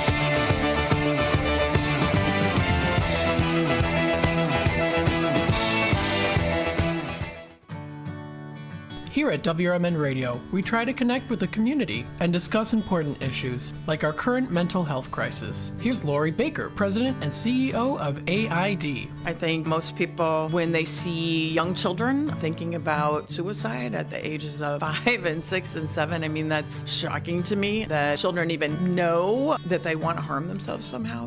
I know it's difficult. I definitely feel the pinch. We all feel the pinch at the gas pump, at the grocery store, right, in our rents, but I think most people could handle 27 cents a day to help kids and seniors and people experiencing homelessness. Discussions like this take place on the first shift, weekday mornings from 6 to 10, right here on WRMN AM 1410 and WRMN 1410 Radio on Facebook.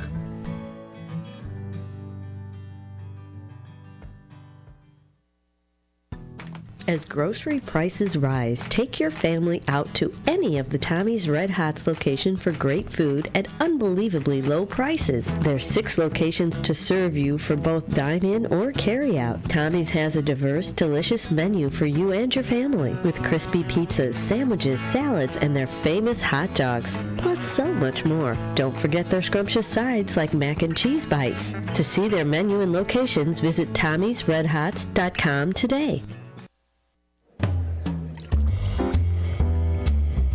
The Distance Social, your spot for great craft cocktails with meaningful conversation. Whether you're out entertaining a group or out for a memorable nightcap, The Distance Social is your spot for starting or ending the perfect evening. Located at 314 North River Street in beautiful East Dundee, Illinois.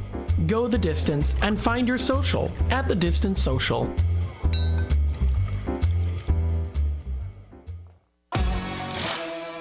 Keeping your car's coolant system in good shape with a regular flush is really important. Let the experts at Meineke Car Care Center at 376 Sundown Road in South Elgin remove your old coolant, preventing chemical buildups in your engine. Then they'll fill your entire system with new coolant to help your engine run smoothly and prevent rust and corrosion, increasing your engine's lifespan. To schedule your appointment, call 847-888-9644. Hey parents, are you searching for the ultimate spring break and summer solution for your kids? Look no further than Adrenaline Monkeys Adventure Camp in West Dundee. The week-long camps are ideal for ages 5 through 12. They're packed with exciting activities like obstacle courses, climbing, and educational demos. Look for full or half-day options to keep your kids active and engaged. Enroll now for spring break and summer 2024 at adrenalinemonkeyfun.com/WD and transform their time off into unforgettable adventures. This is Marky B inviting you to feel the power of the first shift. To God be the glory, my brother. Thank you so much. You are such an inspiration to many of folk that's here in Elgin. I'm in West Dundee. I'm a Dundeeite now, not an Elginite anymore, but I love you. I can even give a number of prayers that we as a people continue to grow and to be there for one another. Please, people, let's get on board. Check on your neighbors, check on your friends, and just give an inspiration that life is worth living. It's the first shift weekday mornings from 6 until 10 right here on WRMN.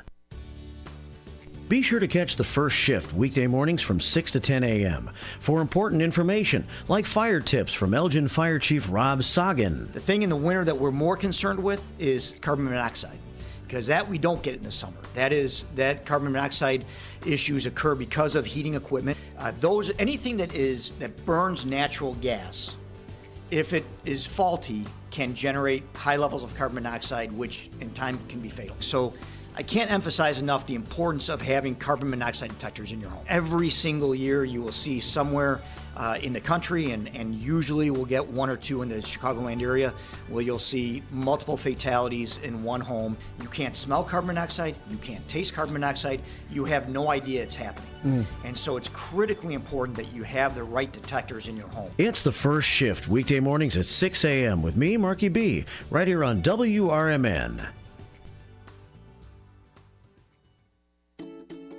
Looking to get your fingers on some delicious grub? Look no further than Sticky Fingers in Carpentersville. Family owned and operated, Sticky Fingers specializes in chicken, fish, and shrimp, which you can choose to have dusted with flavor or doused in the sauce of your choice. Sticky Fingers strives to provide flavorful food with fresh, locally sourced ingredients. Sticky Fingers personally invites you to stop by and try one of their scrumptious dishes today.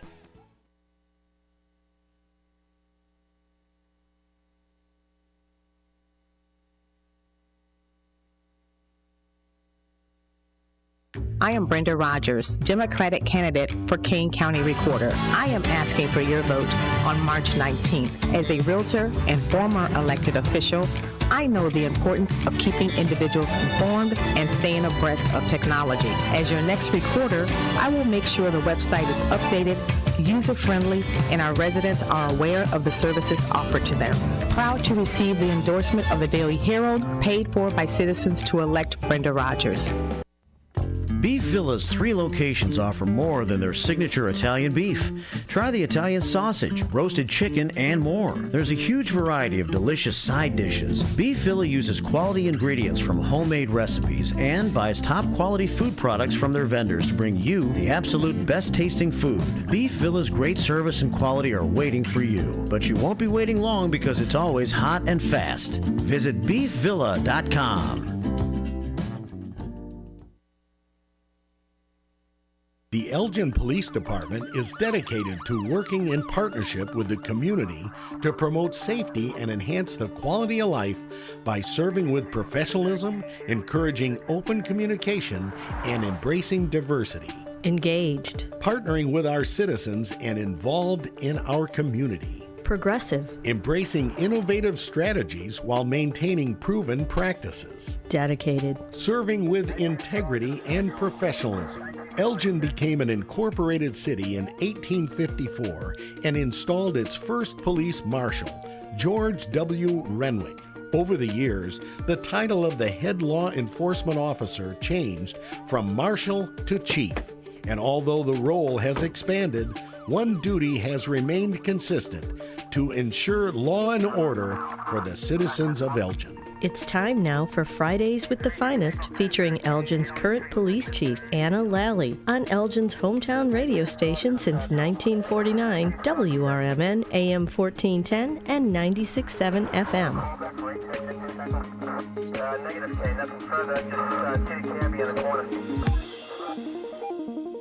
Hey, welcome to a Friday show. It is Fridays with the Finest here on WRMN. And welcome to it as we kick in the weekend with a rainy day, but, it happens. Badge 240's in the house. Chief Anna-Lally, how you doing? Good, how are you? Doing fine. Good. People say, I don't know, they talk about rainy days and Mondays. That's kind of like double depression, but I think I can handle... at least it's Friday with the rainy day, so that's only half. So we can handle a rainy day on a Friday. I think. Well, I guess, for you, right, Yeah. if it's raining, you stay inside and you get some stuff done, right? Instead That's of true. Your social calendar, right? Yeah. So it might force you to do some things that you normally wouldn't do because it's really nice outside. Good point, yeah. Yeah, see? But the sun might shine by tomorrow, though. Actually, tomorrow's supposed to be cloudy for a while, then maybe sunny late in the day, but still pretty chilly, and then sunshine on Sunday. You have a lot of plans? I don't know. May catch a parade tomorrow, maybe. Oh, okay, yes. Yeah. St. St. Charles is doing the St. Patrick's Day parade. Dundee's Yep. having theirs. So. Yeah, we usually go to the one on the south side. So my husband's from Beverly on the south side. Oh, is that right? So his family does usually like a get together. We have corned beef and check out the parade. So yeah. Is that this weekend or next weekend? Yeah. It's next Sunday on actual St. Patrick's Day. Yep. Right. Big Irish family, so they celebrate. Yep. Yeah. Well, what else is happening? Doing okay? Yes, doing well. I have a guest with me today, Officer Chad Benavides, and so he'll introduce himself here in just a moment. I just want to cover a couple things from this week at the police department. First, I want to say thank you to Officer Josh Miller and the team of people at the police department who put together Special Olympics and take the ball and run with it. And so Officer Josh Miller has really taken the point for the last probably 3-4 years. We had officers this past weekend was the polar plunge. It was on Sunday. They've raised over $17,000 with the officers and the community. So thank you to the community. A big part of that is Josh's efforts and what he does. I was not at the polar plunge this year. We were doing police interviews on Sunday. So, I've kind of I haven't done the plunge in probably like 3 years. So I'll show up to support them, but I'm retired from that. Yeah. So now there's other people that can go although Sunday was beautiful. So it was 70 degrees. Oh, yeah. It was sunny. For the second straight year. Yes. Kind of a warmish polar They've been plunge. getting lucky, yes. Yeah. And I told them that. I'm like, wait till it's 20 below and there's ice and they have to cut the ice. And so, but thank you to Josh and all of the officers and personnel in the police department for what you do. It is truly appreciated. I want to say thank you to CPAAA. So on Wednesday, we hosted a dinner for them, a thank you dinner. We had over 80 CPAAA members, which are Citizen Police Academy Alumni Association. So these are people who have gone through our Citizen Police Academy, and then they join our Alumni Association, where they're involved in activities at the police department. They do cookouts for the officers. They're at special events. So we decided to say thank you to them because they do a lot for us. So Christy Schmidt and Danny run that program. So thank you to all the CPAAA members for everything you do for the department, everything you do for the community. And that was just a small way of us being able to say thank you and give back to them.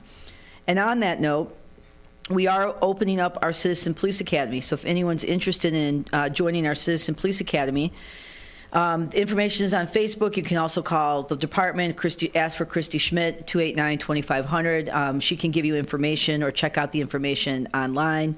The CPA will run this year, April 4th to May 16th. It's 1 day a week. And then in the same time, our Spanish Citizen Police Academy will be running at the same time, and that will be April 1st to May 13th. Okay.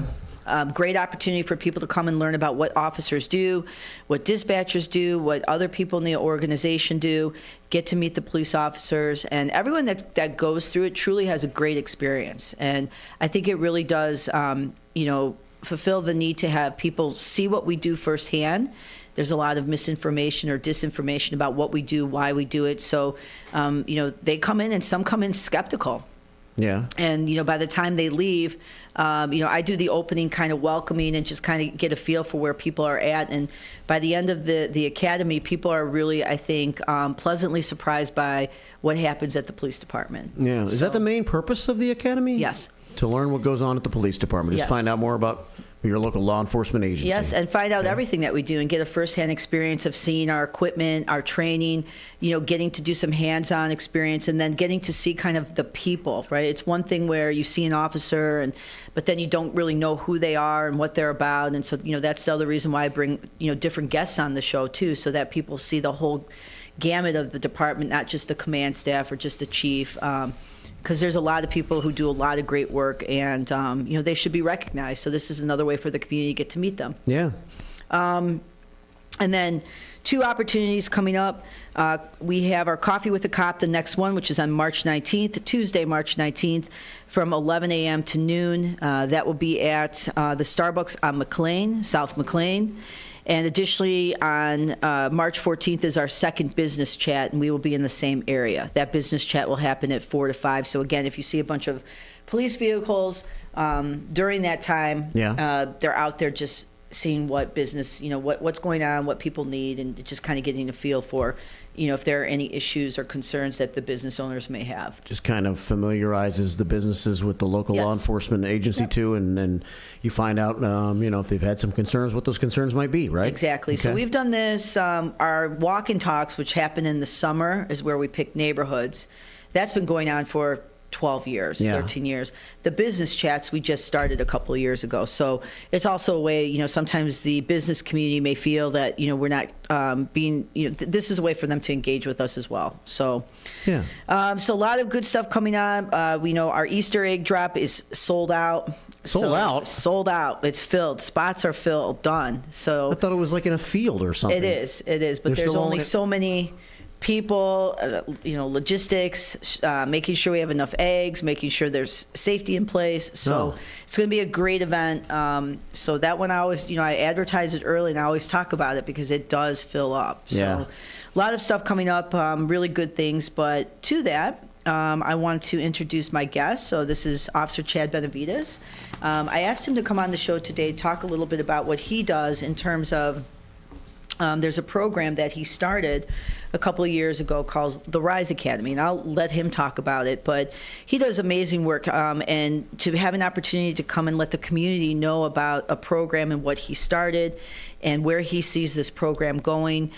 He did this all by himself. I always say some of the best plans and ideas, it doesn't come from command staff. It comes from people who are really enthusiastic and interested in the things that they're doing, and they believe in what they're doing. So with that, Chad, do you want to introduce yourself, who you are, how long you've been here, what your current kind of role is, and then talk a little bit about the program? Yeah, so my name's Officer Chad Benavides. I'm currently assigned to afternoon shift patrol. I'm working on my 6th year. It'll be 6 years on September 11th. So, currently I'm assigned to afternoon shift patrol. I also do some follow-up work for the Collaborative Crisis Services Unit, which is actually how I kind of moved into this role of, figuring out how I wanted to start this program over at Judson. I graduated from Judson, so I already had a connection there. And you're also a field training officer? Oh, correct? Yeah. So I'm a field training officer, training someone this month, so pretty busy. So talk a little bit about, so you went to Judson, and through Judson you kind of have these connections, and how did you come up with the concept? Well, first explain, what is the Rise Academy? Yeah, so basically what the Rise Academy is Judson has a program called the Rise Program. And that program is for college-age students with special needs or disabilities, Down syndrome, autism, high functioning. They live at the school. They go to school there. And basically this program is geared towards moving them into independent living. So during the program, they don't have a normal class schedule like most people. They take some general education classes, but then they have specific classes that are geared towards them for finances. And then moving into like their 3rd and 4th year, they actually set them up with internships in the community to teach them how to live on their own and make money and kind of move towards independence. So yeah, I mean, how I ended up coming up with this idea was, if they're going to be living on their own, it's probably one of the biggest things they can do is learn how to interact with law enforcement safely. And a lot of them were honestly scared of law enforcement or didn't have the best grasp of everything that we did. So, yeah, that's pretty much what the program is. It's gearing them towards living independently and interacting with, the community around them. And what is, I guess, the structure of the program, and like, what are some of the topics that you teach them? How long is it? What do you kind of talk about?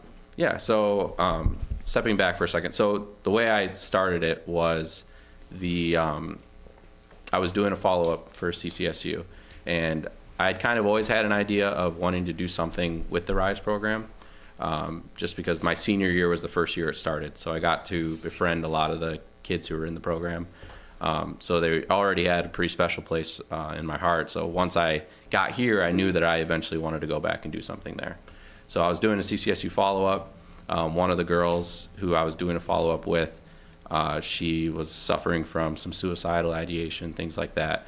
And the issue we had was we didn't know that she was afraid of lights and sirens and all of these things. And she had had these issues in the past, but she was living with her parents. Mm-hmm. So the parents would just take her to the hospital, and she never had to interact with the police or never had to interact with getting in an ambulance and, being poked and prodded and all these things. So I saw a need there that, if we could, I guess, make her feel more comfortable, allow these students to feel more comfortable.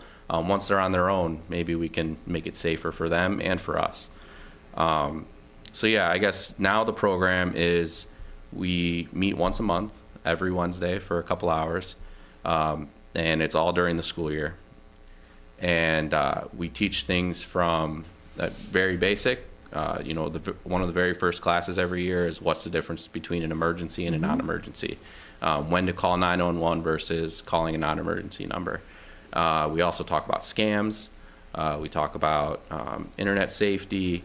And then we do some fun stuff like showing them how we do evidence work and fingerprinting, which they love. And then it all comes down to a tour at the end where they come, we do a little ceremony, but then they also get to see the police department and all the awesome stuff that we have, the shooting range, the simulation range, the drones, they love that, just all the awesome things, and they get to see all the different departments that we talk about throughout the year. So. And I think that's, to your credit, so something happens and it's this just kind of random encounter, right? You're doing a follow-up and then you have this interaction, and being able to see the need that we're missing something, right? There's something that we could do a little bit more here to engage with that community so that if they do have to call the police, and people call the police all the time, we were just talking before the show, right? But if you're scared to call the police, right? And that's a hindrance, especially if you need something. So being able to engage in a much, I guess, softer environment, right, where there's less stress, they're getting to meet you. I'll come in at the last and do I think maybe one time I've done it so far, maybe twice, where I meet the students and then we do the ceremony. And they are just, you could tell that they just love Chad. Like, they've spent time with him, they get to know him. And if you think about all those relationships, one person in there who knows 5 people who has had a great interaction with Chad, that's how policing changes, and being able to embrace that part of policing. There's a balance, right? There's enforcement when it's needed, but there's also the education and the engagement part, which is a huge part of what we do, and a vast majority of the calls for service that officers go to, they're employing some type of de-escalation. It's a communication thing. Maybe it's not even a police matter, but, to build those relationships and then to see at the end how it's actually, benefiting them for their future. So how do people get into the program? Is it something that they decide to do themselves? Or is it something how do people get in it? So the RISE program is, as far as I know, you have to apply for it, like the actual RISE program at Judson. You apply for it, you pay tuition. There's a lot of, background to that. They do. It's a pretty strict vetting process because the students have to be able to live on their own. They have to be able to, be a good candidate for it. So, but my actual program is completely voluntary. So these kids, they don't have to show up, but every single one of them will if they're not like I said, third and fourth year, they have their internships, so sometimes they can't show up. Yeah. And even when they can't, they're, gutted. They want to be there. So it's super encouraging to me. And something I always tell people when they ask me about it is the easiest group of people to work with because they love it. And you don't have those. It's not like teaching a regular college class where you just have those silences and it's like pulling teeth, trying to get people to talk to you. Constantly asking questions, constantly engaged. And through that, I learn a lot of the things that they fear, a lot of the things that they, have problems with or issues with. And I build my curriculum around that. So last year I had a whole curriculum set, and during the year, I learned things that they were, scared about. So I built my next year curriculum around that because it's technically a 2-year program. Okay. And the third and fourth year is more for that internship. So, I wanted to I didn't want them just sitting through the same class for 2 years in a row. So, this year I've changed it a little bit, and I've kept some stuff that they really like. But, I learn just as much from them as, they do from me, hopefully. So. What is the most surprising thing? I guess, when you start this program, it's the first class that you did, what were some of the most surprising things that you found, or maybe some of the things that you didn't expect? I guess I didn't expect the interaction with the students. I expected to learn some stuff from them, but probably not to, the amount that I have. I mean, I've learned so much. And then the other thing is just the, impact that it's had on some of the kids specifically. I mean, one of the kids was a victim of a pretty serious crime, and he didn't tell anybody about it. He eventually told his parents, and they came to the police department to make a report, and he wouldn't talk to anyone except for me. Yeah. And they called me. I mean, I was working the street. They were at the front desk. They called me in from the front desk, or to the front desk, and I, took this report for this kid who otherwise wouldn't have had a voice because he didn't feel comfortable talking to anyone else about it. And then, it ended up, something that was documented and followed up with down the line. And, now my connection with him is, even stronger because he trusted me to do those things. So I guess, the connection with these students is huge. Every time I see him it brings a lot of joy to me, but it also brings equal joy to them, which is awesome. And that's a huge benefit of not just like on a personal level, being able to help someone, right? And a lot of times, what police officers do, it is those day-to-day where you're having interactions with people and you think, well, is this really going to impact someone, right? And it is those small things where somebody then says, you know what, I can go to this person, I trust them. It's building trust with the whole entire department. And as an ambassador to that community from the police department, that does great things for the Elgin Police Department too. So it's a personal thing, but also it shows the community too that, we're willing to engage in anything and try something, and especially when we see the results. So where do you, this is your second year or third, what is this? It's my second year. Second year doing program, it. Yeah. So how do you envision, in the future? So, you're 5 years from now, right? And so you're still going to be part of this RISE program. Like, how do you envision us, or you really, creating something different, or just building on it? What do you see this program 5 years from now? Yeah, so like I said, I do a lot of work with a lot of follow-up work already. So I'm already trying to do more follow-up work with individuals with disabilities and autism, different, Down syndrome, things like that. Things that we might not have written a report for. Maybe it wasn't rising to a crime or anything like that, but we're going out to this, residence multiple times and working with this person.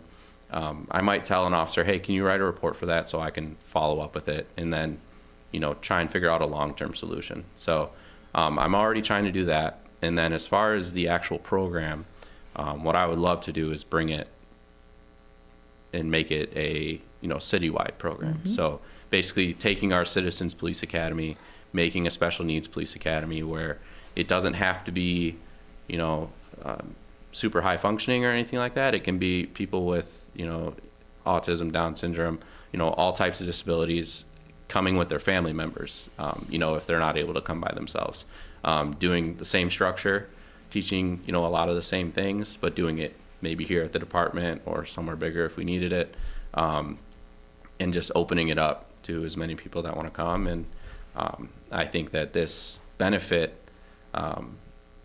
one, I think I'd be able to bring in more officers, because it's a little hard to get officers over there. I bring some other officers in. We had the SWAT guys in there and different things like that. But just getting these people to interact with not just me, but other officers, I think is huge. So making it more of a thing that's based out of the police department. I'll still probably do my thing on the side with Judson, just because, like I said, I have a special connection with them. But I would do that regardless. So. Yeah, and I think that's, that is a great concept, and that's something that absolutely, as we progress with this program and being able to do something here, because I think that's a great idea, and that's something that a lot of police departments, even offering just a Citizens Police Academy, a lot of departments don't do that. So we do a teen one, a Spanish one, a senior one, right? So now doing something like this, and just, because we police an entire community with very diverse people. Yeah. And diversity, it's from everything, right? From, their education, from their race, their gender, for everything, right? So I think that, just being responsive to the community and providing these services and the benefit, right? As many people that we have contact, if you think about the Citizens Police Academy, we had over 80 alumni associates at our thank you dinner on Wednesday. The room was packed. We were at the center, and, if you think about how many people that they know, and to still have that engagement, some people went through the Citizens Police Academy, 10 years ago, and they're still engaged with us. And that to me is really important, is that the relationships that we build in the community, and that the officers build, that they're true and they're genuine, because there may be times when they may not be happy with some of the things that the police department does, but if you have this relationship, it's a softer conversation in terms of, right, you know me, so tell me what the problem is, and I'm open to hearing it and not being defensive and immediately, jumping to defend, when let me hear what you're saying and let's see what we can do there. Because sometimes it might be accurate, sometimes it might not be. So, well, we have a couple minutes left. And so with that, first, thank you, Chad, for what you do. You truly are making a difference, and I say that, he just received a Chiefs Award. We just did our ceremony a couple weeks ago, and those awards are given in recognition of, officers that are going truly above and beyond, but actually what he's doing 5 years from now, 10 years from now, will absolutely have an impact. And so, people that can kind of see a little bit of a vision and work towards it and bringing people together is something that I truly admire. So thank you for doing that, and I appreciate that. And on that note, do you want to say hello to anyone, or before you get, you might have to say hello. I always remind people, because then you didn't say hello to me. So is there anything you want to say to anyone, or anything else that you want to add about the RISE program? The biggest shout out is just to my wife. She helps. There you go. So much. Smart man. Yeah. Smart man. She Yes. You helped him cover the bases there.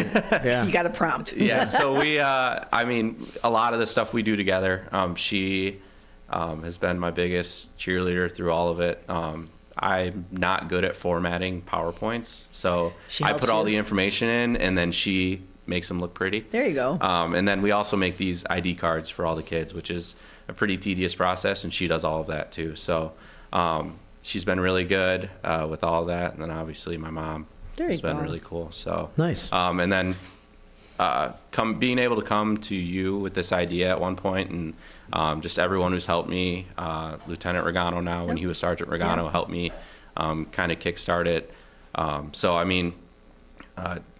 That's one thing I will say about the Elgin Police Department is, if you have an idea and it's a good idea, they're going to give you the freedom to, work on that idea.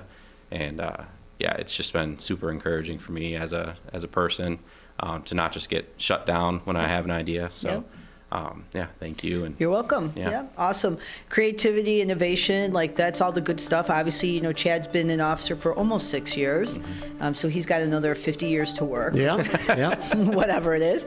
But this is the future of the police department, right? So my goal has always been to bring the next generation of leaders and the next generation of people who will be one day maybe sitting where I'm sitting, and let the community get to know people now and see who they are as people past the uniform. So once again, thank you, Chad, for everything. I will be back next.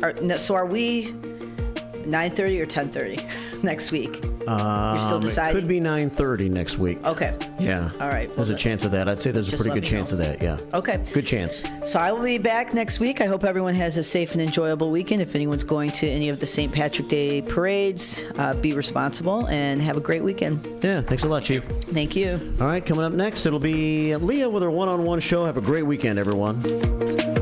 Your hometown radio station since 1949. We are WRMN AM 1410. Elgin time, 11 o'clock.